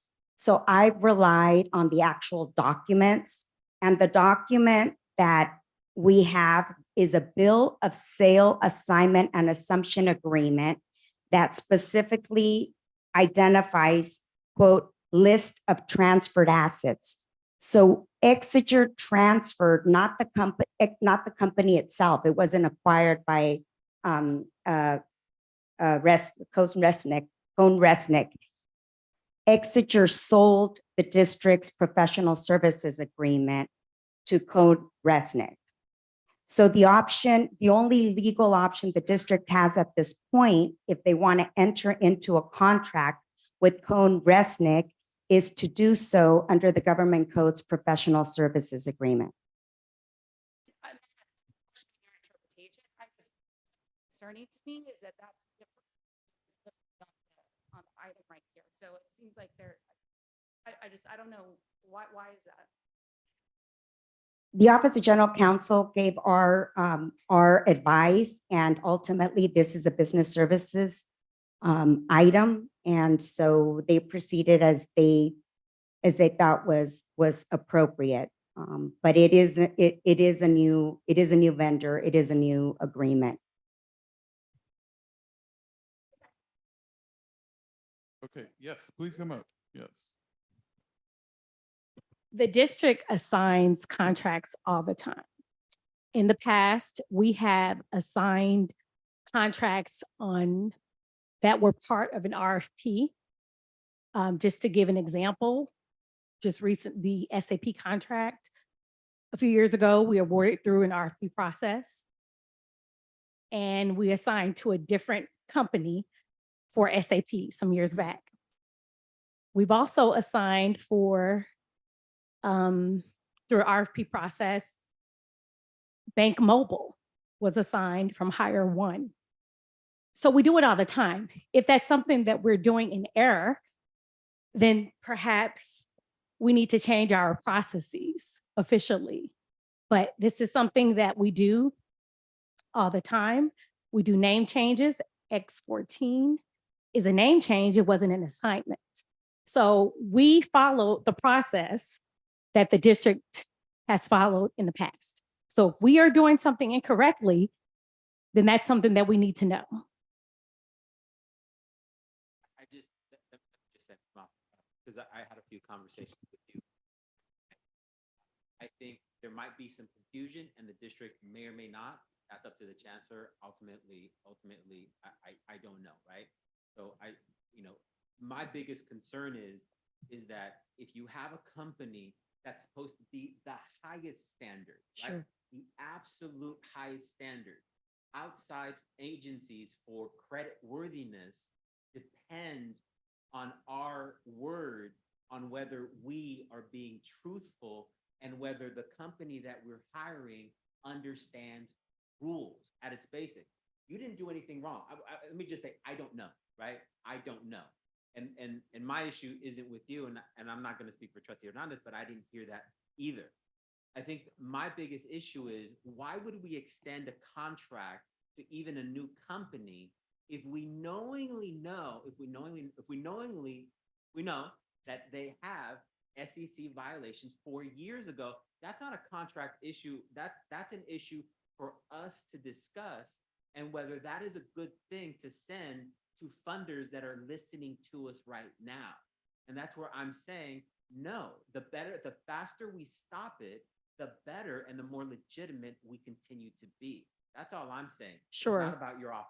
Sure, but I just want to make it clear that the information that is presented here on this board item is correct as far as we know it and what we've done in the past. And you can search prior board agenda items for that information, So things that were. Ms. Moffett, let me just quickly step in really quick. Sure. Because we do need to move on. So I just want to reiterate that you did get legal looked at it. Yes. Okay, so that is true. General Counsel, did you look at this and you gave your analysis or feedback? We think it is legally permissible for the board to take action tonight to award the remaining term to Cone Resnick. We think that is legally permitted. We think it's legally permitted under the Government Code Professional Services Agreement. We will work with business services to the extent it is regular, it's past practice to award other contracts that were competitively bid. We'll work with them on an individualized basis. As it relates to the facts here, we have advised it is a different company that did not acquire Exiger. Only the professional services agreement as an asset was sold off to Cone Resnick. Yeah, that makes a lot of sense. And so I think now it is, the board is discussing it, which is appropriate. We pulled the item. So really it's up to the board now to either pass it or not. Okay? Yes. Thank you, but I'm glad that there was communication. Okay, Thank you. and just one more, if I may. The SEC item, just as an FYI, it was done as a Google search by one of my committee members, or I'm sorry, one of my staff members. And what was determined from the press release from SEC was that there was no admission of guilt and they were fined an amount. And that was the extent of the work that we did there. Thank you for that information. And in the future, please provide that as background in anything we approve. And we're still going to be working a lot on processes Sure. moving forward in this district, but we're getting every day, we're getting better at agenda items coming and us finding out stuff like that. So Sure, and we appreciate did it. write that item as was the guidance from. Vice President Eno has done an We're good. excellent job in agenda setting of asking for items to have background info. Okay. Okay. All right, let's move forward. Any further discussion? Okay, hearing none, let's do roll call. Oh, sorry. I need a motion and a Motion. second. Mhm. Sorry. So moved. Second. Okay, motion by Eno, second by Henderson. Okay, we already did a lot of discussion. Let's do roll call. Thank you. Student trustee Cordova's advisory vote. I'm not sure how to vote on this item. I'm sorry. Abstain. Yeah, abstain. Sorry, abstain. Thank you. Trustee Boulna. Trustee Henderson. Yes. Trustee Hernandez. Trustee Hoffman. Yes. Trustee Eno. Trustee Vella. Yes. Trustee Vettis. Abstain. Okay, thank you. Okay. All right, so the yeses pass, and we have a lot of faith in you, Ms. Moffett. But please continue to work with our general counsel. All right, let's move forward. Y1 through Y13, these are facility items. We have a motion and a second to adopt. So moved.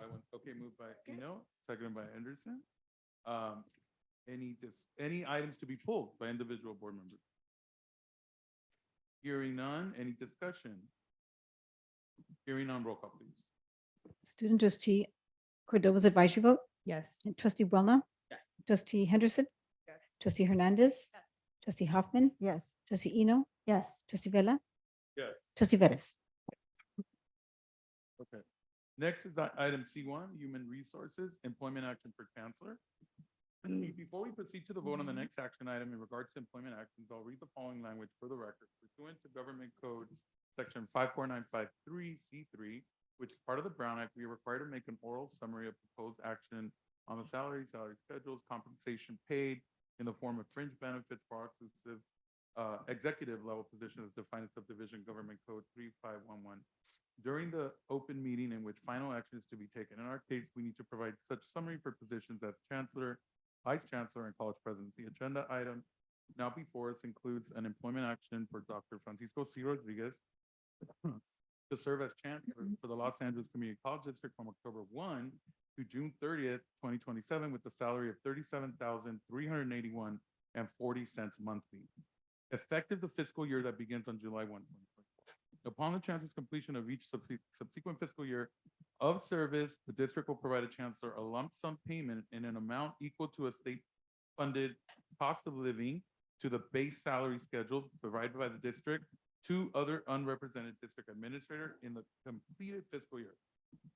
If the board authorizes an increase to base salary schedules for other district administrators, then at a rate less than the state-funded COLA, the Chancellor's lump sum payment will be calculated based on the lower rate authorized by the board. Chancellor may elect to defer any earned lump sum payment into any district-provided deferred compensation account that is available to unrepresented district administrators. Chancellor Rodriguez will be entitled to the same health and welfare benefits to other district employees under the district's Joint Labor Management Benefits Committee master agreement, including but not limited to the same retiree health insurance benefits and the same holiday vacation, illness, leaves of absences available to other unrepresented district administrators, and will receive $500 per month transportation allowance consistent with other executives and college presidents at LACCD. May I have a motion and a second on item Z1? Second. Okay, moved by Vettis, seconded by Eno. Okay, any discussion? Okay, let's go ahead and start to my right. Let's start with Trustee Cordova. None at this moment. Okay, no discussion. Trustee Boulna. Yeah, I have quite a bit. Where's because I have questions about the contract change last night. Oh, there she is.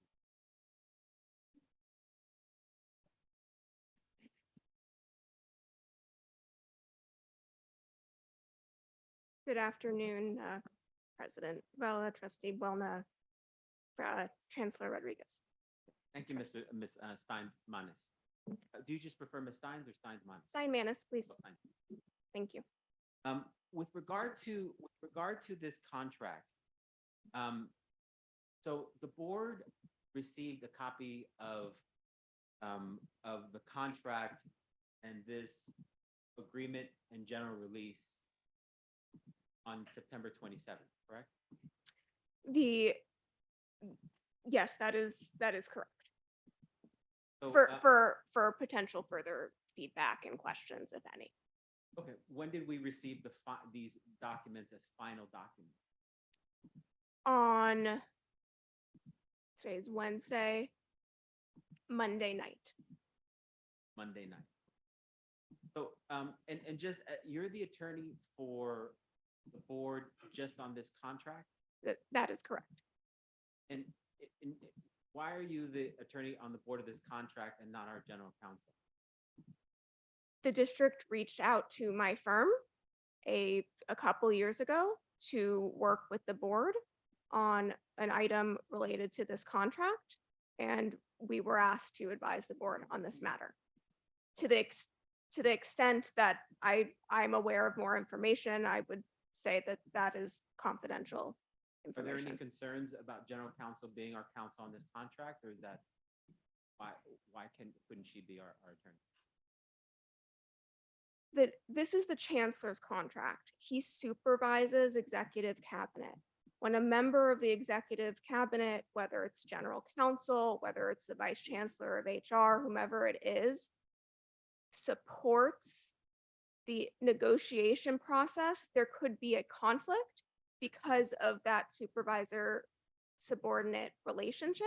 And so often districts will reach out to outside counsel to negotiate the CEO's contracts.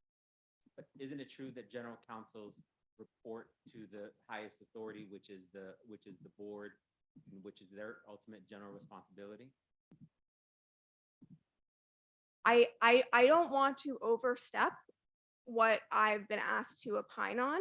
The general counsel will certainly report to the board, but in terms of the supervisory relationship, it is my understanding that in this district, the supervisory relationship exists between the chancellor and general counsel. Was there some concern that there might be some type of conflict or retaliation? Was that the reason? I would not be able to answer that question. I know that we were asked to advise on this matter. When I hired you as when I was board president, it was simply about, it wasn't about the contract. It was about dealing with the employment situation. I just wanted to clarify that. That may have occurred under President Vela. Wanted to clarify that, but we'll get into some questions. So last night, so you're saying that the board received these final documents on Monday evening. Yes. On Tuesday evening, were any of, what two documents did you send us on Monday evening? I sent you the contract and an attachment to the contract, which was a waiver and release. And the waiver, and on Monday, are any of those documents posted on board docs right now? The contract is posted on board docs with a strike through. And was the waiver document posted on board docs? No, it was not. Was the document related to board on board docs? Was it different than the document that you gave us on Monday evening? The only difference was the strike through in regards to clause 6E. Clause what? 6E. 6D. E is an elephant. E, okay. And what was that clause about? So I do want to be careful here. I can say what it's about, but 6E is no longer, as a result of the amendment that was made at the beginning of this meeting, neither 6E nor the attachment are before this board today. I can explain why that's the case, but I would not feel comfortable discussing the contents of those documents because they are not on the agenda. But did you release both documents to anyone under public information? Yes, I did. And I can explain what occurred. On Monday evening, the documents were finalized. The district received a Public Records Act request, a request for information. The documents were produced to the requester. After they were produced, at the same time that they were produced to the requester, the board received the same copies. After those documents were produced, a concern was raised that this agenda item did not properly explain the attachment, did not properly agendize the attachment as part of the contract. I looked at that issue I had a conversation with President Vela as well as Chancellor Rodriguez, and out of an abundance of caution, a decision was made to move forward with approval of the contract without the attachment, as well as without the clause 6E, because clause 6E integrated by reference that attachment. So, but is it not true that the original 72-hour contract or communication that you had with the public included the 17,300, and by reference then it would have included the waiver and release document? It included the 17,300. The by reference was not included in the description on the board agenda, which is why there was a concern that the public was not fully made aware of the attachment to the contract, and why the board is now proceeding today without those two items. So was any other person other than Trustee Vela communicated with regard to the change in the item? I spoke directly to President Vela. Was any other trustee communicated with regard to the change in the contract? Not from me, not that I'm aware of. Do you know of any other trustees that were communicated with regard to this contract? Not that I'm aware of, no. Is the contract that's in front of us what the board agreed to bring to the board today? Other than 6E, yes, it is. And the contract was changed from Sunday afternoon to yesterday in the evening with the deletion of those items. Is that yes or no? That, yes, to the extent that item was deleted. So you and President Vela modified the contract unilaterally. I would not agree with that assessment, but I'm hearing you. I would not agree that it was modified unilaterally. Let me take out unilaterally. Was it modified? Yes.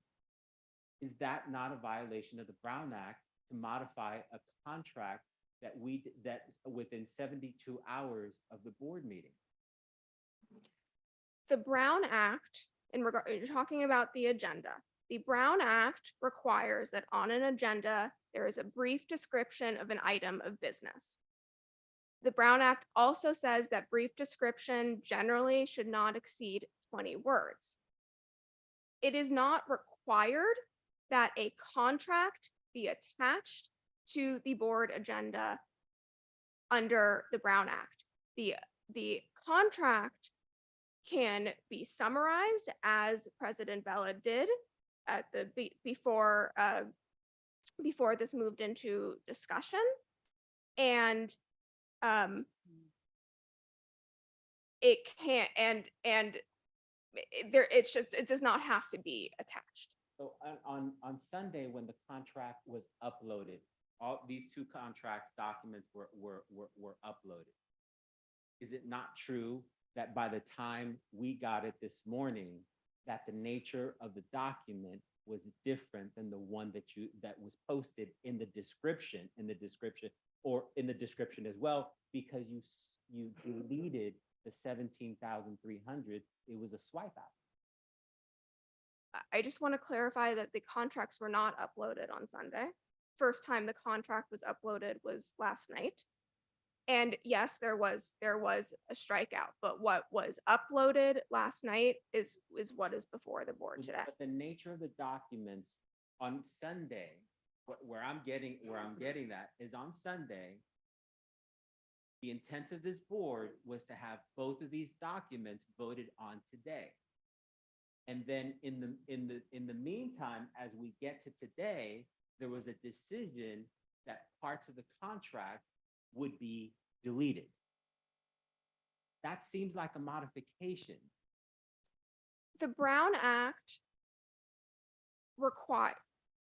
provides that a legislative body cannot act on an item that is not on the agenda. It does not specifically say that an item cannot be deleted from the agenda, as was done at the beginning of this meeting. I'm going to quickly take a quick pause. General Counsel, does the Brown Act give an opinion with regard to modifications because I haven't heard that before. Trustee Buena, neither I nor the Office of General Counsel has been involved at all in this contract or the Brown Act compliance or the posting. And so with all due respect, I'm gonna defer that question since our analysis would likely be different. That's fine, thank you. The other question that I have is with regard to anticipated litigation. Because I appreciate we work well together. I don't accept that characterization that a modification of a contract does not meet a violation. I've been to many trainings on the Brown Act where that specifically, that any modification would be brought back to the board. That being said, in this waiver agreement and general, is this document still a public document or is it not a public document? It has become a public document, but it is not on the agenda today. That was that you carried because you sent it out. That was supposed to be on the agenda, but it was removed by one trustee and yourself, correct? The document that was sent out was considered final on Monday night. And that's why it was sent out, because it went to the board. The government code says that when an item that is associated with an agenda, a final item, is published to a majority of the board, it needs to be made available to the public. That's what was done. Within 72 hours of the agenda item, is that not correct? The government code section that I'm referring to actually says otherwise. It says if an item is made available to a majority of the board within the 72-hour window. So after the 72-hour window has passed, then it should be available to the public as well if it is associated with the agenda item, if it's not otherwise privileged. So I think you're talking about government code 54957.5. If a writing is a public record related to an agenda item or an open session of a regular meeting of the legislative body of a local agency and is distributed to all or a majority of all of members of the legislative body of a local agency by a person in connection with a matter subject to discussion or consideration at an open meeting less than 72 hours before the meeting, the writing shall be made available. Correct. So the writing was made available. The meeting was within 72 hours, and you changed it. I didn't change it. A decision was made by the board president, who works with the chancellor to set the agenda, to withdraw an item of the contract from consideration because of a concern that was raised that the associated attachment could violate the Brown Act. The contract itself was properly agendized. Okay. With regard to code 549,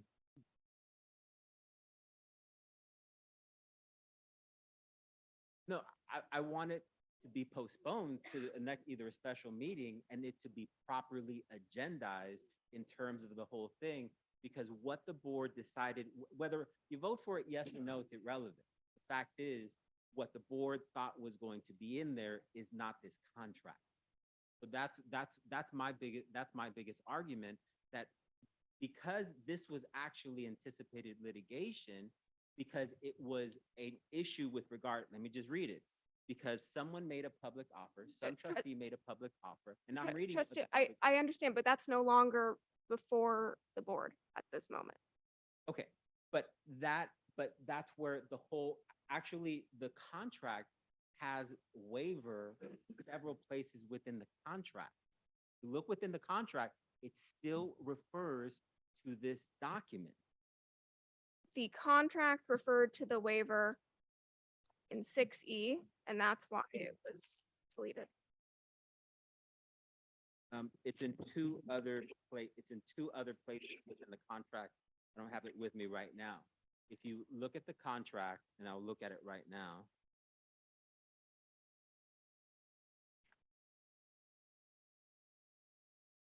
It is in, I see what you're saying. It is in 13G.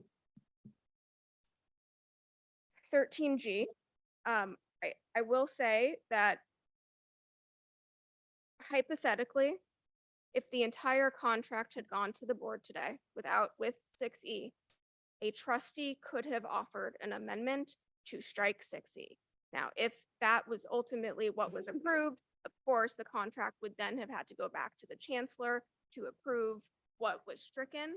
So the same thing can happen with 13G. An amendment can be offered to strike that reference. As the maker of the motion, I'd like to amend my motion to reflect striking reference to 6E. Is that correct? It would be Well, it would also- 6E I'm making in a motion, please. 13C and 13G.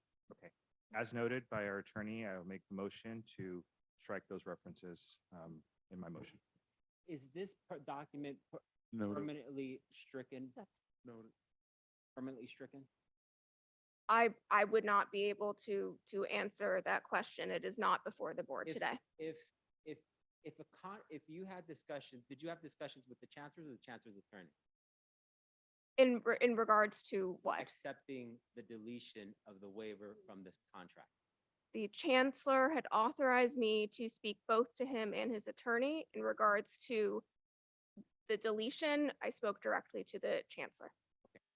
So this document, which was on the agenda, my concern is because the chancellor reiterated or told through, again, we created the document, which you posted or sent out, that there was a liability remaining. Does the contract with the deletions extinguish any liability, or are there still claims that the chancellor has because we haven't dealt with this document? I can't speak to what claims the chancellor has, but the issue is not resolved, which means that that a contract amendment could come back before the board that addresses this issue, but that is not what is before the board today. So it's not a complete. I would disagree with that. It is a complete contract, but contracts can be amended, clauses deleted, clauses added. But as in and of itself, yes, it is a complete contract. Mr. President, I do request that the item be pulled under the Brown Act for violation of notification to the public. Also, the fact that we've had discussions in closed session with regard to items of anticipated litigation that were part of the overall discussion, so of this overall contract. And I do believe at this point that the contract could be considered mute if there is a Brown Act claim. So I'll leave it at that. I just want to clarify that I have never been before the board related to this matter on an item of anticipated litigation. It has specifically been in regards to negotiation of a contract. Ms. Steinsman, you just said right now that with regard to this matter, that there are still claims out there, and we had full out discussions with regard to claims that the chancellor thought, because in fact, there was a board who made verbal offers to the chancellor. Trustee Wellno, with all due respect, I don't want to have discussions about what was discussed in closed session. What was discussed is confidential. I also want to correct the record. I did not say that there are still pending claims. What I said was that I cannot opine as to that. This contract is complete, but that does not mean that a contract cannot later be amended to address other issues that are not before the board today. Are there claims that the chancellor and his attorney have told you that we have? We don't have to get into them, but there are still remaining claims. Are there not? There could be, yes. And those claims were discussed in closed session. I cannot answer that question. Thank you, Mr. President. Thank you, trustee Boulna. We do have a motion and a second on the floor. Any further discussion? Okay, hearing none. Roll call, please.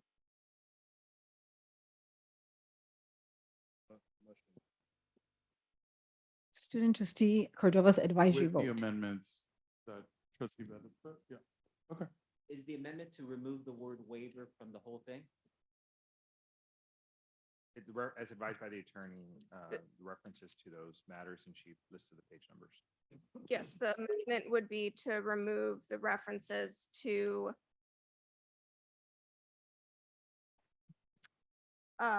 and accompanying waiver and release identified in paragraph 6E. And that is found in paragraphs 13C and 13G. I don't have the contract with me. There was another word waiver in there. Can we extend that language to any word waiver just in case we miss one? If it is connected to the waiver as identified in paragraph 6E, then yes, I just. Okay, but trustee Bettis has to accept that. Do you accept that? I accept it as the attorney Okay, describes the note, the page numbers and the references. okay, all right. Will- Okay, will- thank you. Will that cover the word waiver in other parts of the contract if they're inadvertently missed? If it is associated with the waiver that was an attachment, yes, it would. Okay, thank you. Any further discussion from trustees? I accept the friendly And you amendment. accept the friendly amendment? Okay, all right, let's go ahead. Roll call, please. Student trustee Cordova's advisory vote. Yes. Trustee Boulna. No. Trustee Henderson. Yes. Trustee Hernandez. Trustee Hoffman. Yes. Trustee Eno. Yes. Trustee Vella. Yes. Trustee Bettis. Thank you. Okay. Congratulations, Chancellor.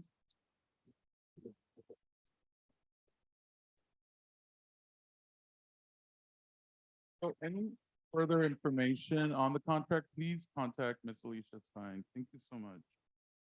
Next is recommendations from the Chancellor. So we have approval of board policies. This is actually a action item. May I have a motion and a second? So moved. Moved by Eno, Second.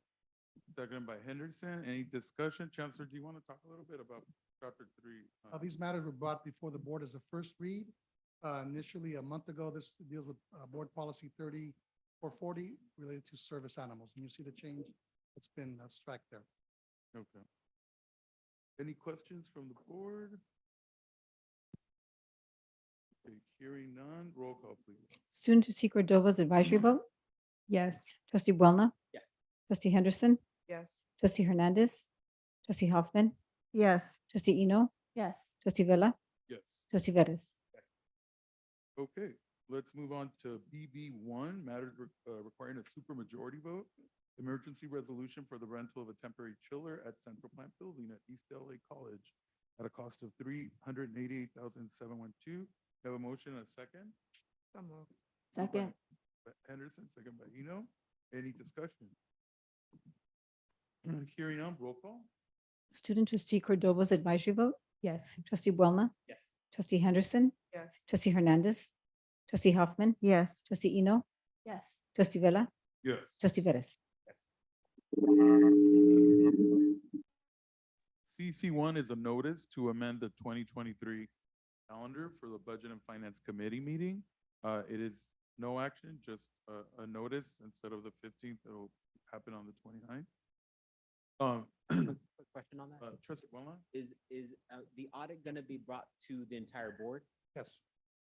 Well, we presented to the Budget and Finance Committee initially, and then as a result of that, brought to the Will entire it board. be brought as a receive or as a discussion? I believe it's received. How much in advance can we receive the actual final audit?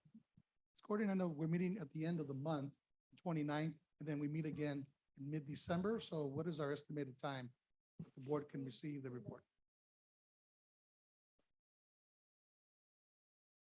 So how soon after the 29th, if I understand the question correctly from, Yeah, I want to read it, yeah. 30th, the following day? Following day, sir. Trustee Boulna, if you want, you can observe I mean, you're not on the committee, but you're welcome to watch the presentation.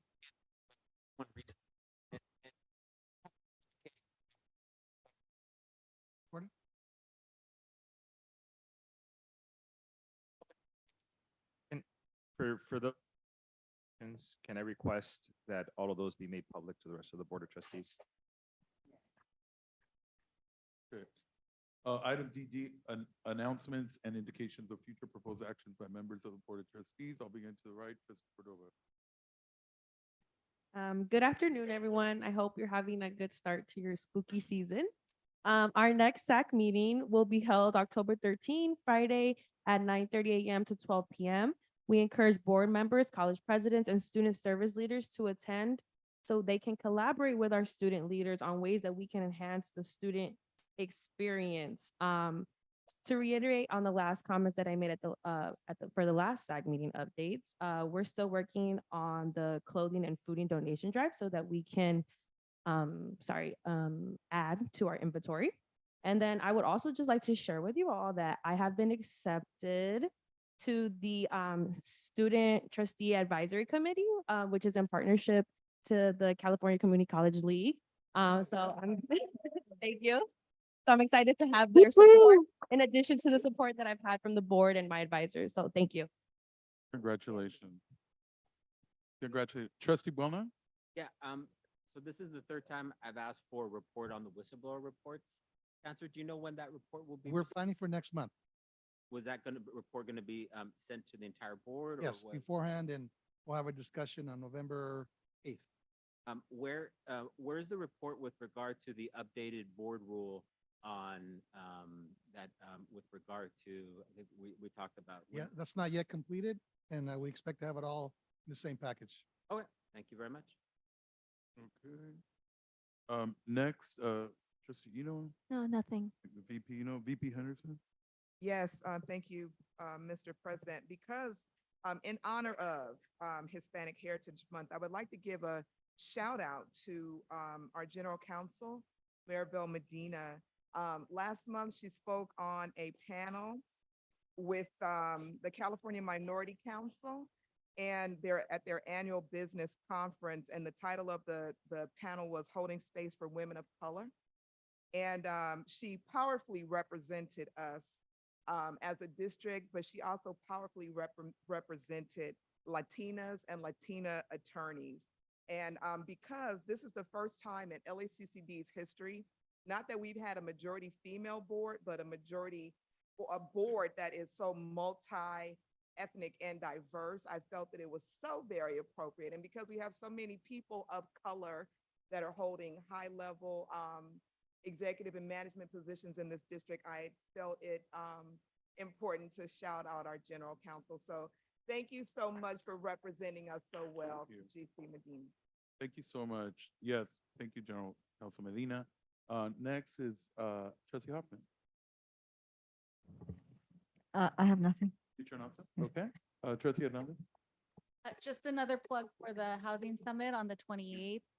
We want, as many folks there to give your input on student housing. And then also the Ad Hoc Basic Needs Committee is open to everyone who's interested. We'll be meeting next Friday at 9 a.m. and it's on Zoom. So that information. Wonderful. Thank you very much. Trustee Vettis? I have nothing. Okay. I have nothing as well. So let's move on to public comment on items not on the agenda. We do have Dr. Kara Gillis. Dr. Gillis, are you here or on Zoom? I am on Zoom. Thank you. Go ahead. Thank you, LACCD Board of Trustees, for allowing me to speak. I'd like to address the HR challenges that LACCD colleges are facing. I made commentary on these issues in March of last year, and unfortunately, the challenges seem to persist. At Pierce, we've experienced frequent delays in hiring and clearing staff. There's probably a wide range of reasons why this happens, but perhaps increased staffing in HR locally and at the district could help, at least with the communications about the delays. The delays make the job of staffing classes challenging. It puts unnecessary stress on the chairs who scramble to find faculty, and need to become experts in persistence in HR matters. That takes time away that they could otherwise spend on their programs. It also places a lot of stress on new hires who are delayed in getting access to their email addresses, classes, and Canvas shells. And this results in the needs for substitute instructors for these classes, which again exacerbates the chairs. And when subs are used as a stopgap measure, the unpredictability can lead to students suffering despite the faculty's best efforts. When subs are used, there's often challenges in getting them paid in a timely fashion, which raises also the problem of the more pervasive pay challenges that are being experienced by many colleges across the district. Delays in rating in, step increases in pay in general, in addition to complications with continued coverage for health insurance, have real life implications for faculty who rely on predictable pay and benefits. When our faculty are demoralized and feel unheard and undervalued, it can be really hard to give as much of ourselves to our students as they deserve. The mission of the LACCD is to foster student success for all individuals seeking advancement by providing equitable and supportive learning environments at our 9 colleges. It's so fantastic that the state and the district are investing in students, especially by hiring faculty who are highly trained and committed to education. Maybe it's time to make similar commitments to our colleagues in HR. They really are part of our institutional foundation that makes the LACCD mission possible. Thank you. Thank you very much. Really appreciate your comments. Next is Dr. Shannon Devaney. Dr. Devaney, unmute yourself. Hello, thank you. My name is Shannon Devaney. I am a chairperson of life science at Los Angeles Pierce College. I would also like to speak about the ongoing delays in the hiring and clearance process, especially for faculty in the district. This is my 7th year as a department chair. And in those 7 years, I have not had a single fall or spring semester in which all of my faculty were cleared when the semester began. Just to take this fall semester as an example, I was fortunate enough to have 4 new full-time hires coming on for this spring. 2 of those faculty were selected by the end of May. Of those 2 who were selected by the end of May, one of them, the first, was cleared on August 24th, the Thursday before the fall semester started. The second of those selected in May was not cleared until week 2 of the semester. That faculty member asked some questions of district HR and did not receive an answer for 2.5 months. The other 2 faculty members, I submitted the job announcements in March and in May, and they were posted on July 19th, 2.5 months after the second was submitted. One of those faculty members was cleared in the second week of the semester. The other one is still not cleared to teach as of week 6. As Kara said, there are a lot of issues affecting students and faculty with these clearance delays. And I think it's high time we invest in district HR for the good of our faculty and our students. Thank you. Thank you. Thank you so much, Ms. Devaney. Next is item EE2, which is request to address the Board of Trustees regarding closed session. Number 1 is Iona Lampley on Zoom. Go ahead and unmute yourself.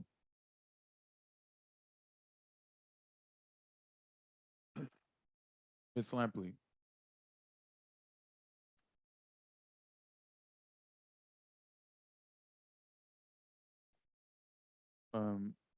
Is she online or? Huh? Oh, okay. Okay, so we'll skip and then we'll come back. Oh, she just, okay. Ms. Lampley, can you please unmute yourself?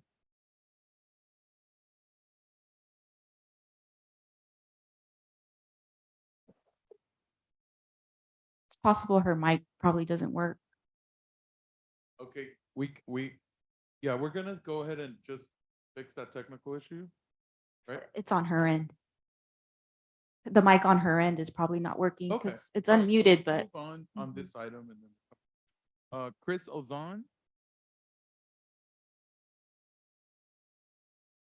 Sure. Okay. And then roll.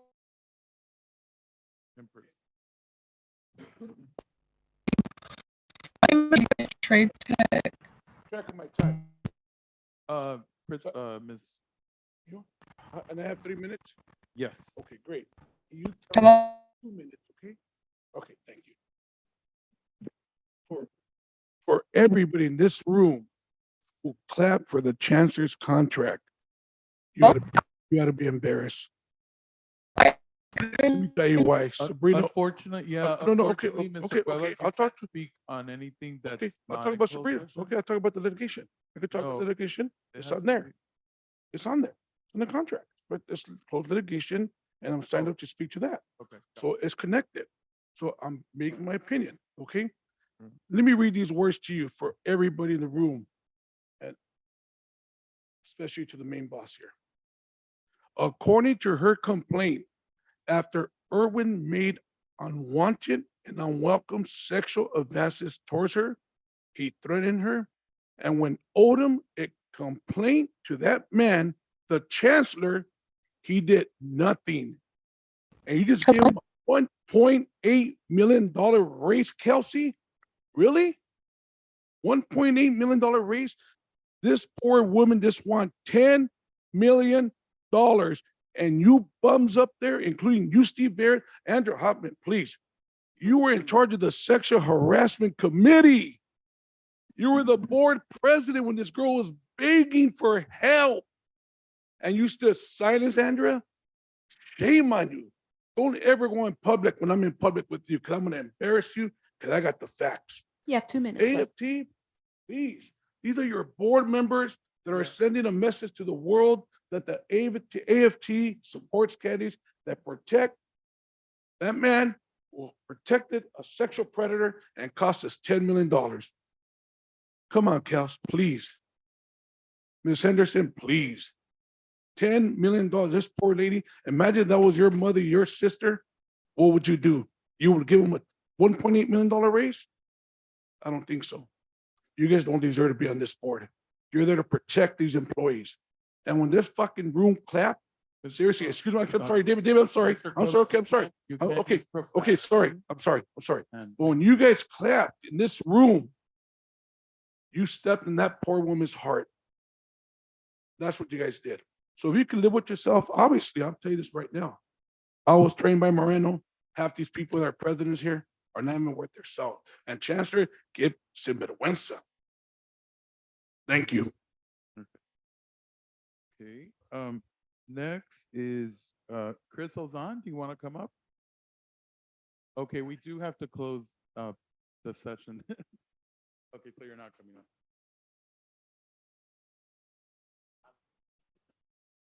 Okay. What about Miss Lampley? She's trying to speak, but I don't think her mic is working. To appreciate the technical difficulties.